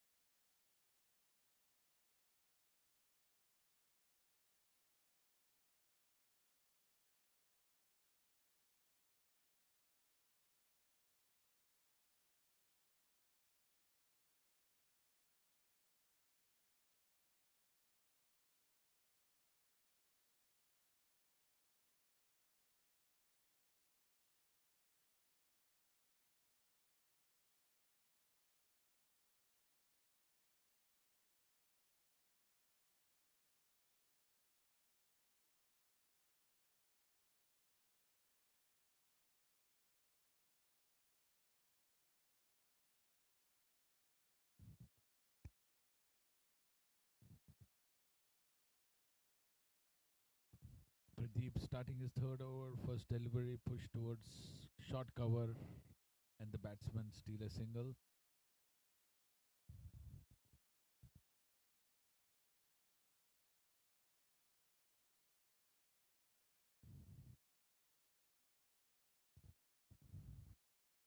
Rizwan was part of the USA international team to Chennai for the World Cup, over 60s Masters World Cup.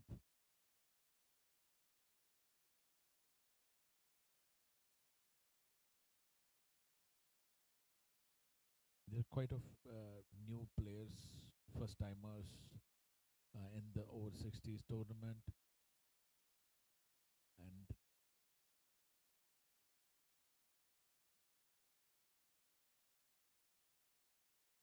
there's a field change.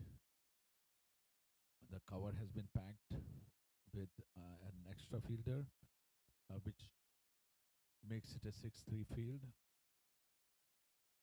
The effort and the plan for Pradeep would be to put it on the off stump with a packed offside field and try to restrict scoring as less as possible.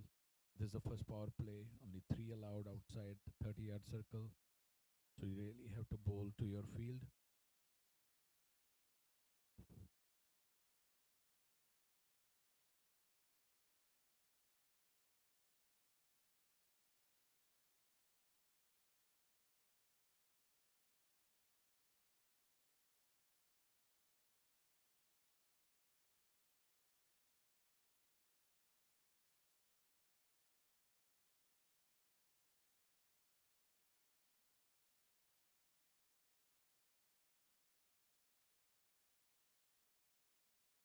Another wide down the leg side. This delivery started middle and leg and then swung further down. Poor line and length so far by both the bowlers. Not able to control the wides, not able to control the swing or the length or the line. Little bit Hayward. This is much better.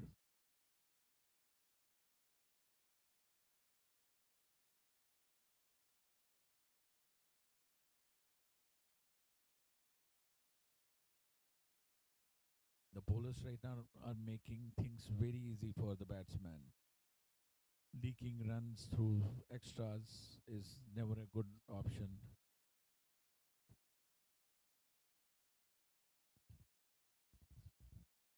This delivery was full toss, low full toss, driven to mid wicket boundary by Fahad for a boundary.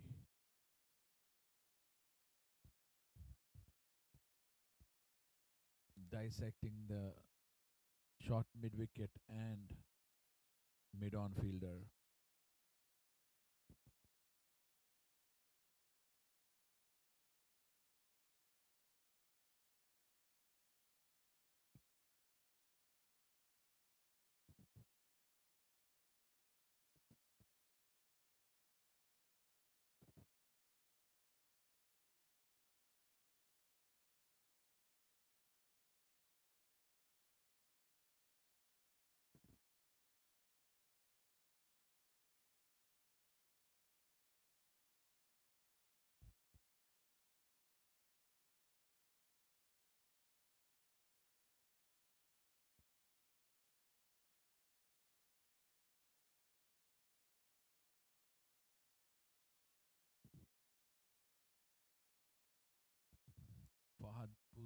pulls the good length delivery to deep square leg, and they come back for three. Very good running between the wicket. The fielder was little hesitant and little late on making the throw. Also, the throw was not directed in the right direction, resulting in an extra run.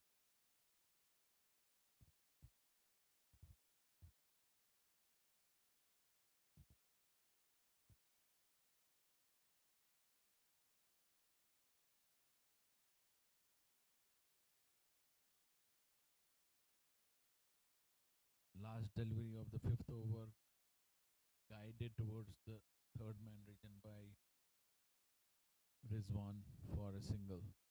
So after 5 overs, Hawks are 35 for no loss at 7 runs and over average.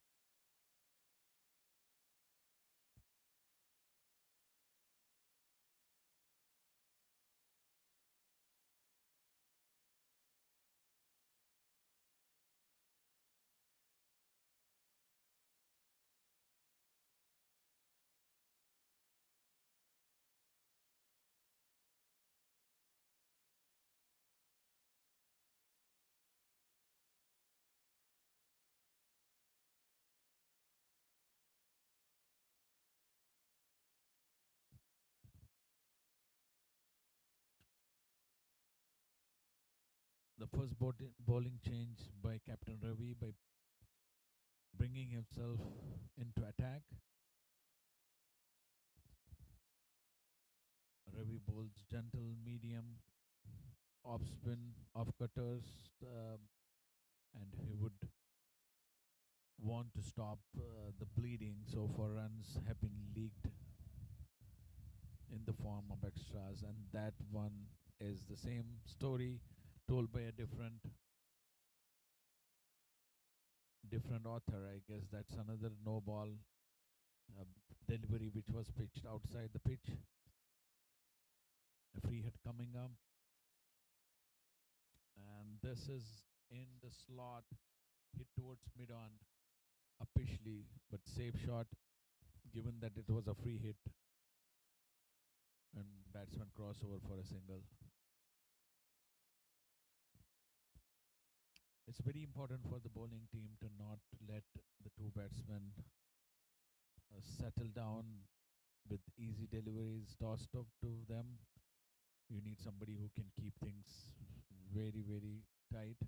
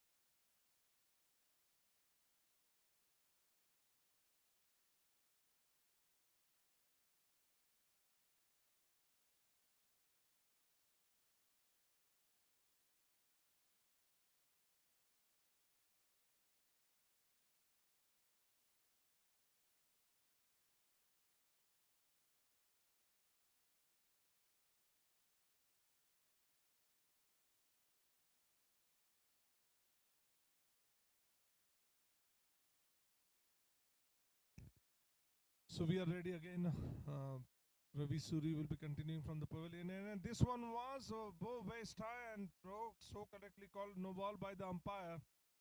That was played towards fine leg region. Umpire signaling no ball and signaling free hit. So just to let our viewers know that every no ball is a free hit. So that means batsman will be subjected to run to be dismissed only with the 3 dismissal, but this free hit ball, it was bowled well. It was on around off stump, and all batsmen could do is play towards the fine leg region, short fine leg region, and then where it was fielded and returned back to the wicket keeper. Only 1 run conceded. So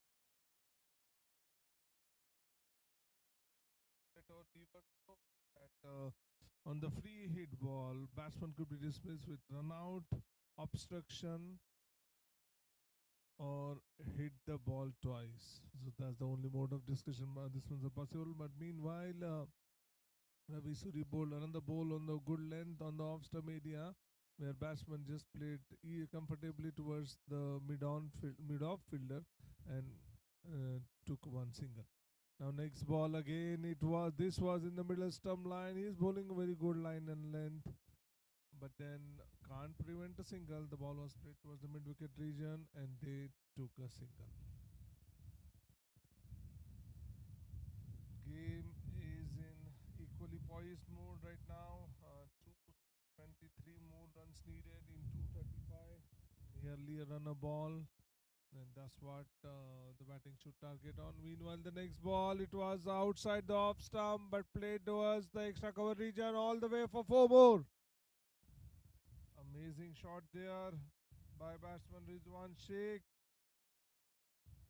Took 4 runs for himself and his team.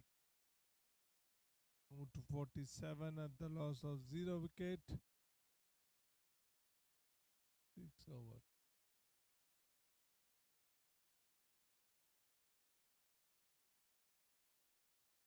That completes the over. So score is 47 for 0. End of 6 over.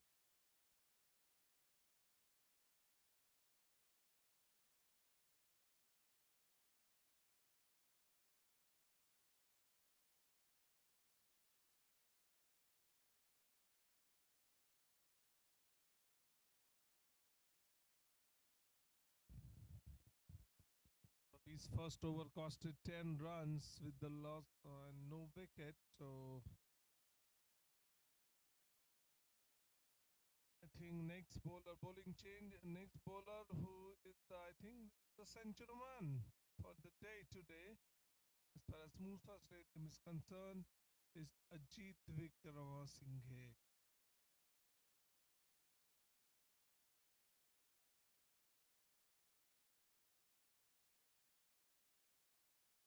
Ajit, gentle medium pace keeper standing way back.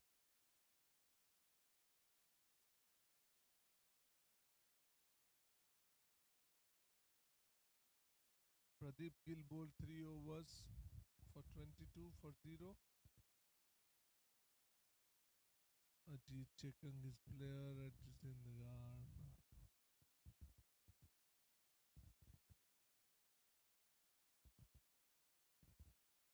Ajit ready to next ball.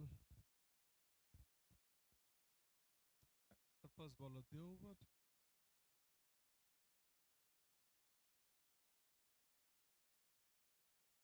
Ajit, there you go. He passes the bowler, but looks like he misstep. He miscounted his steps, and that's a dot ball. Dot ball signal called by the umpire, acknowledged by the scorer.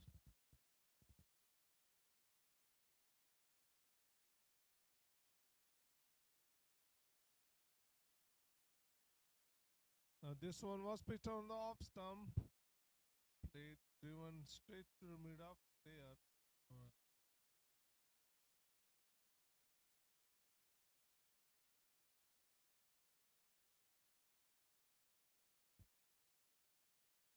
Meanwhile, Ajit ready to bowl the next delivery.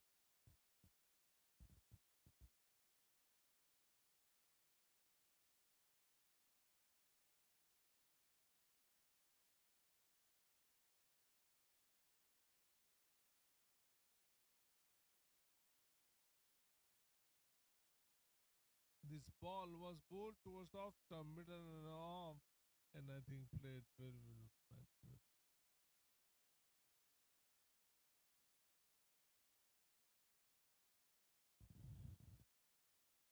So yesterday we finished the over 40 national championship final rounds, and today we have immediately started with over 60 national championship where four teams have participated. Meanwhile, next ball, it was slightly off stump.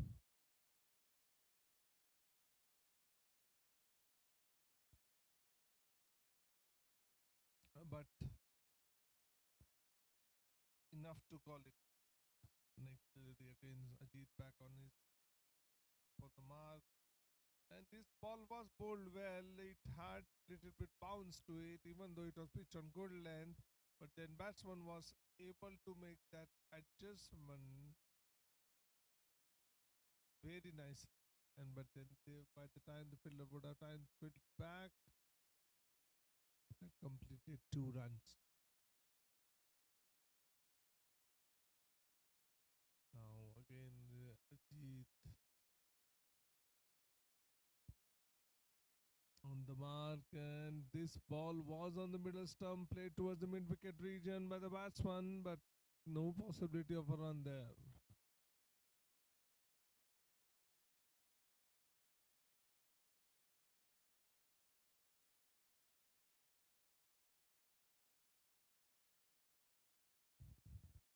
Next ball, it was towards the offside region and played to a short third man, but they take 1 run.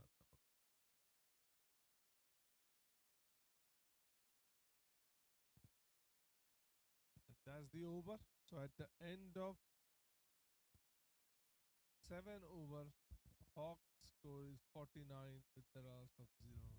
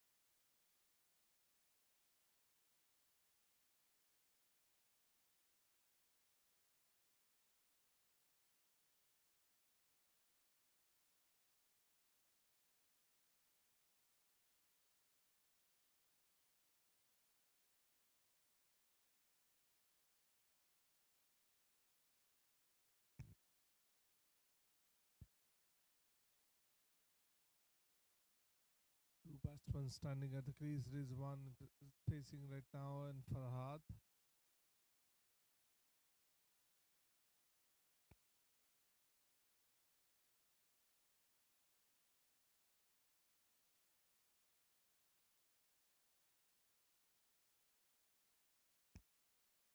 Okay, looks like we are ready to roll. Well, the name is Reva. delivery. Umpire didn't score anything. Okay. Yeah.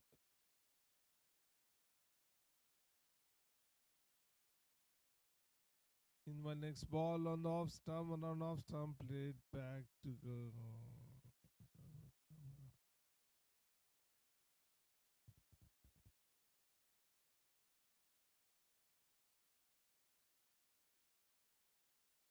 Now played towards the deep backward part region.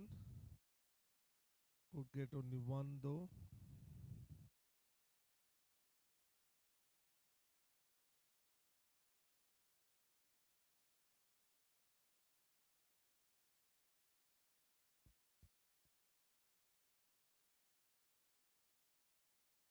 In my next ball from Prem.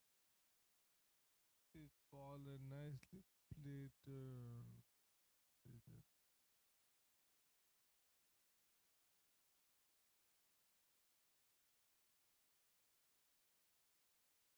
In my next ball, right up on the pad.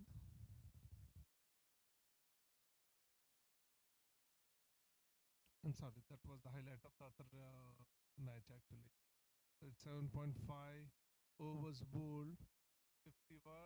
And ball was played towards the fielder over there.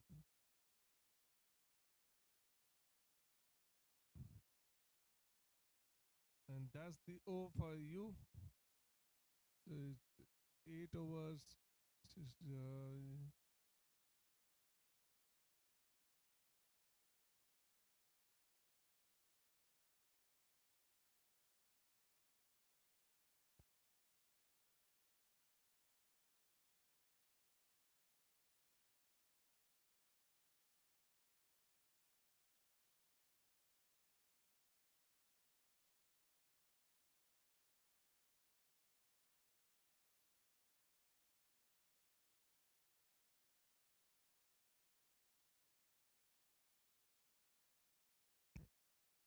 Next over from the non-pavilion end.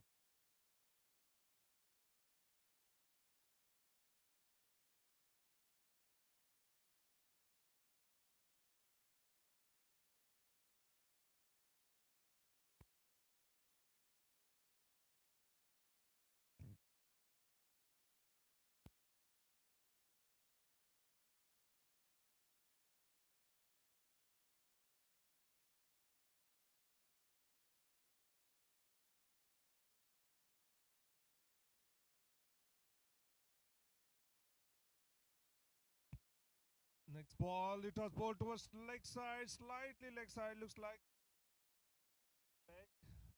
And I think that's what umpire just signaled to the bowler because there was a loud shout, looks like, and it was going down towards leg side. So not out is what the verdict given by the umpire.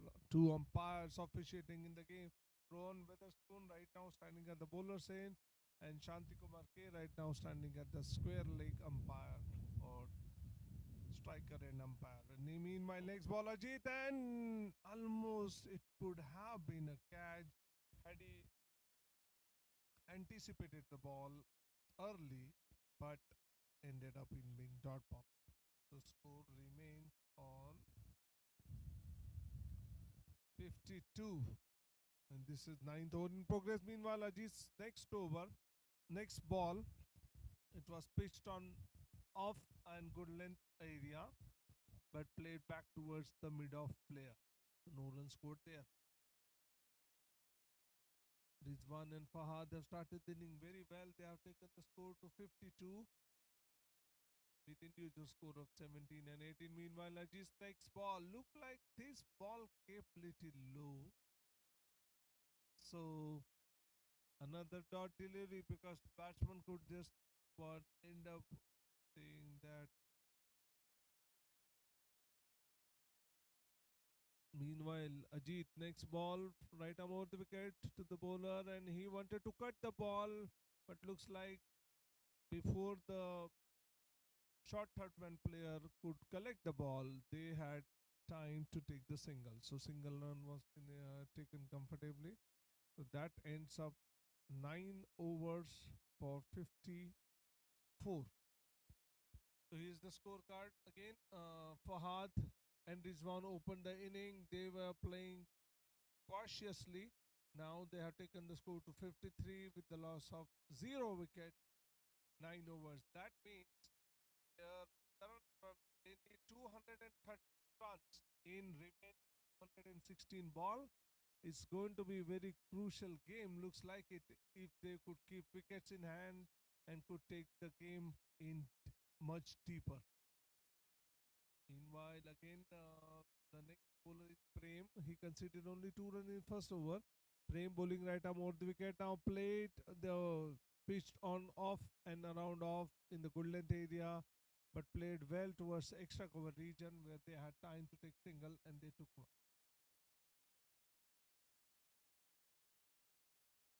54 for 0. 9.1 over.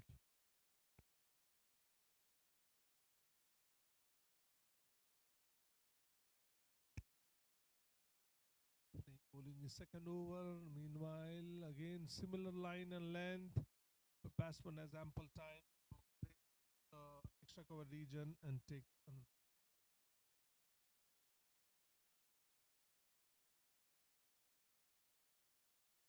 Score moved to 55.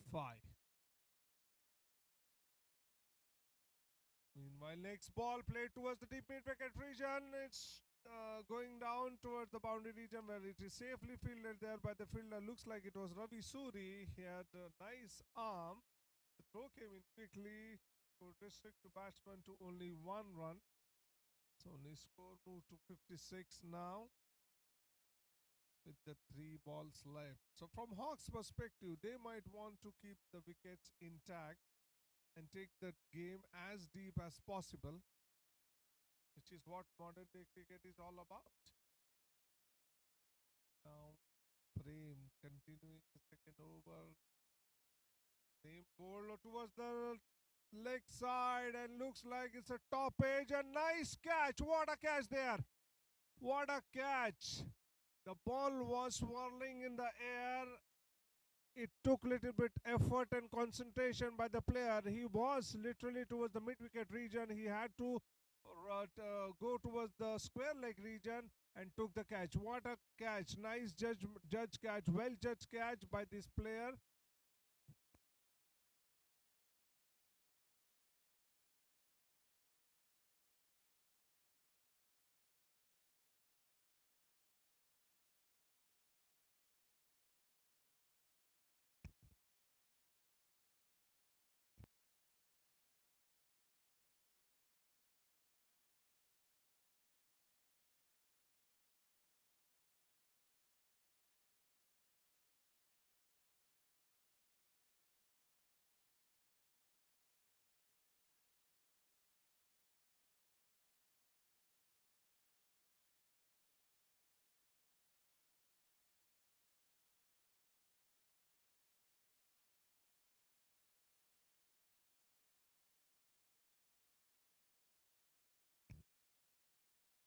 Welcome back, guys. Nice catch taken there by the fielder at the mid-wicket region. He ran towards the square leg area and took the catch. And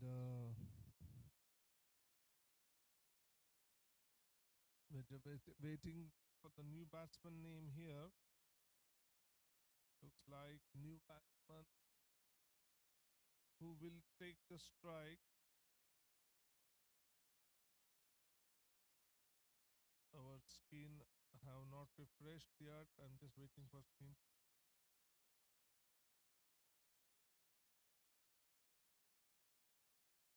Pick for one Chandrakant Parlingi is the new batsman who will be facing. Because I hope most of the viewer might be aware of it due to the recent 2017 law changes.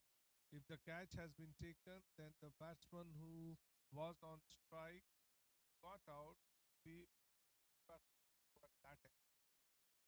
batsman will be the one who will face the next delivery. So meanwhile, Prem continuing from right arm over the wicket, and it was bowled on the round off stump. It was played towards the extra cover region.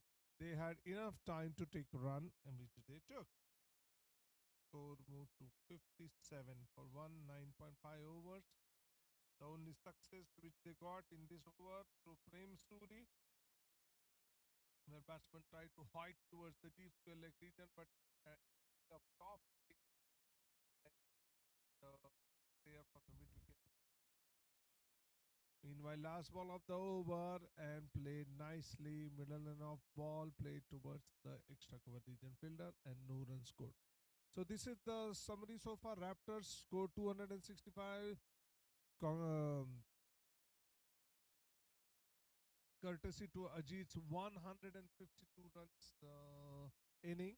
And in reply, Hawks are 57 for 1 at the end of 10th over. They need another 209 runs in 210 balls. And I'm going to pass it to my fellow commentators, Sushil Bhai. Thank you.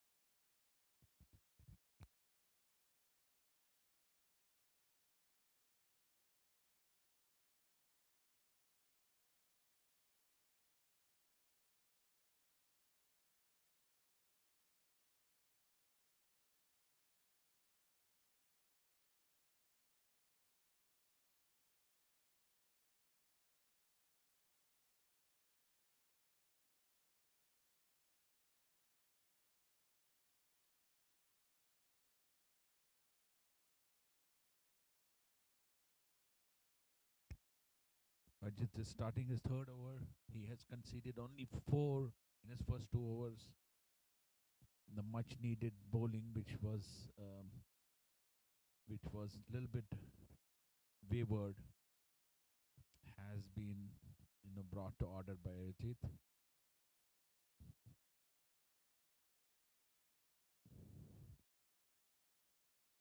Ajit is targeting the stumps, bowling wicket to wicket, which is the right way to do, not giving any width, not giving any loose deliveries.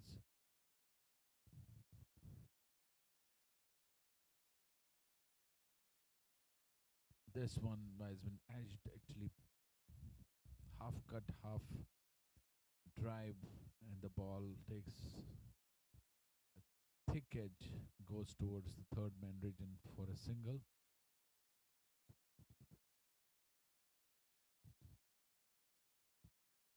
Chandrakant, who's fondly called CK, is a new batsman at the fall of first wicket. Fahad is at 20. The batsman out is Rizman Sheikh.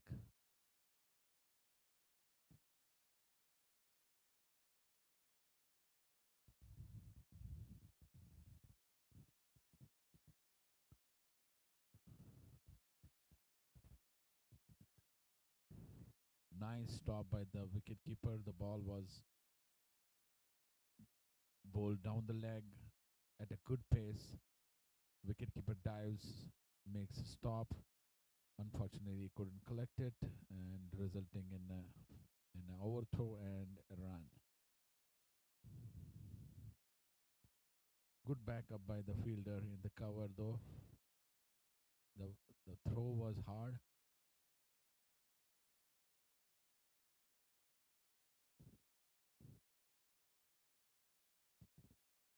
Nicely driven by CK towards cover. Well fielded by the fielder at the mid off, moving, running towards his left.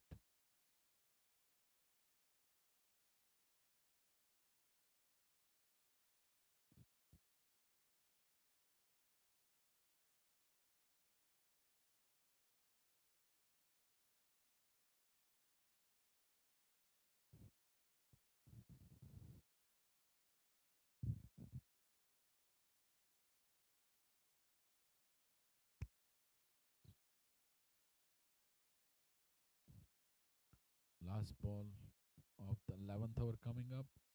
Very nicely played by CK. The ball was coming into the stumps. He managed to put his bat down at the right time. Ball rolling towards the gully area. And that concludes over number 11. Hawks are 62 for 1. going at 5.64 with an asking of 6 runs. So fairly going at the pace that is needed. They just have to make sure the score stays moving, um, and do not allow the asking run rate to creep up.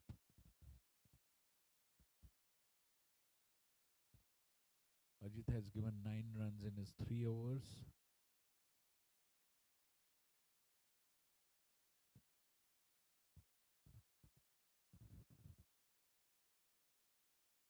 Prem Suri tosses this one up, driven by CK towards long on region. 1 run.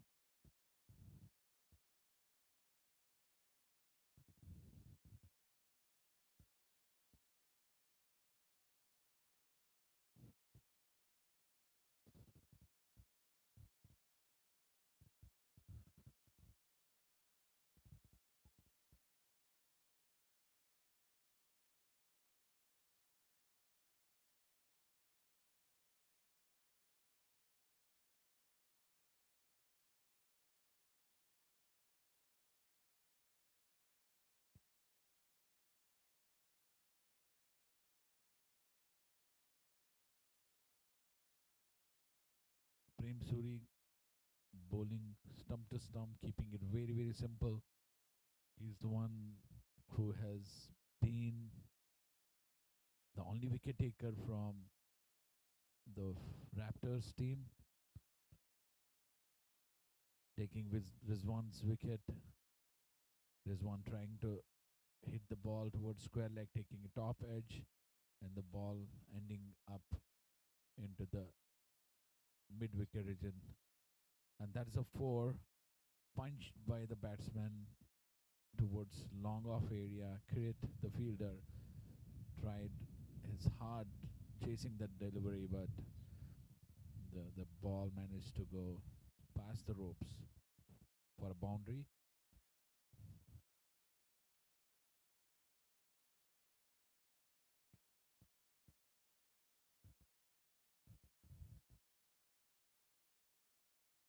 On Balki's ground, Falcons chasing a mammoth task of a target of 471 runs, are 46 for 3 and 11.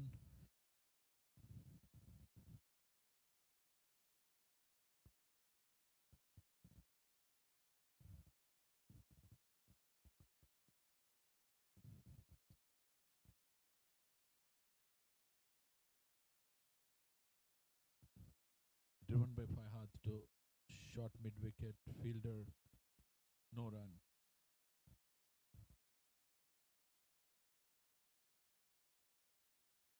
Both Prem Suri and Ajit have tightened the screws on Hawks batsmen, bowling a tidy spell. As you can see, Ajit is economy is 3 runs, as well as Prem's 4.13.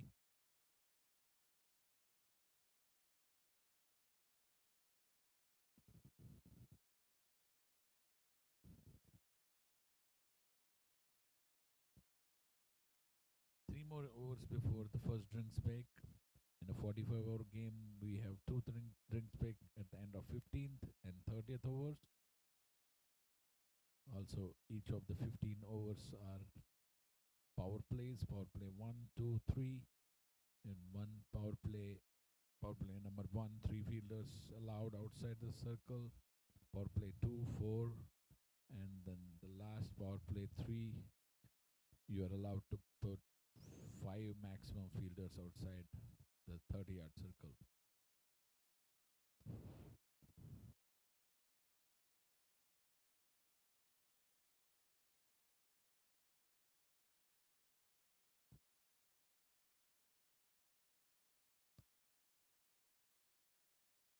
Ajit continues from the north end.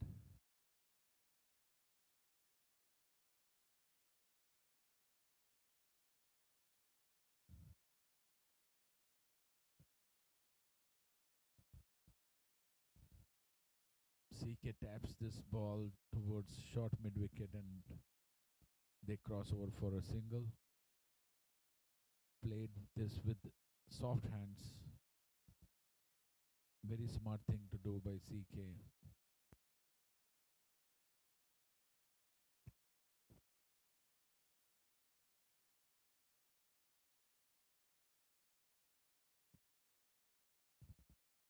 Nice on drive towards mid wicket region. Ball racing towards the boundary, but the fielder managed to stop it just inches before the rope, and 2 runs scored by the bowler batsman in the meantime.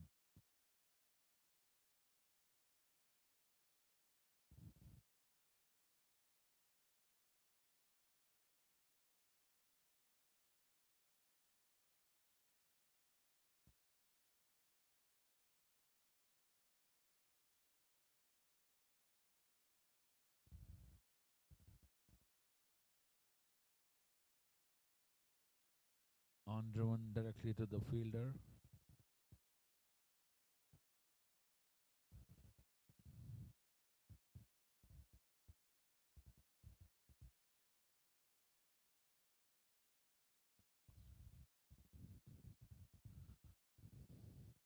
This delivery, the CK tries to do a wild heave, misses it completely, takes a walk towards the square leg umpire just to have a retrospect on this rush of blood he had, trying to calm himself down, telling himself play straight and not to take too much risks at this point of time. Hawks are going at a decent run rate with while keeping the asking rate just around 6 runs and over. As you can see, required run rate is 606. That's at par. It's very important that Hawks don't lose too many wickets too early on, and also at the same time keep the scorecard moving.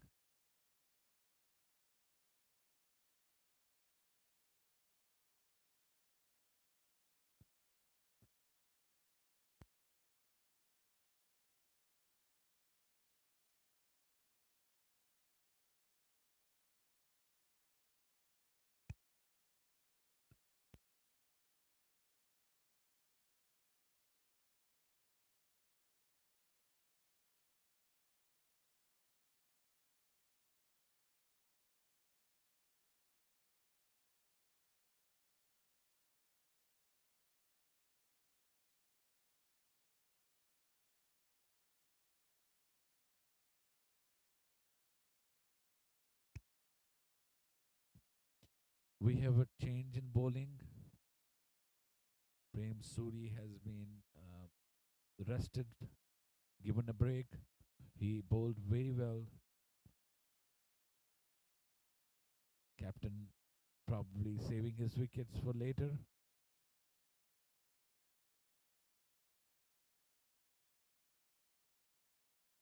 And looks like Pradeep, who opened the bowling for Falcons, coming back, switching the sides. First delivery way outside off resulted in a wide delivery.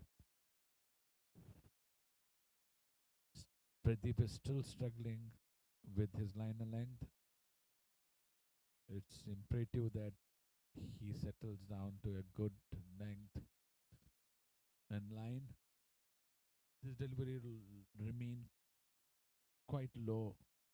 Lucky that this ball was not going towards the stump, otherwise it could have meant trouble to CK, who was cautious in that instance.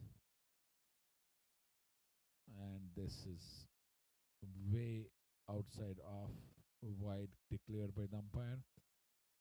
Missed by the wicketkeeper, resulting in an extra run.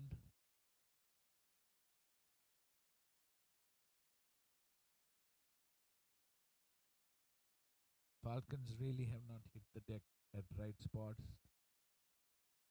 conceding a lot of extras so far, mostly coming in the form of whites.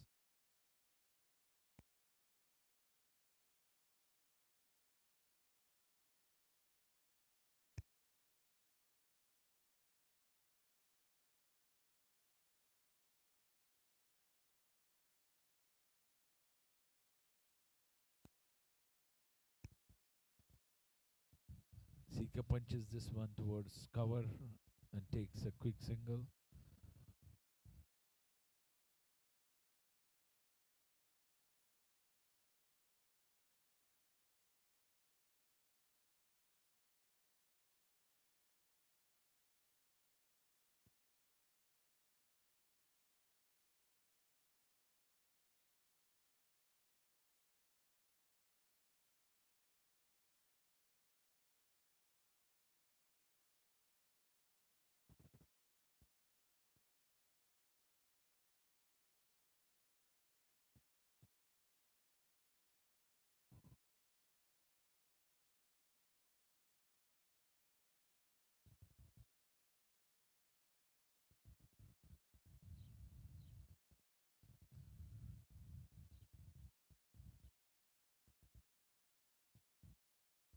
This one just around the wide line.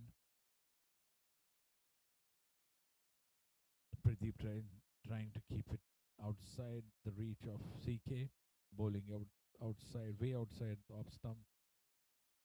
Good thinking by the bowler.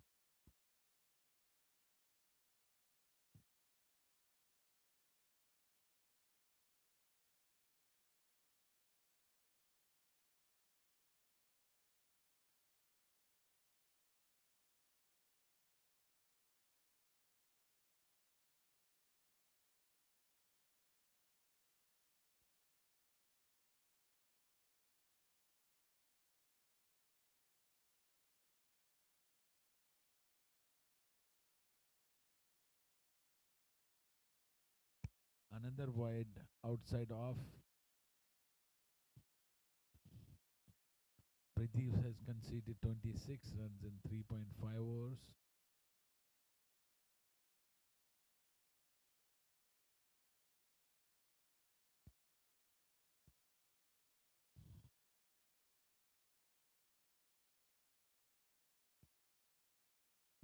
Nice shot.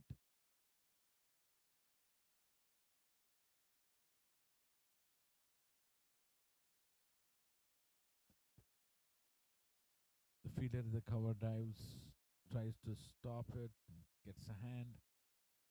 The ball rolls towards the boundary, and in the meantime, batsmen take single.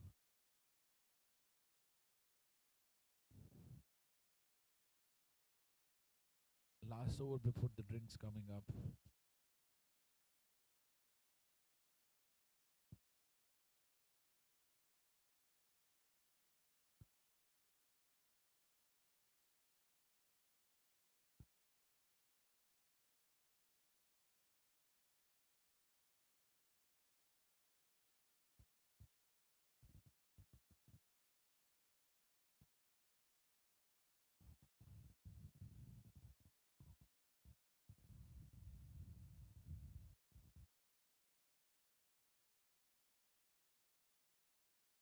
We're seeing yet another bowling change. Ravi is a new bowler will wait for umpire to indicate who is the bowler who's coming on.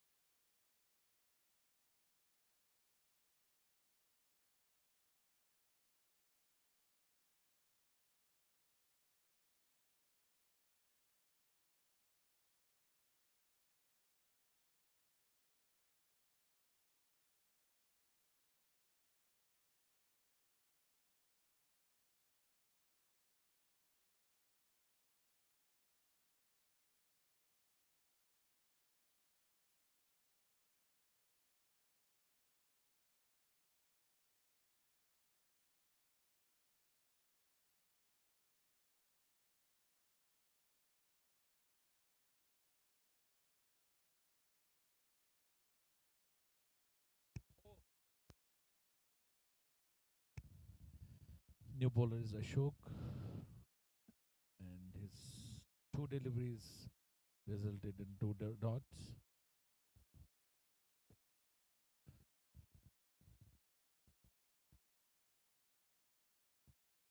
This one is tossed up.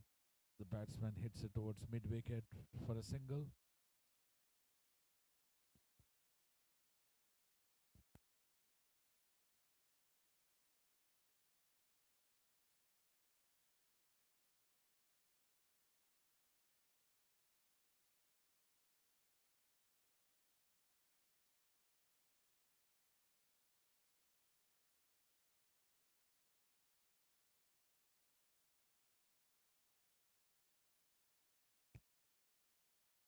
Another toss-up delivery hit towards the point region for a single. Very sensible batting by Fahad and CK.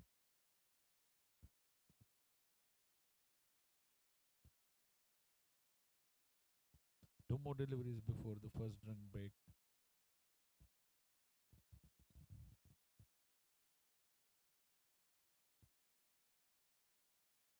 Toss-up delivery driven by Chandrakant past the mid-off fielder for a four. Mid-off fielder was wide, and the ball was driven right between the bowler and the mid-off.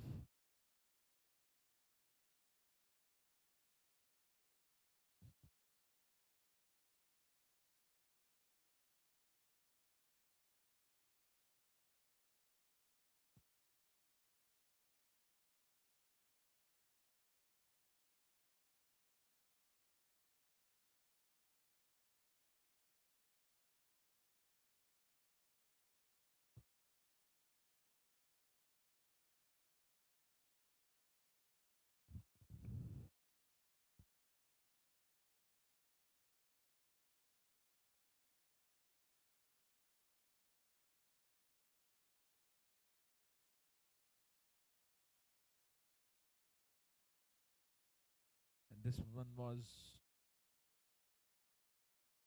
flicked by batsman towards the long fine leg area for four.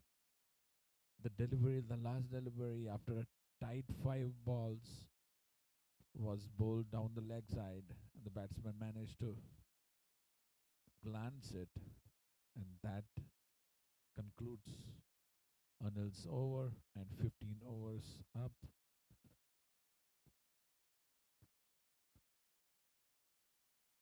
Apparently, looks like one more delivery is pending, although the scorecard says over is complete.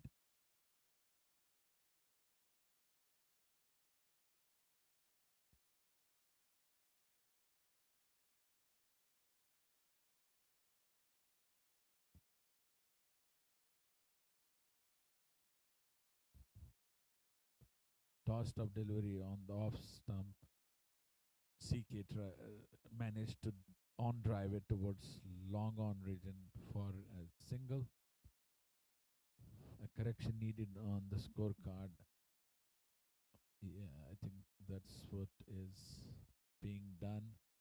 With 15 overs completed, Hawks are 87 for 1, going at 5.8, required run rate 5.97. I would say a balanced session where wicket fell, but at the same time, Hawks have scored at a healthy run rate. Still 179 needed at 5.97. We'll be back after drinks break.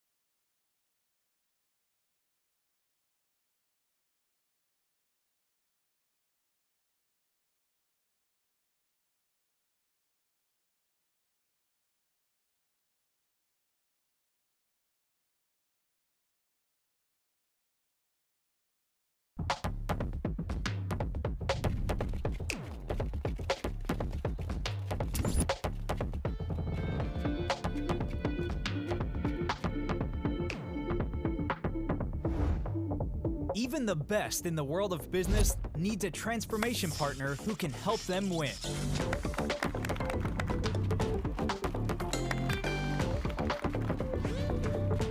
Yash Technologies, more than what you think.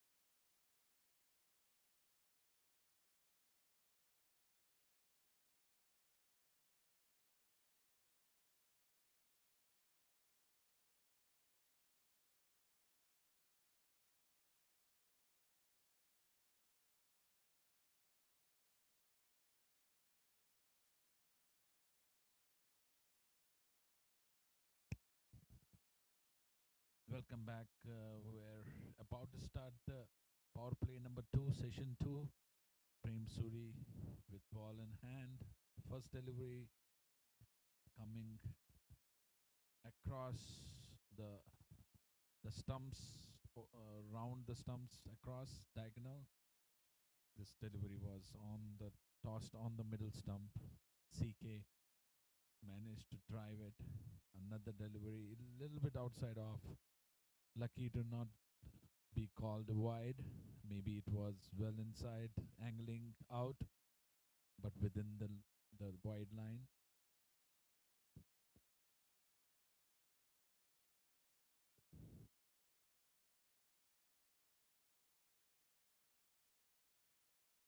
Same delivery as the earlier one, but this one resulting in 2 runs as the batsman could manage to cut it to deep extra cover region. Prem has been bowling pretty tight,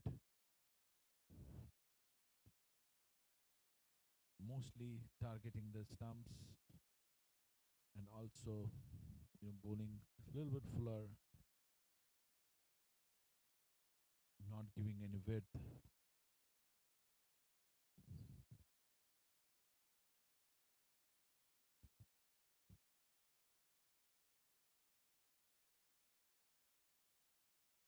Hawks need 173 runs from 176 balls, which is 5.9 asking. They have been going at the asking rate for 15 overs. They need to keep maintaining that run rate. At the same time, not lose too many wickets.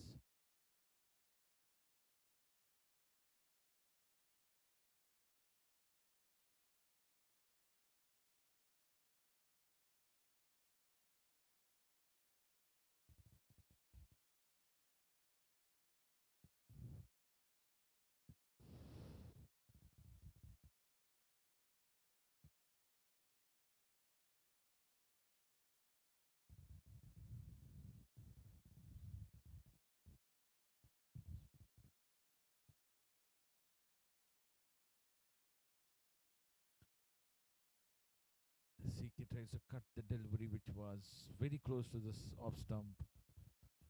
The ball going directly to the gully fielder.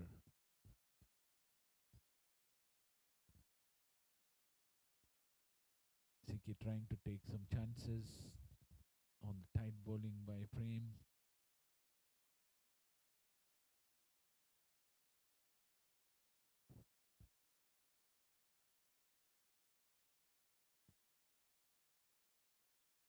End of another tight over by Prem. In 4 overs, he has given 18 runs and taken the only wicket that has fallen of the Hawks innings.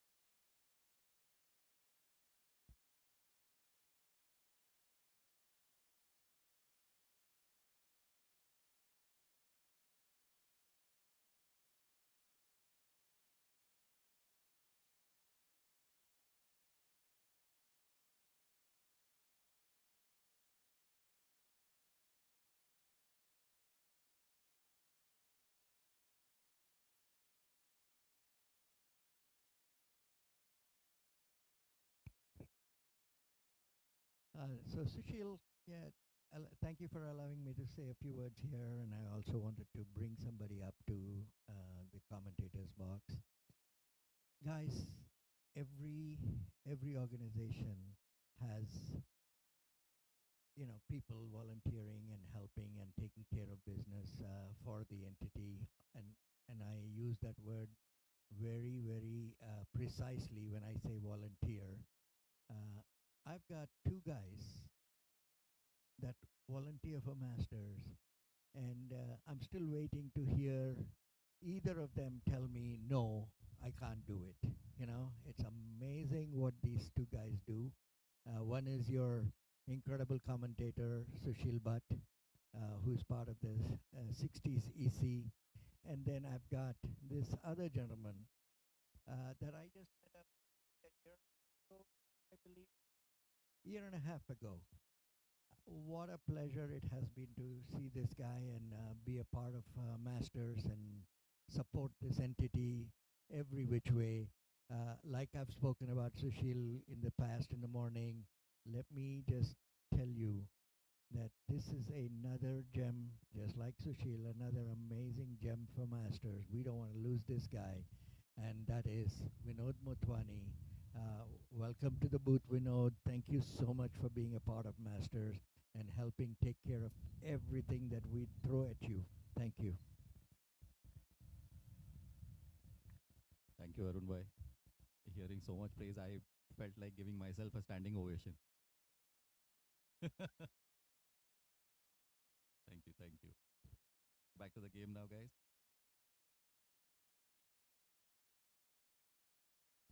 Tell us, Vinod Bhai, tell us about your experiences with Masters and since you've joined it and now part of being the EC, and tell us all the amazing, I mean, you don't need to tell us all the amazing things that you do. We will tell you that. But tell us your experience so far and where do you see Masters going from here forward? Yeah, my first experience was with Masters was actually watching the first Masters tournament that was played, I think, right here. And Milroy Don, who I know from back in DC, uh, he was the one who introduced me to Masters because I heard about him playing, and then I watched the videos, I watched the live stream, and that's how I got hooked. And for the next tournament, I told Milroy I wanted to play, and then Parag reached out to me, and I joined North Bears, and we played in LA, and we won in 2021.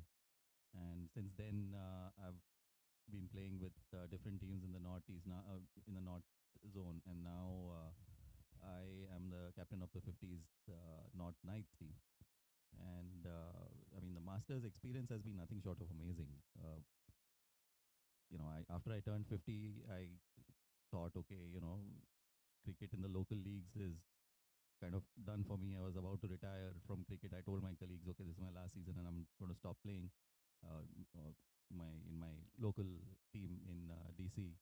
And then the next year, I hear about Masters. So my wife's happiness, thinking my cricket days are over, suddenly changed, obviously. And now I'm playing more cricket in Masters, and I'm more involved in Masters than I used to be in the DC area to begin with. So, this Masters experience has been just amazing. That's the only word I can use for it. And, just what is the best part about this is, when you're playing at 50, 40s even, which just ended, and 60s, you have to be equally crazy. Everyone, who comes there is just equally crazy about the game, and, crazy to just be on the field for 45 overs in 90 plus degree heat at times. But it's the passion for the game. 5 days in a row, as it was in the case of the 40s. But it is a passion for the game that keeps you going, right? And that keeps you coming over and over and over again. And everyone has that common passion. So that's fun to see. Just watching cricket matches in the lobby in the hotel when you're not playing. Things like that. Also, it's so much fun. The discussions in the lobby, that all of it added together, creates this amazing Masters experience that just keeps you wanting more and more. And in the future, just seeing the growth since I joined November 21, this growth in Masters has been better than the Google stock, I would say, Google and Amazon put together.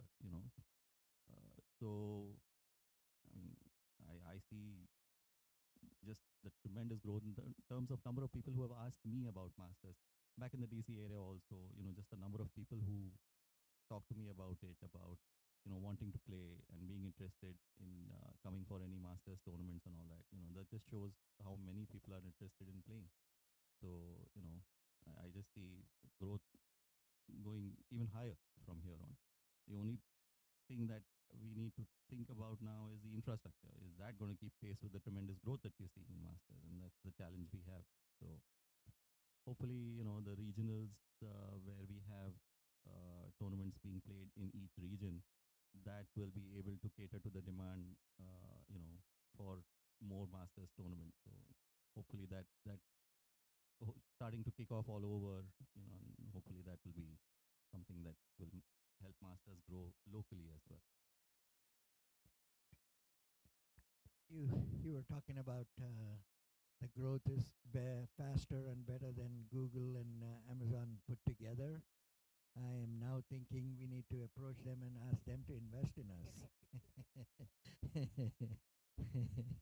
uh, yeah, we may have to consider if we will accept them, but we'll look at it.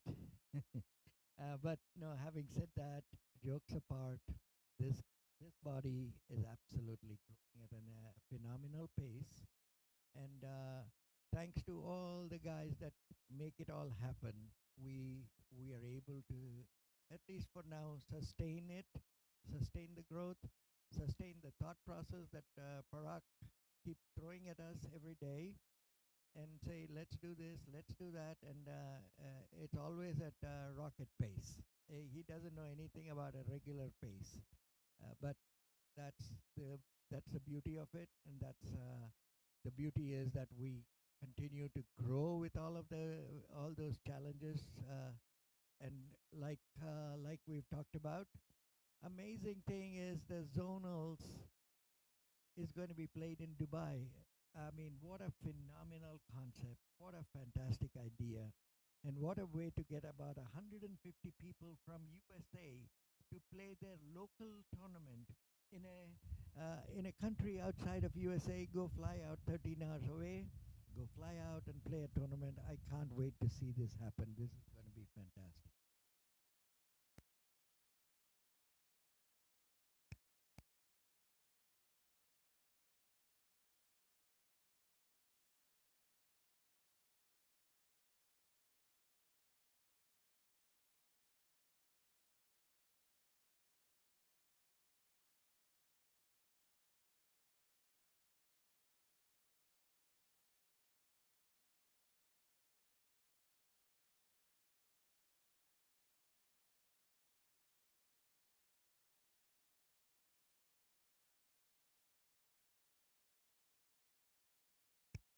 And like we talk about Vinod and Sushil, this body consists of so many incredible volunteers. And when I say this, it'll look like I'm just blowing smoke here, but it's the God's truth. Okay, all these guys that I'm talking about put so much into Masters. Just ask and they produce and they deliver. Is just not accepting a role. It's about delivering what you accept. So one such guy, like Vinod, one such guy is a guy that took over the role of manager for the World Cup for the 60s just 2 weeks out. 2 weeks out, and this guy goes in and accepts this. Just really fantastic thing that he did, and you guys need to see the surveys. Everyone had nothing but the highest amount of praise for a man who took over in the last minute and did an outstanding job, way over and above what anybody in Masters could have expected and asked of a manager, and which is today's captain, uh, Shankar Jairam. Welcome to the booth, Shankar. Thank you, Arun. You keep talking that it's hard to get my feet back on the ground. I'm floating up there somewhere. I don't know what all you're planning for me.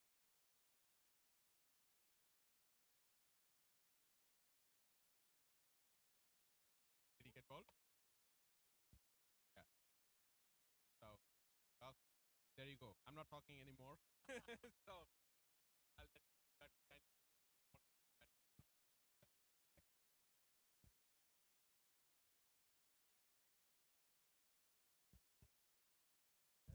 Second wicket for Hawks just fell down. It is CK who got bowled. Prem Suri taking the second wicket. Both the wickets for Hawks taken by Prem. He's been bowling very consistent line and length, 5.2 overs, 21 runs, 2 wickets.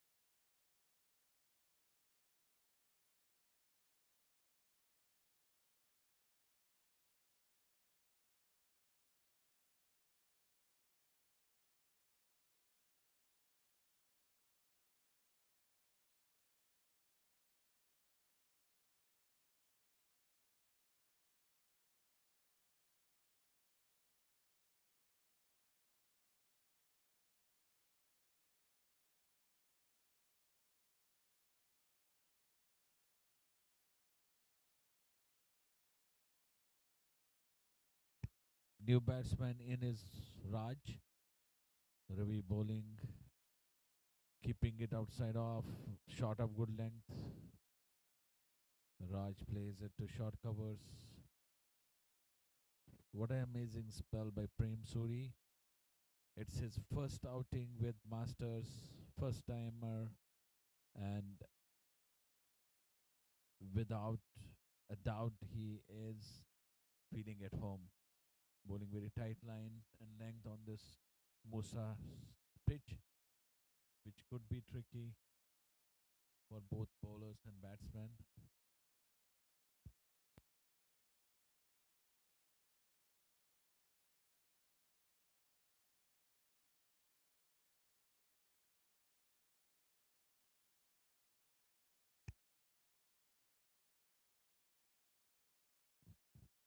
Driven to mid off, and that with that single, Raj opens his account.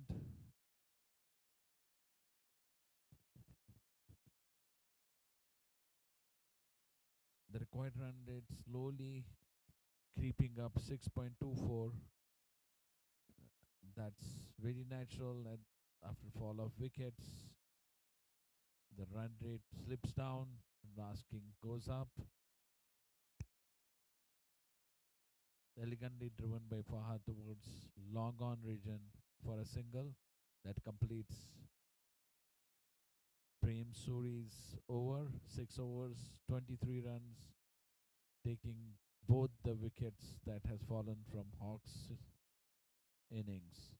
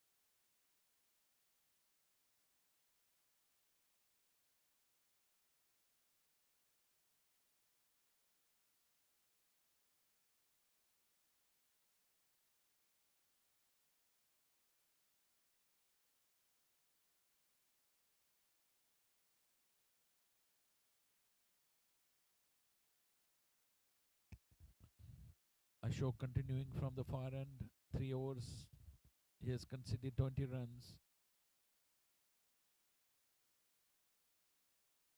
This one was tossed up. Fahad drives it to mid wicket, no run. Both Ashok and Prem settling down to good line and length, keeping the batsman quiet, generating a lot of dot balls.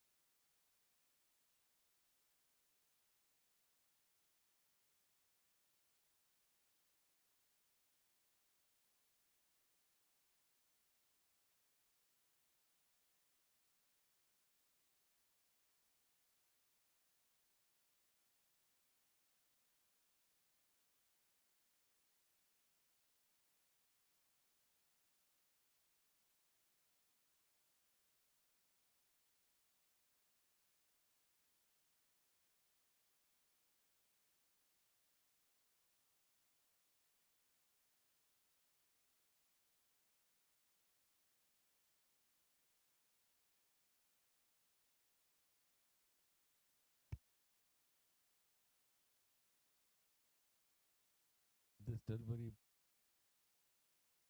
was on the leg stump. Looks like the batsman managed to get the bat on it, resulting in a single. Ball going rolling down towards square leg. Ashok is tossing is the delivery right into the block hole, almost a block hole. That ends Ashok's fourth over. He has given 23 runs.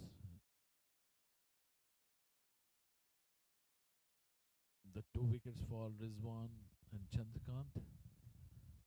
Raj and Fahad are on the crease. After 21 overs, Hawks 113 for 2. The required run rate from now on is 6.38. It's very important that Hawks have to keep the scorecard ticking, take an odd single, double, and whenever they get a loose delivery, dispatch it to the boundary.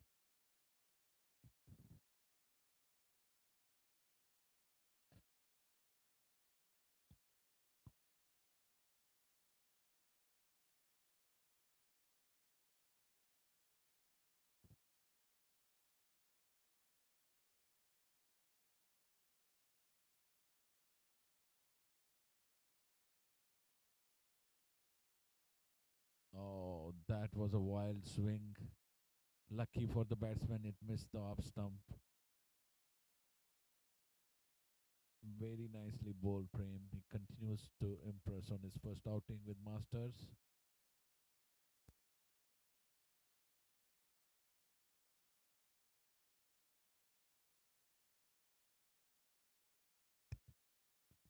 Punched directly to the short covers area. That is resulting in a dot ball, yet another dot ball generated by Prem Suri.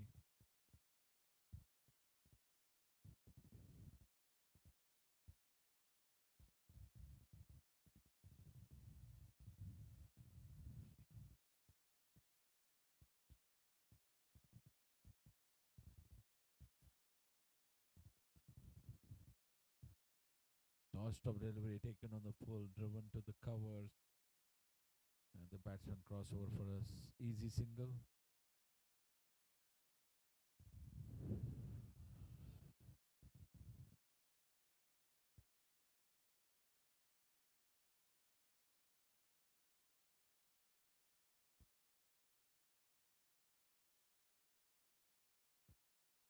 Driven to the mid wicket region, directly to the fielder, and the batsman they managed to take a easy single that completes yet another good over by Prem. 7 overs, 26 runs given, taken the two only wickets that has fallen from the Hawks innings.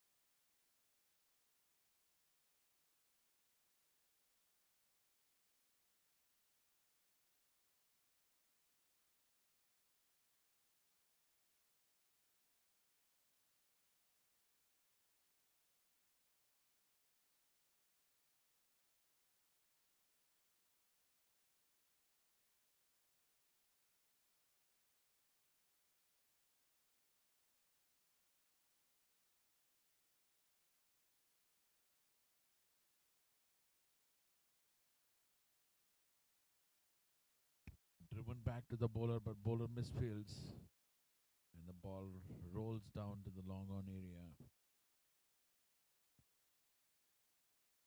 This is Ashok's fifth over.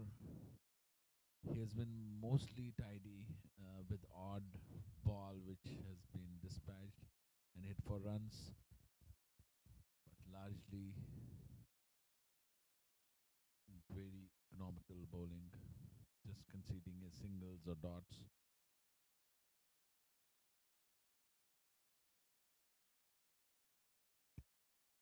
Hawks are approaching the halfway mark. In fact, they just went past the halfway mark, score 119. So they're a little bit behind schedule. Our run rate is creeping up slowly and steadily. They really have to push in this very important session, the middle session.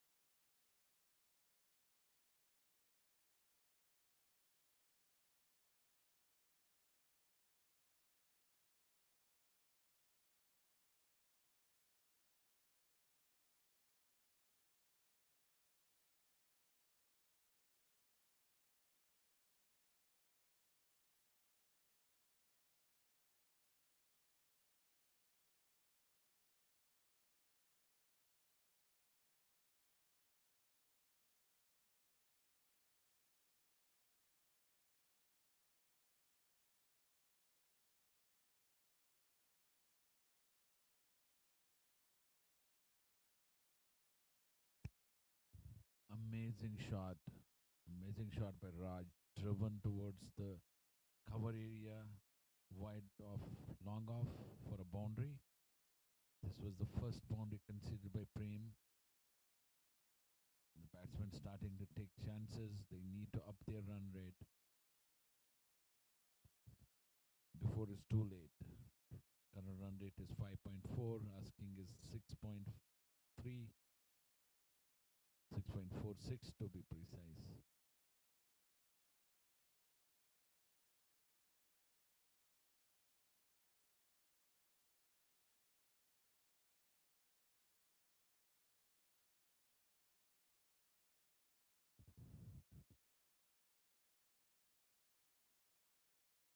This delivery is driven to wide long on area for yet another single.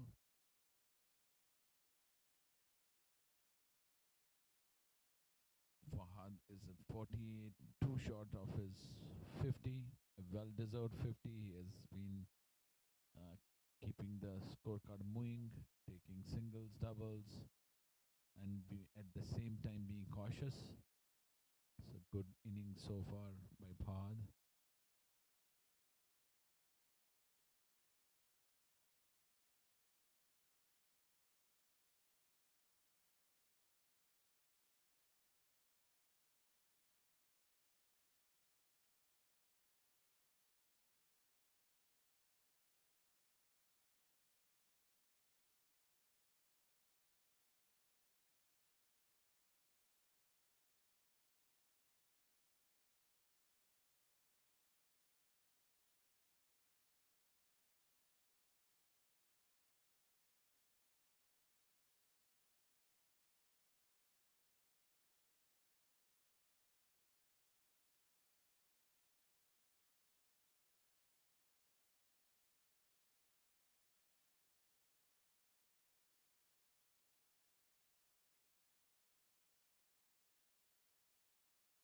Amazing catch by Whipple at the boundary line.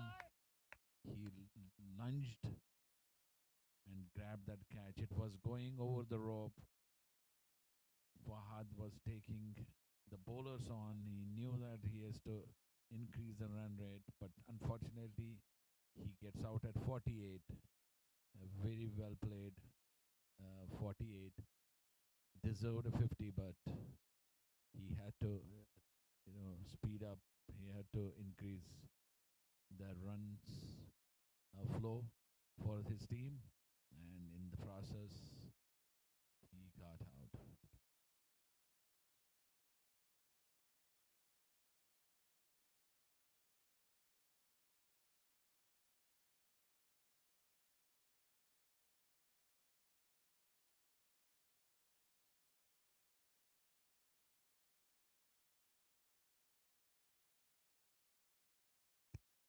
Apologies, it was Raj who got out.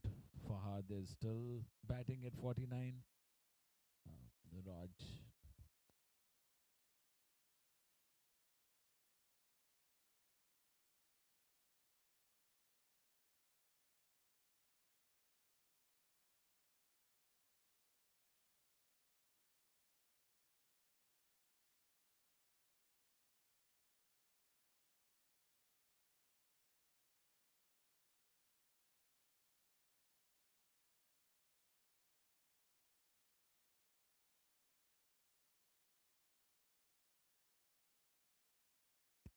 Prem Suri has taken all the 3 wickets.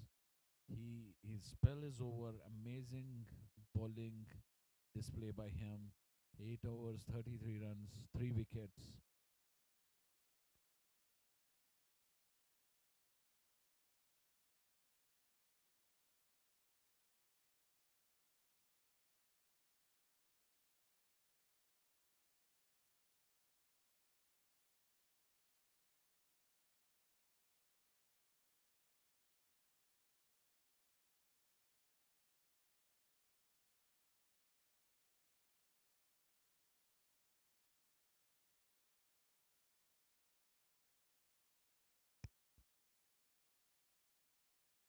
A thick edge on this one goes past the wicketkeeper, and Fahad gets a 50 with that double. Well deserved 50. He has been standing firm there, and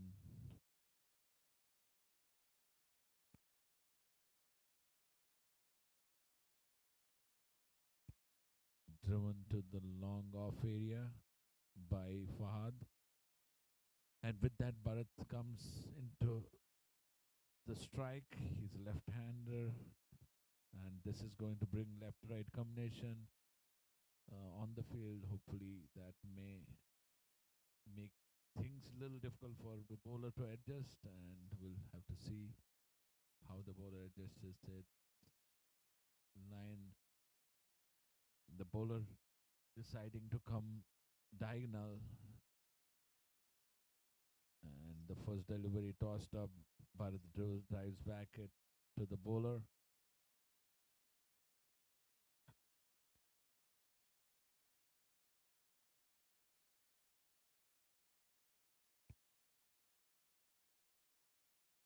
Tried to sweep, but the ball going down the leg does not get any contact. Umpire signals wide.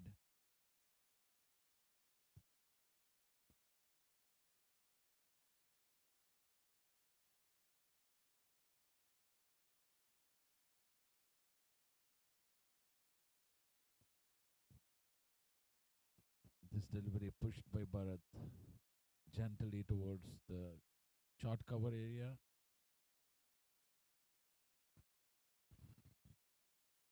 Another attempt to sweep. This time, umpire does not call it as wide. Maybe it touched Bharat's pad. Looked like it popped up after passing Bharat. So, with that, the most likelihood that it hit its thigh pad or top of the pad.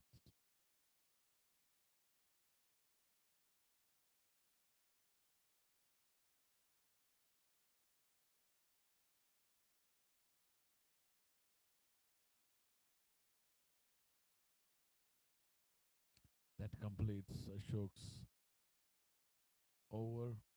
After 25, Hawks are 132. Current run rate is 5.28. Asking is 6.7. It has been gradually increasing the required run rate. It's very important that the Hawks keep the scorecard ticking and try to catch up on the asking rate. 6 by 7 can be handful to score at that pace for next 20 overs, you really have to dig in. Looks like there's a change in bowling. Ajit coming back from the pavilion end. He earlier bowled few overs from the far end.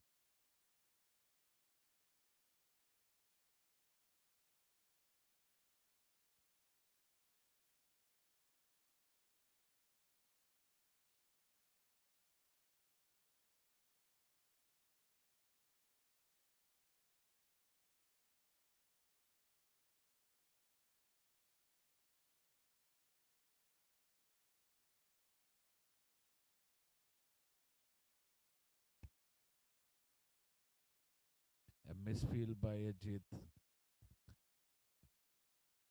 that results in a single which was not there. Very lazy fielding, um, conceding a run. Ajit had bowled 4 overs and given 12 runs. Very tidy spell. Um,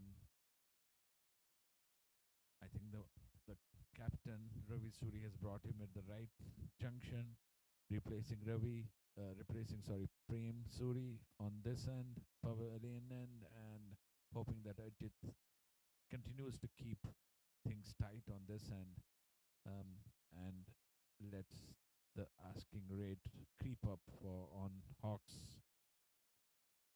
This delivery was down the leg, glanced for an elegant four. The batsman shuffled a little bit, made room, directed it towards fine leg, and good shot at the end.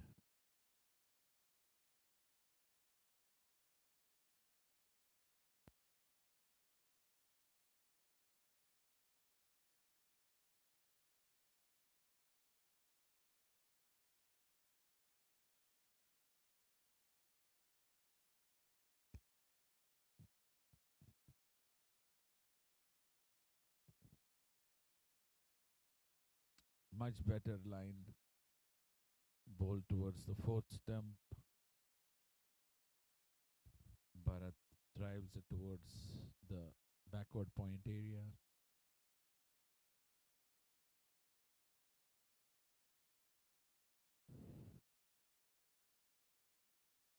Wrapped on the pad, loud appeal, more in excitement as it was clearly going down the leg side.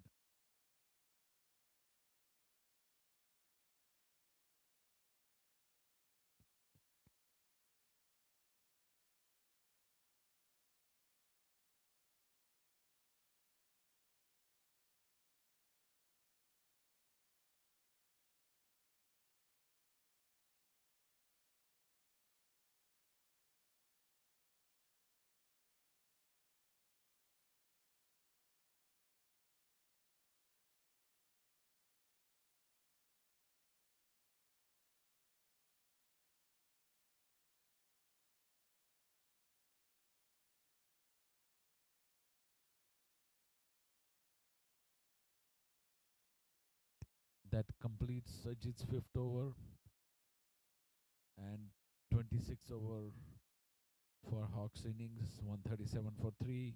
Required run rate 6.79. Required run rate has been constantly going up. It's very important that the Hawks batsman take the bowling on, try to score as many runs as possible in this session without losing too many wickets before the things go out of their hand.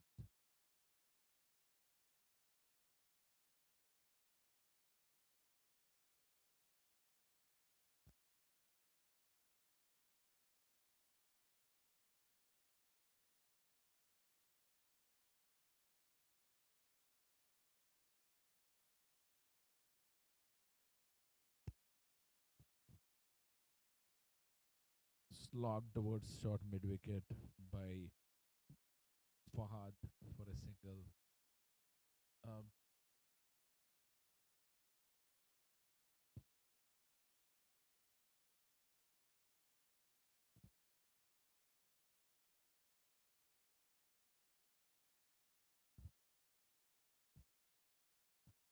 tossed up delivery. Bharat drives it back to the bowler. Bowler misfields and single to Bharat.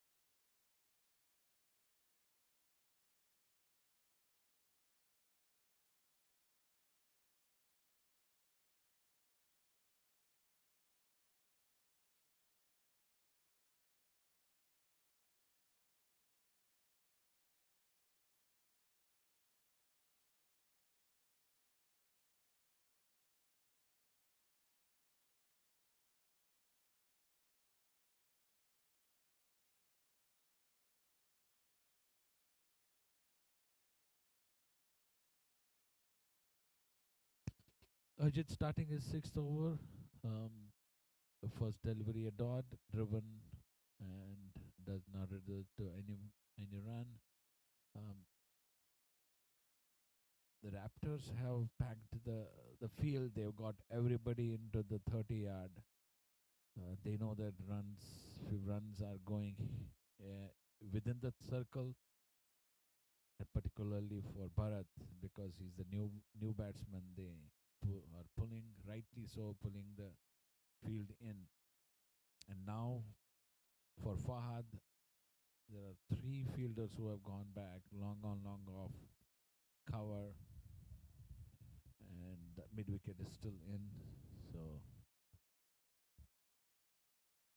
driven nicely, very good fielding by Ajit.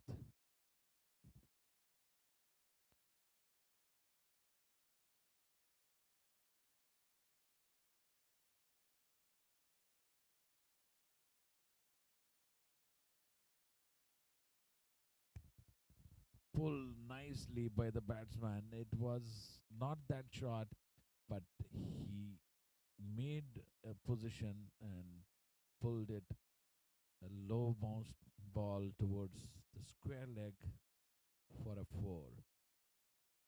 Fahad playing very well right now on 60 out of 72 deliveries he has faced. He's really the right now at this moment the person who's standing up for Hawks and shaping the innings.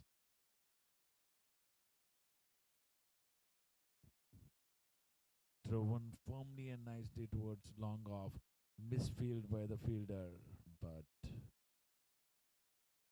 batsman not interested in taking the second.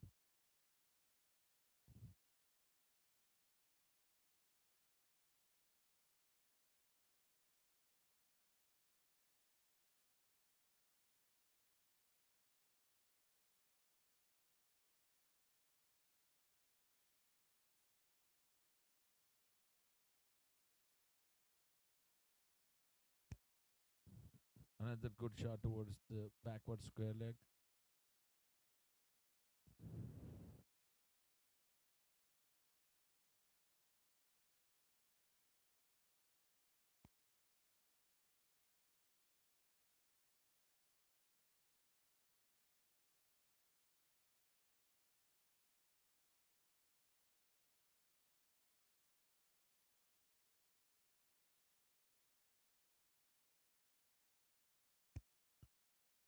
The rabbit on the pad, clearly going down the leg side. Both wicketkeeper as well as the bowler not interested in appealing.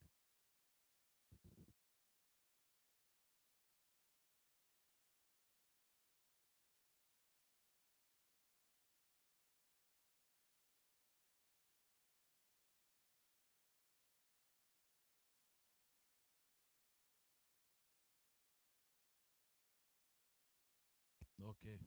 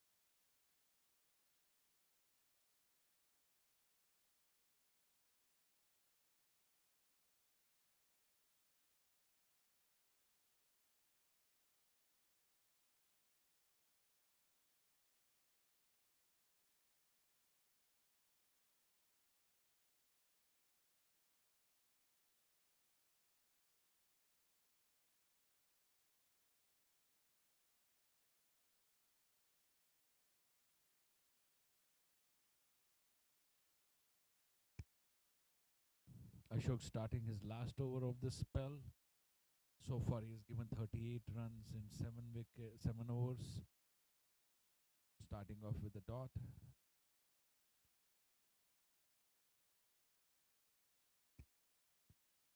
Bharat hits it towards mid wicket handsomely for a 4. It's an empty mid wicket region. Utilizes that area.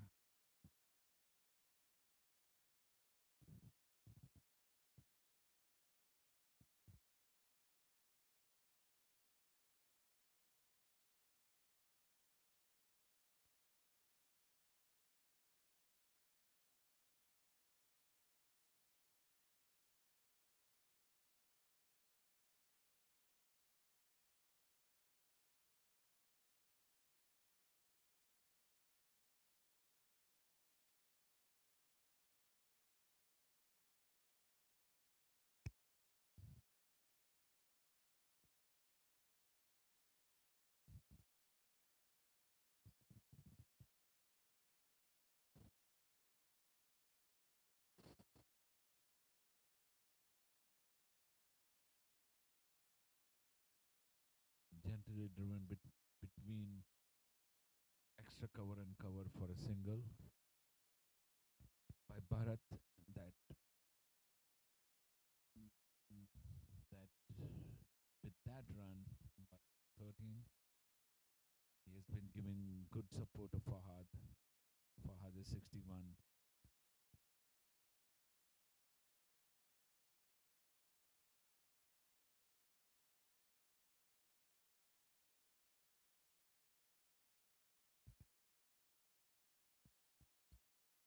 That was too close to cut. Lucky for Fahad that the ball had extra bounce.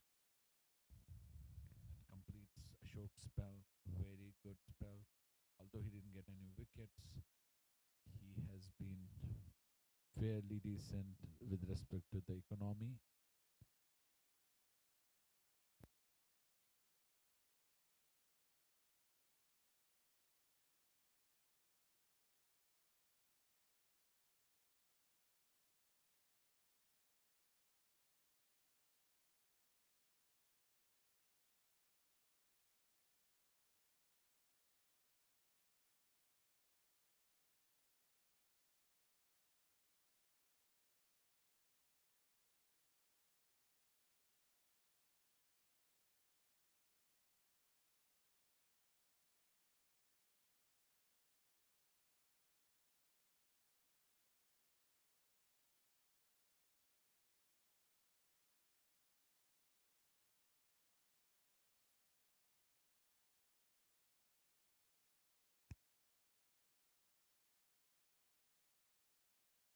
Ajit bowling to Bharat. This one was a little bit outside off.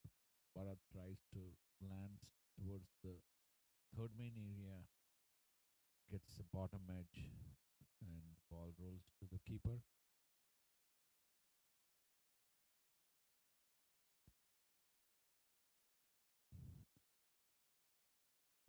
Although drive resulting the same result as the earlier delivery, inside edge this time on the pads.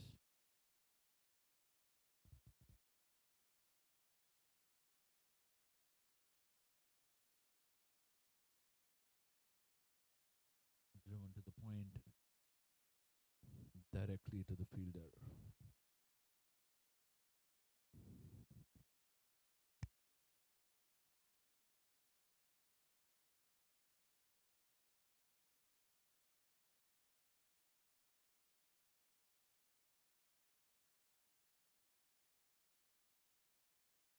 Similar shot, similar result.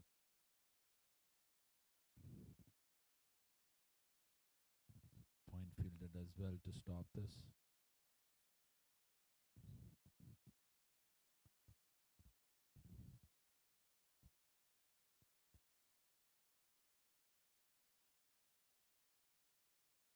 A thick edge towards backward point.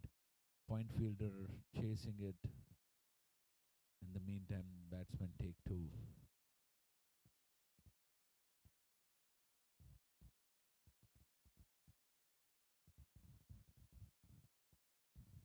Partnership between these two batters 30 from 35. They need to increase the run rate. Go at little over 7 runs per over from this point on. And with that, we end the session number 2. 30 overs. Hawks are 158 for 3. Still needing 108 runs from last 15 overs at 7.2 required run rate. We'll take a short break. We'll be back to cover the last session of the game.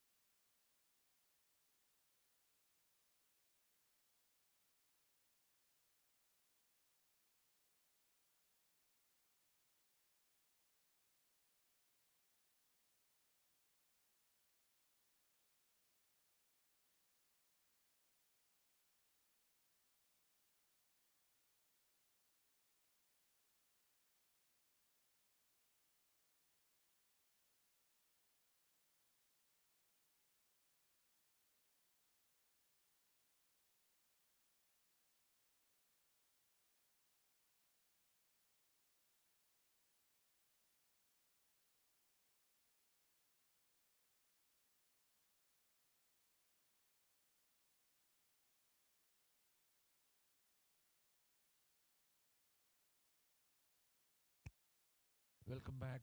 We're about to start session number 3, power play 3 with 5 fielders permitted outside the 30 yard.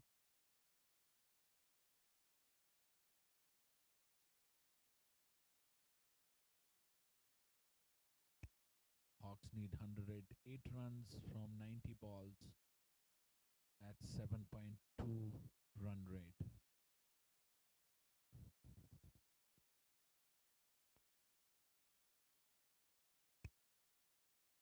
Toss up outside off.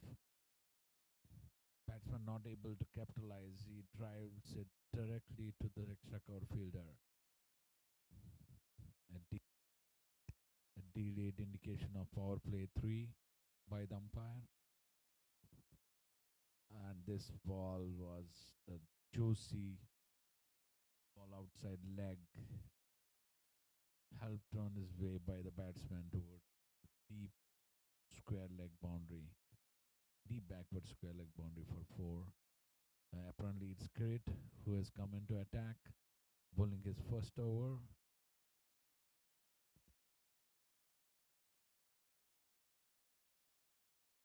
A new bowler being introduced by the captain.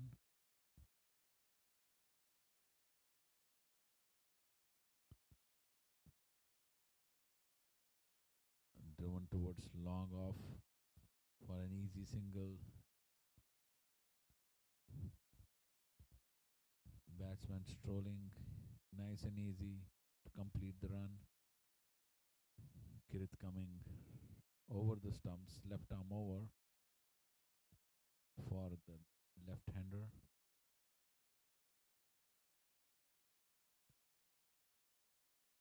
It has started to drizzle a little. You can see umpire just looking at, and this delivery just stayed low.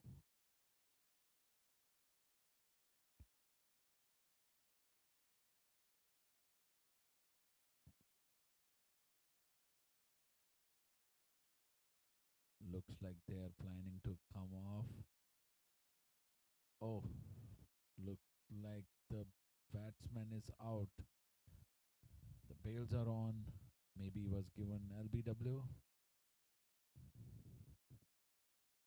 Bharat is the batsman who got out. Leg before wicket.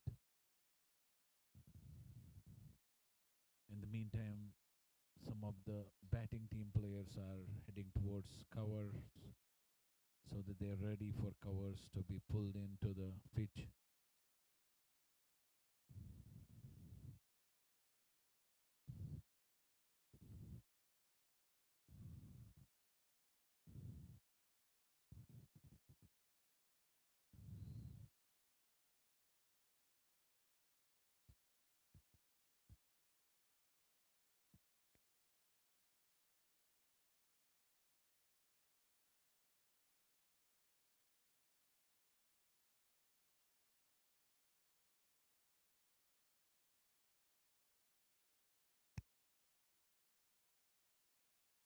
The drizzle has now stopped.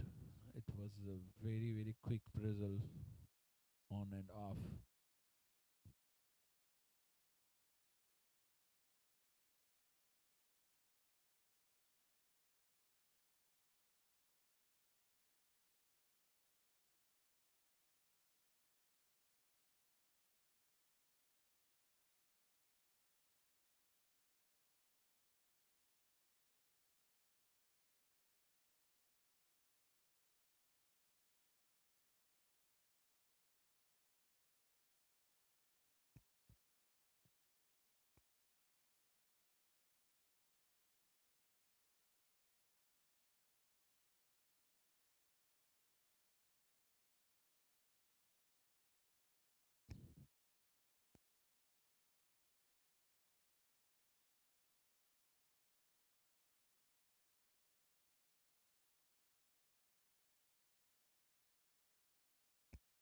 New batsman is Abhay. He's going to face Crit. Last 2 delivery of his first over.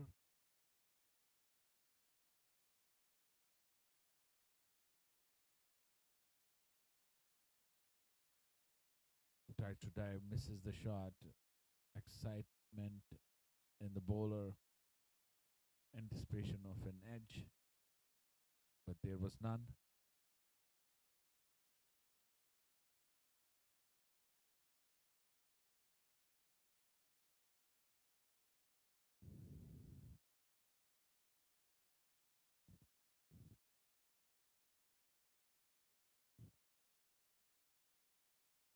That's a no ball. High pull toss, that juicy one, and the batsman capitalizing on that, hitting it toward deep mid wicket boundary for a four.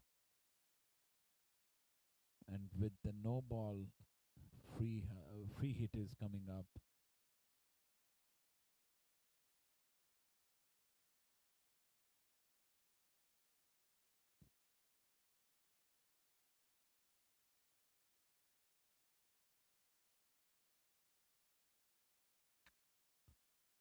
Another full toss, driven towards the long on boundary for another four. So back to back fours by new batsman Abe, conceding 14 from his first over and also taking a wicket of Bharat Patel. The asking rate now jumps, rather decreases from well over 7 to 6.71. Very productive over for Hawks. They need few of those overs, 15 run and over, in order to make their asking rate well within the reach. Right now, 6.71 is the required run rate.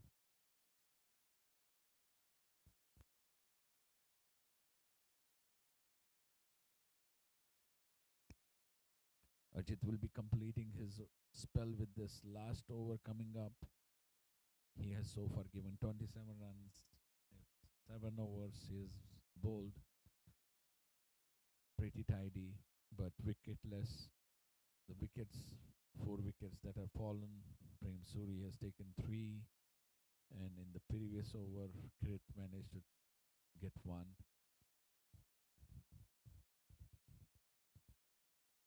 Driven back to the bowler, fields it in his follow through, moving little towards the left.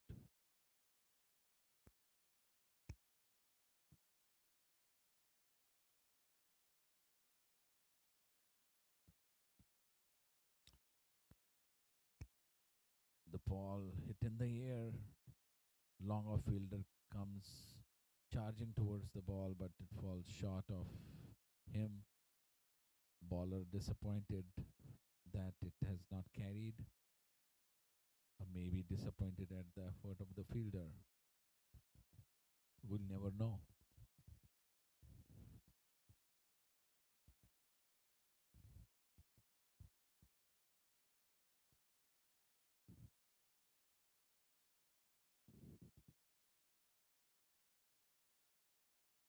By hits it towards cover, but the ball taking inside edge goes to the fine leg region, and they cross over for a single. That brings Fahad, who is on 67, back on strike.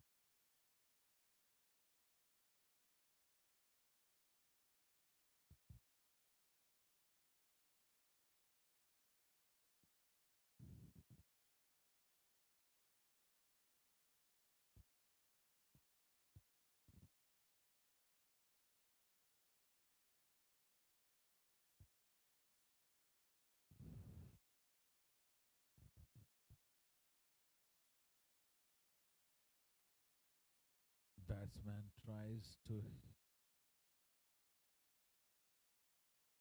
for a wild swing, looks like he got out. He's been congratulated by the opposite team as well as his partner for a magnificent innings of 60 odd runs. That's Fahad who got out.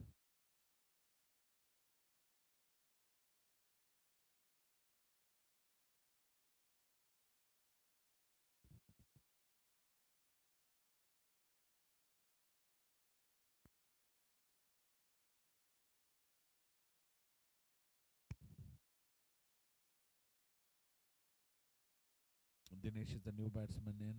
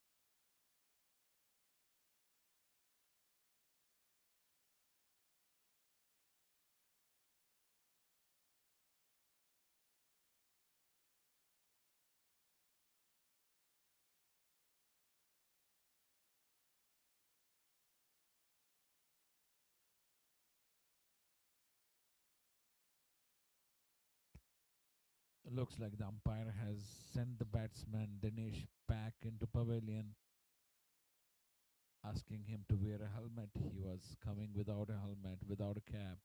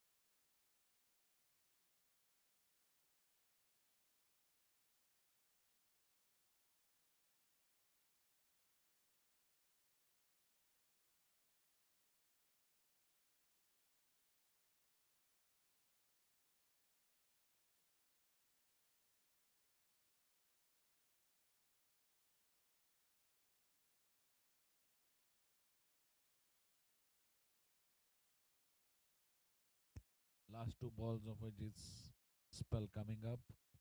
Dinesh is the new batsman.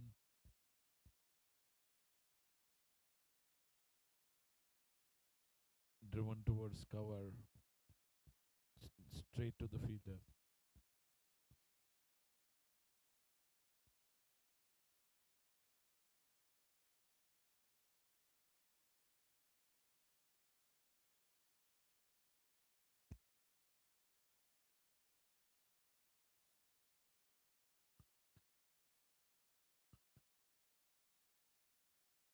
This one was misfielded by the cover fielder. Batsman taking quick double. Good running between the wickets by these two batsmen, Dinesh and Abhay.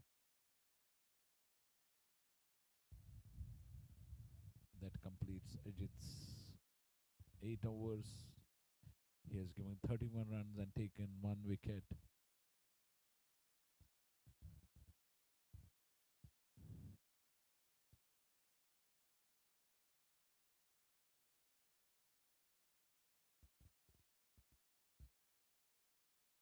₹90 needed into 13 overs that are remaining at 6.92.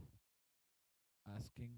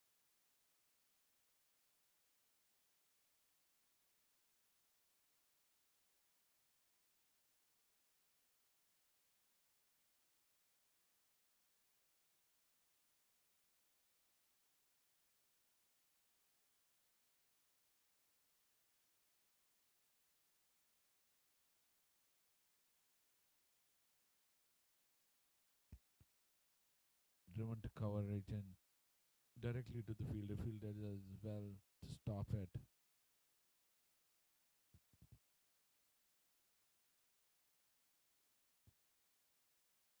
It's an important phase of the game where it's all still well within the range.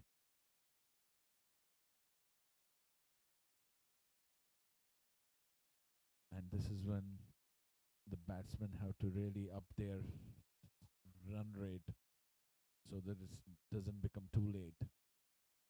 That was a bye conceded by the wicketkeeper.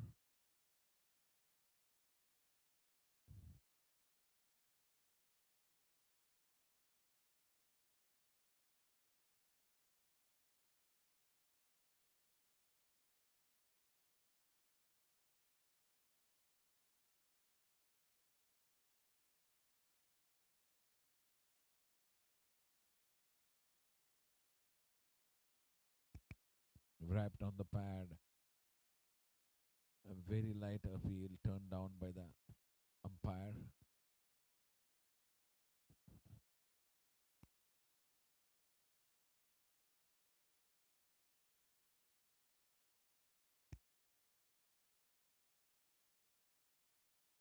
Abai tries to drive it but does not make a contact. Over number 32 completed by Pradeep. Hawks 178 for 5. Hawks need 88 runs from 72 deliveries at 7.33 runs per over.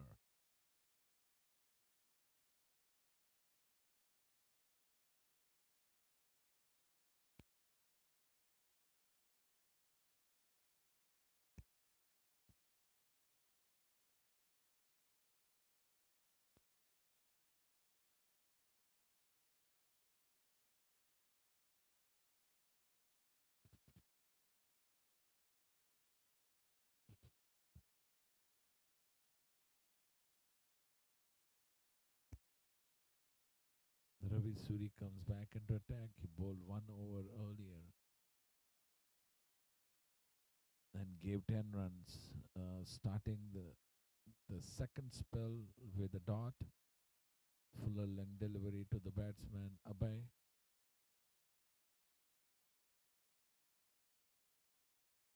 This one was short and down the leg. Backward square leg fielder does well to stop it, but cannot prevent the single.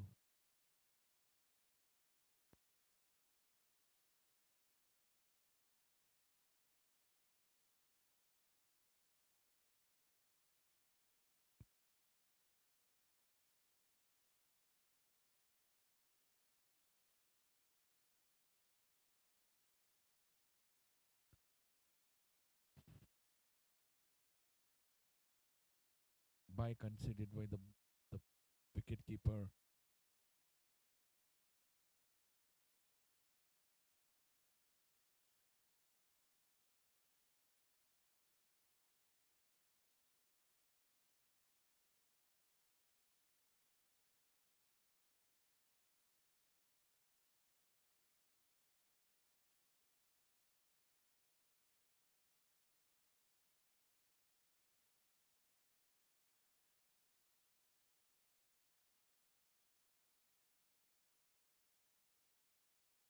The drizzle has come back a little harder this time. Umpires feeling that it's still okay to continue with the play.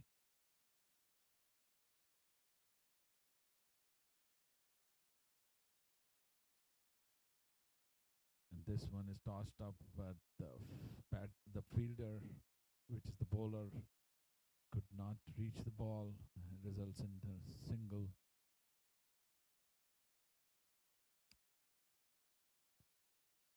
That ends the 34th over. Hawks are 181. Still short of 85 runs. And looks like umpires have decided to call the play off and call the covers on.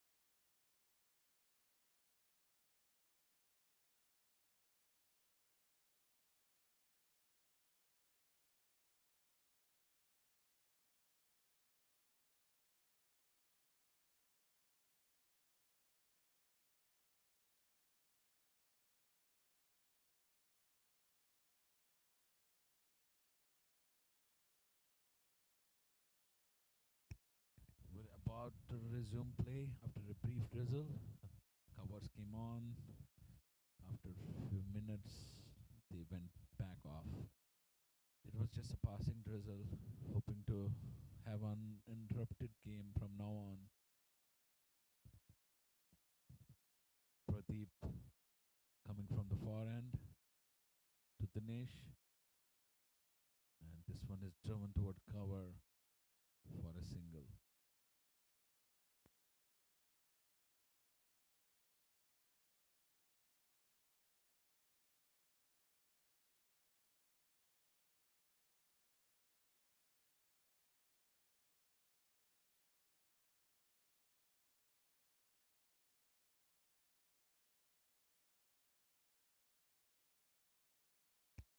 Dinesh tried to work it towards mid wicket, but gets bottom edge.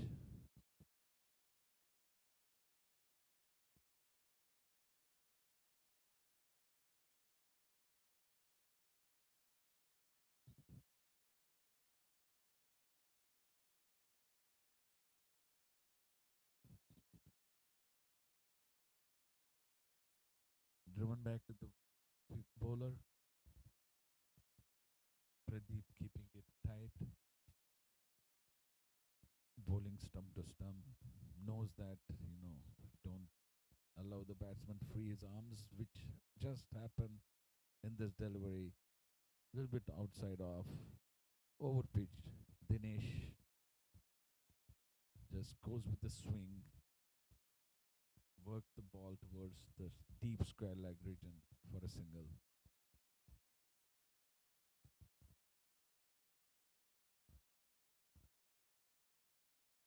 Was that a man cut being attempted by Pradeep? Or just a stare at Dinesh, warning him not to come out before he delivers?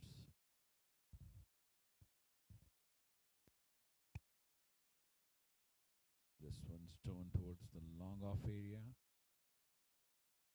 Batsman crossover for a single.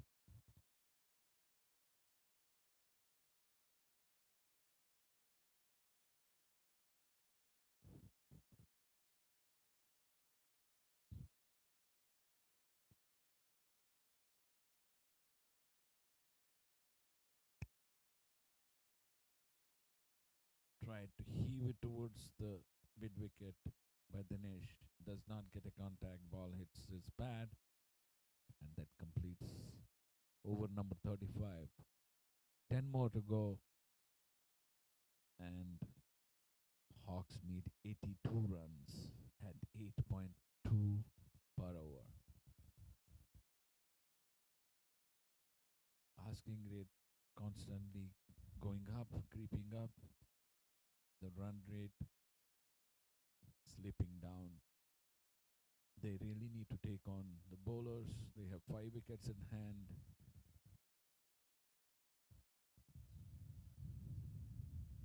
10 overs, 82 runs. That's all what's needed. And 5 wickets is all what's needed for Falcons to close the game.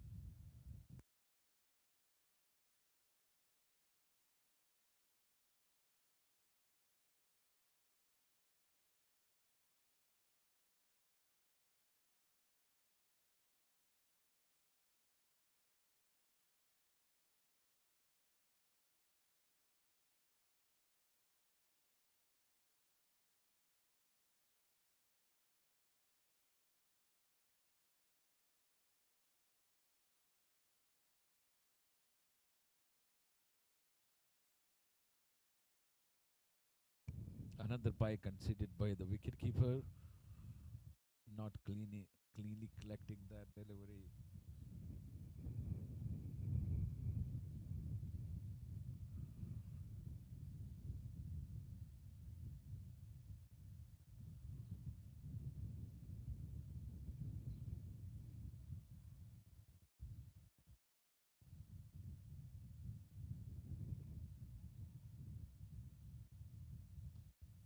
The batsman had to take another bye, but the runner not interested, does not want to take on the danger end.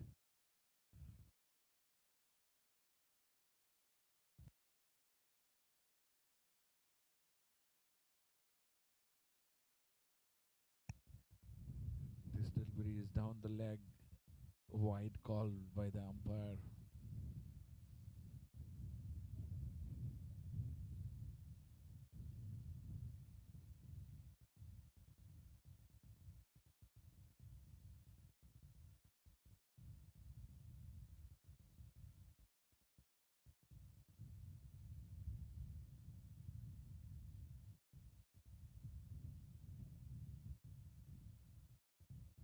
Tossed up and Dinesh, it was a big heave. The ball runs down to the mid-wicket region, well fielded by the fielder at deep mid-wicket.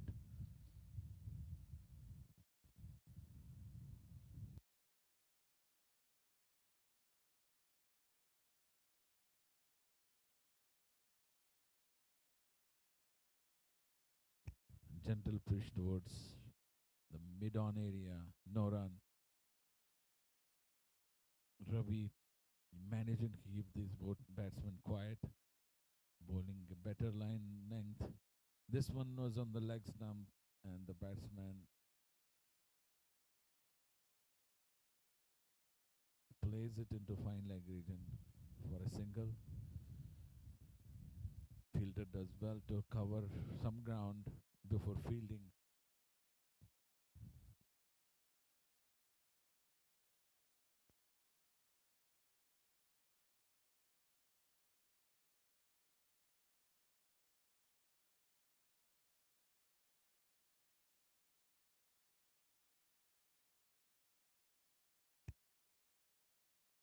One more wide down the leg.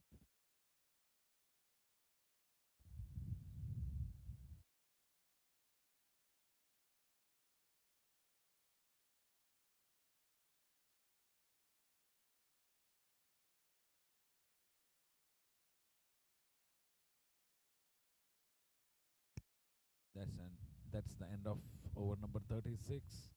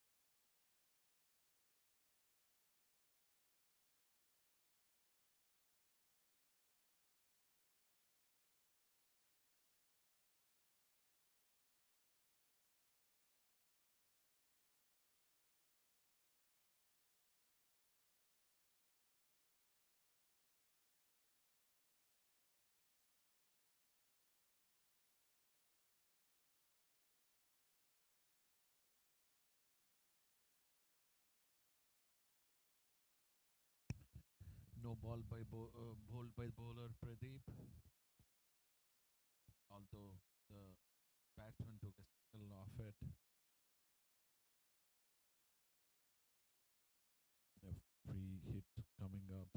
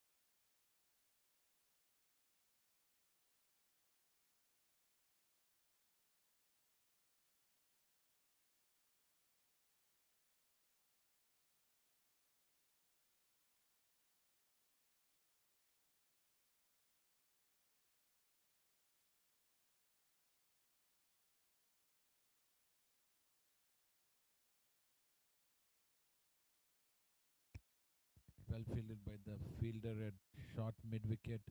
It was firmly hit, and I can see him really in pain, but a good stop altogether. We have one more delivery in this Pradeep's over. Oh, misses the stump by a whisker. That completes over number 37.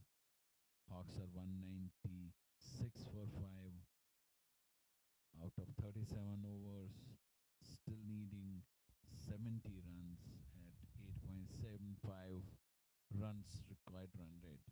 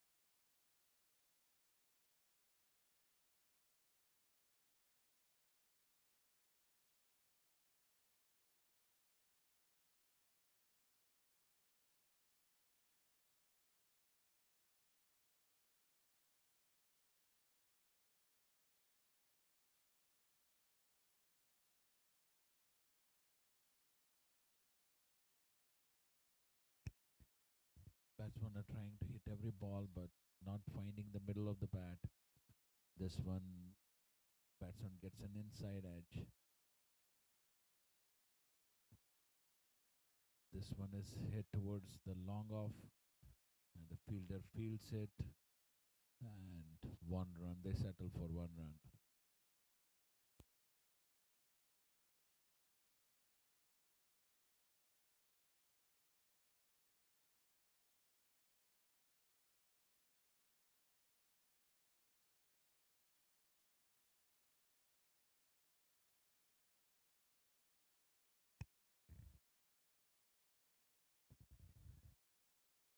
Slog towards mid wicket. Tried to take the second one, which was not there, and the the runner refuses the second, and they settle for a single.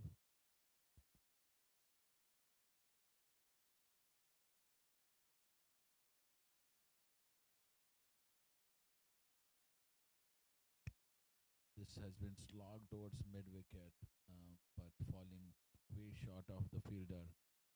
Fielder fields. In the meantime, batsman crossover for a double.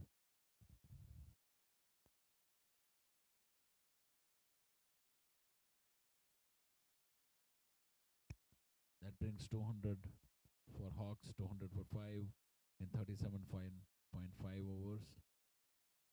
Still 66 to go at 9.21. Asking. It's becoming a tougher and tougher task with every passing over.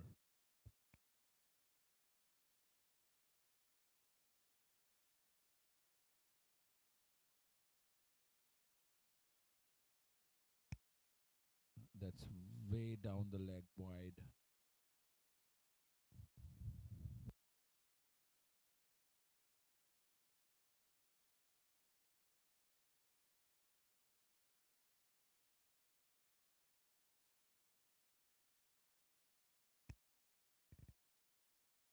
That completes 38th over. Bowled by Ravi. Last delivery, the batsman tries wild swing, misses completely. goes between the bat and pad towards the keeper.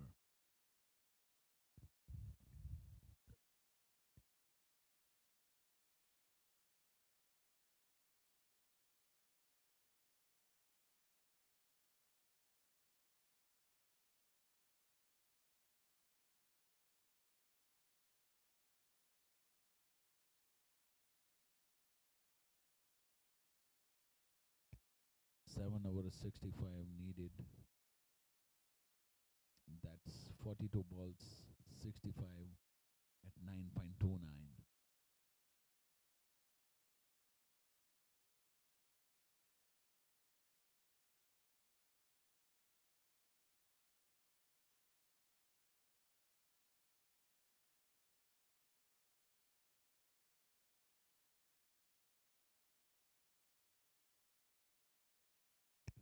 Pradeep starts his last over, first ball driven towards the long off for a comfortable single.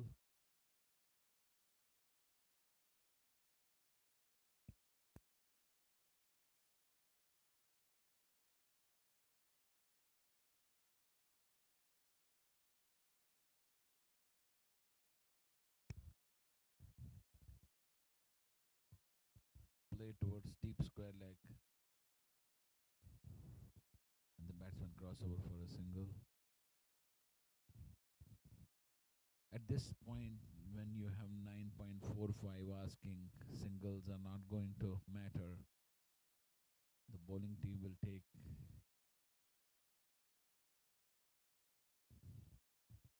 that any day. Another single.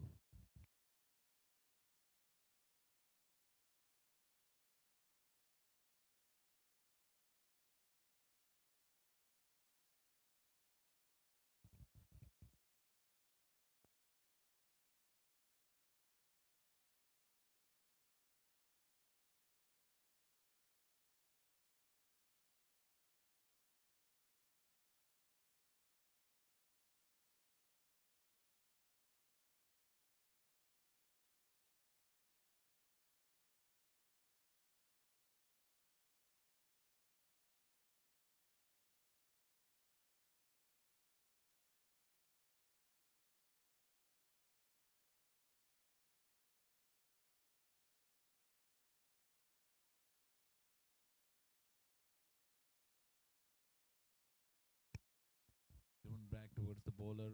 Bowler unable to stop it. And the batsman crossover for double.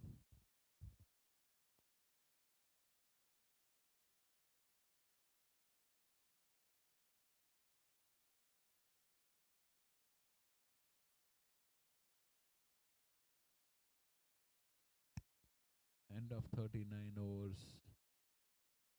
Hawks are 206 for 5. Still need 60 from 6. So that's 10 runs an over.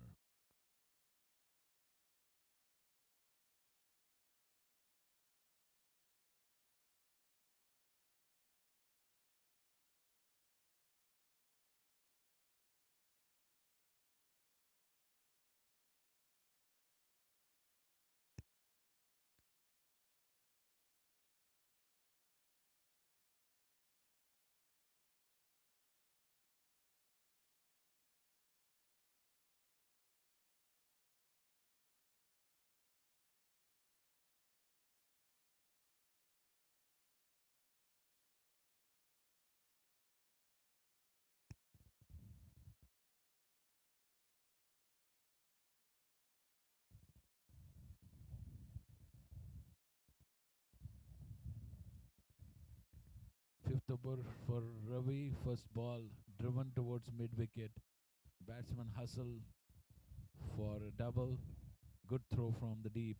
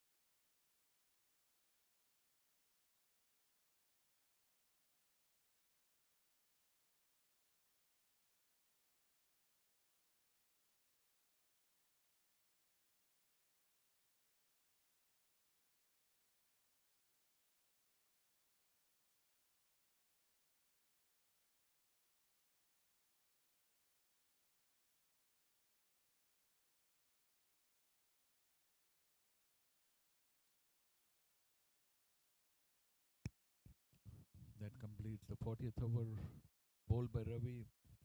Hawks still behind 211 for 5. 5 runs in that over. 5 overs 55 at 11 per over.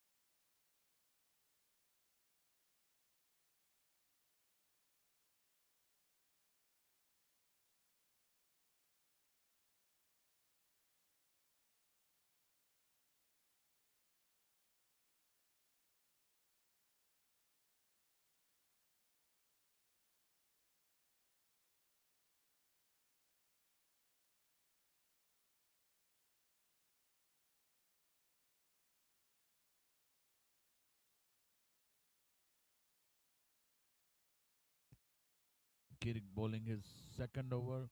This went through the legs of the keeper for a bye.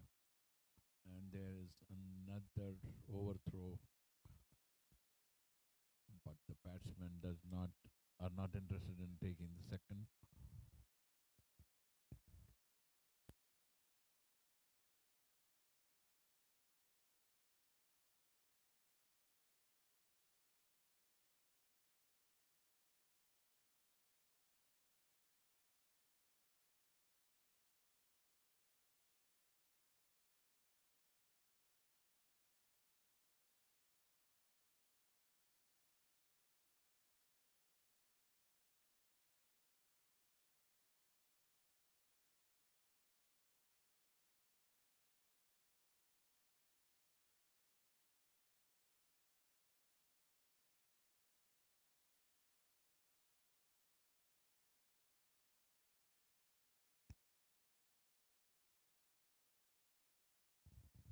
Driven towards the long on boundary. I did that as well to cover it and only concede a single for the team. Full toss and takes a top edge, goes towards the fine leg region.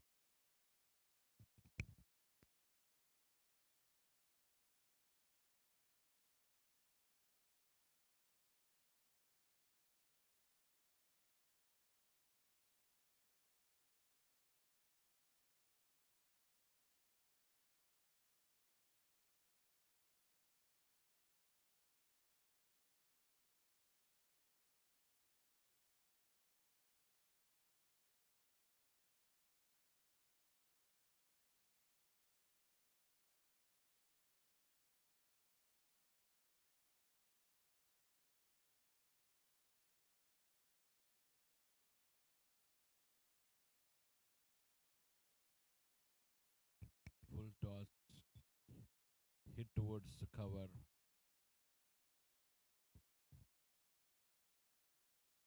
It was a catch, but the fielder did not get to the ball, and it lands safely between the two fielders. And the bowler not happy with the effort. 41 completed, 4 to go. Hawks are 217. They need 49 from 4. Almost 12 runs in over required run rate. With that, the batting team has called back Dinesh and send in the fresh legs. So Dinesh will be retired out.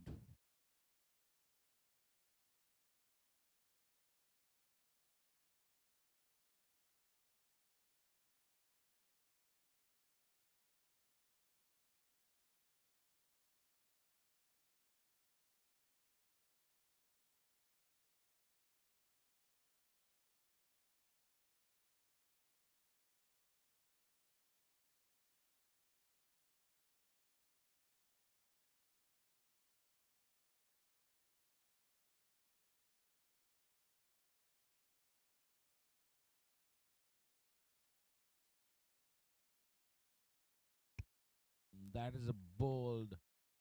Ravi bowls it on the stumps. New batsman. He tries to swing, misses the line, and is clean bowled.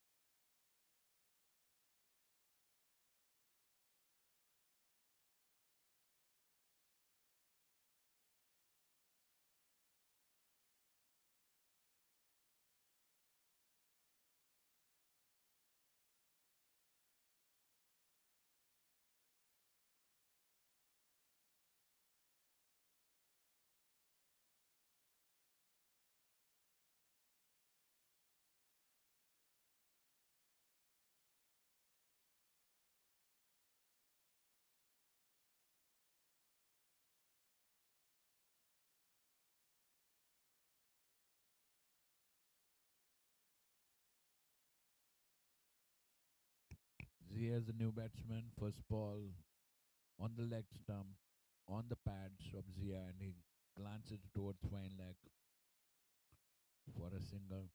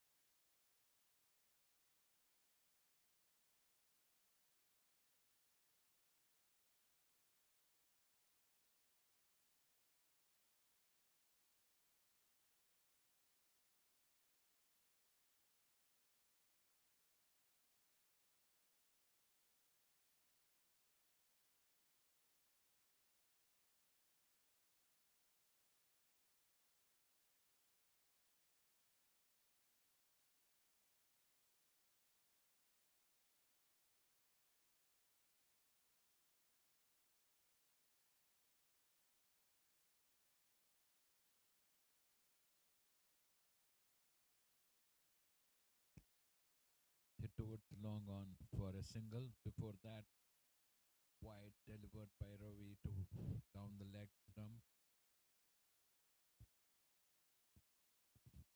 Two more balls remaining for 42nd over. The batsman comes down the track, hits it towards mid wicket for a single.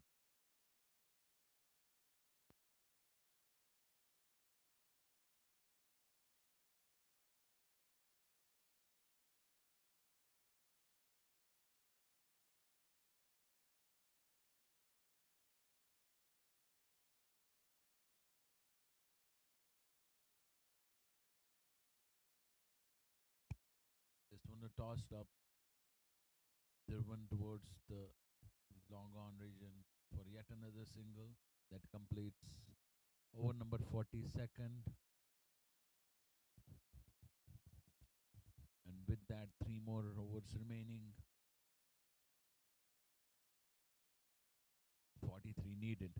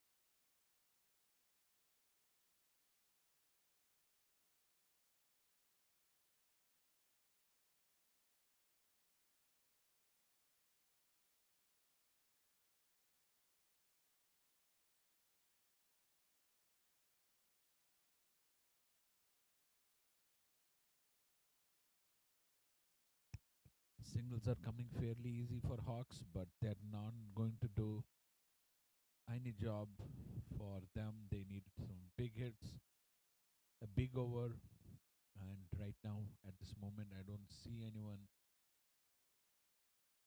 being able to do that.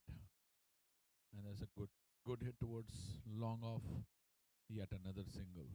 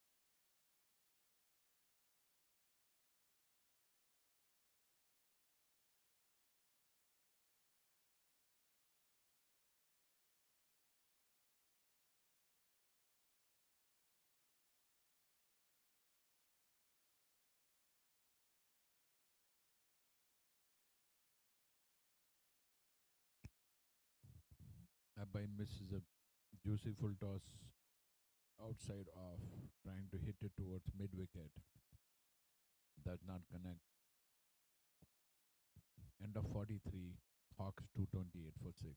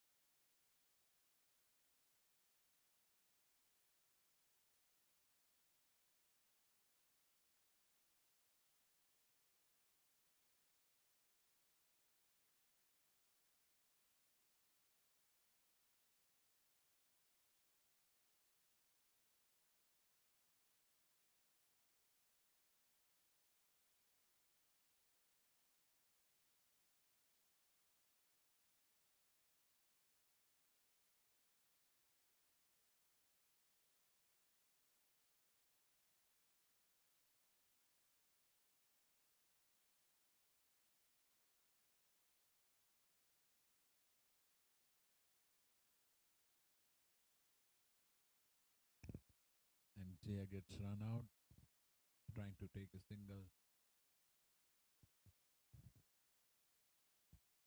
And that's wicket number 7 of Hawk.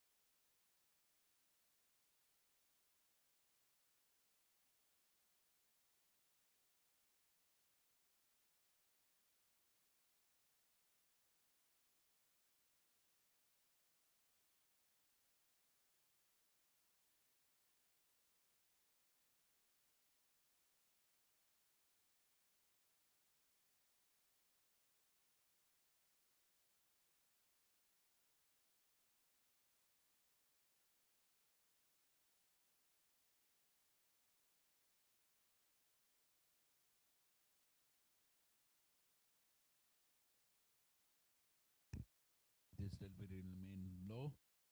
Hit the stumps, leg stumps of batsman Zia. And that's wicket number 7.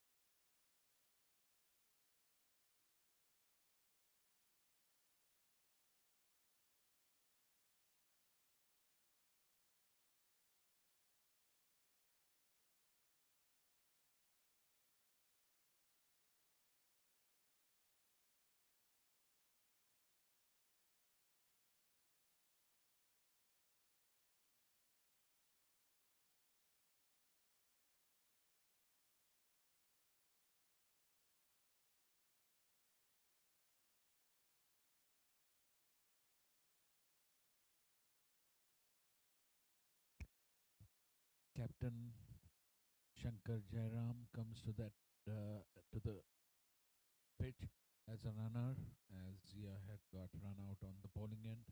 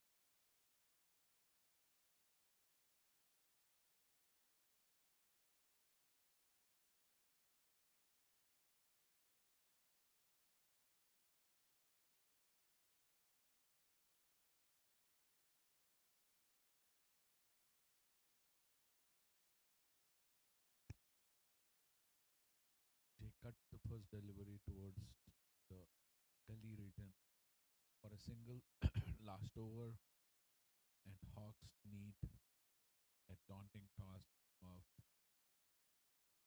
34 runs.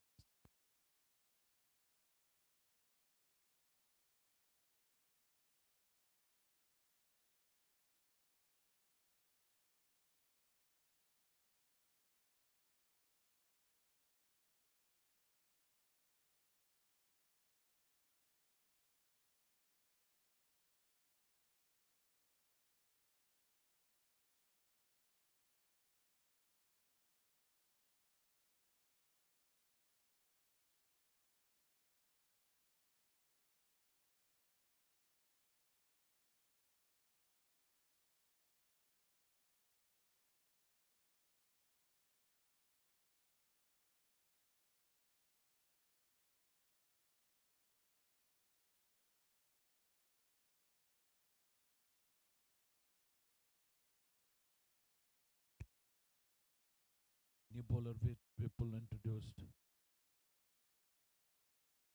to deliver the last over.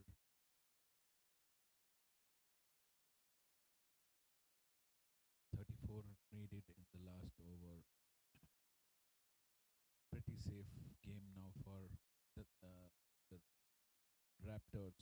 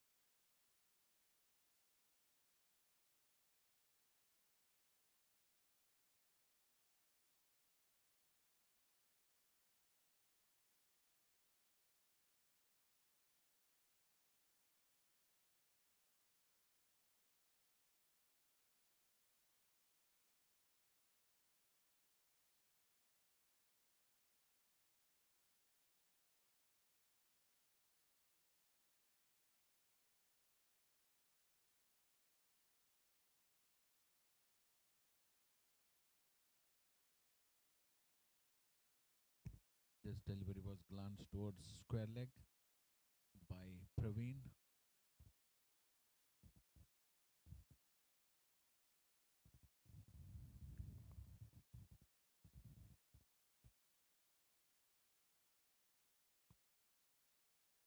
Wicketkeeper missing this and conceding by two more balls remaining for this inning. Whipple, so far 4 balls, he has given 2 runs, pretty tight last over. And this one has been hit towards the short mid-on area, but they end up taking a run.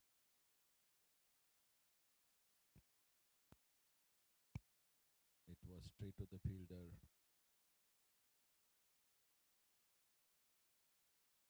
And that concludes with the single taken by Shankar. Hawks 237. Raptors win this game.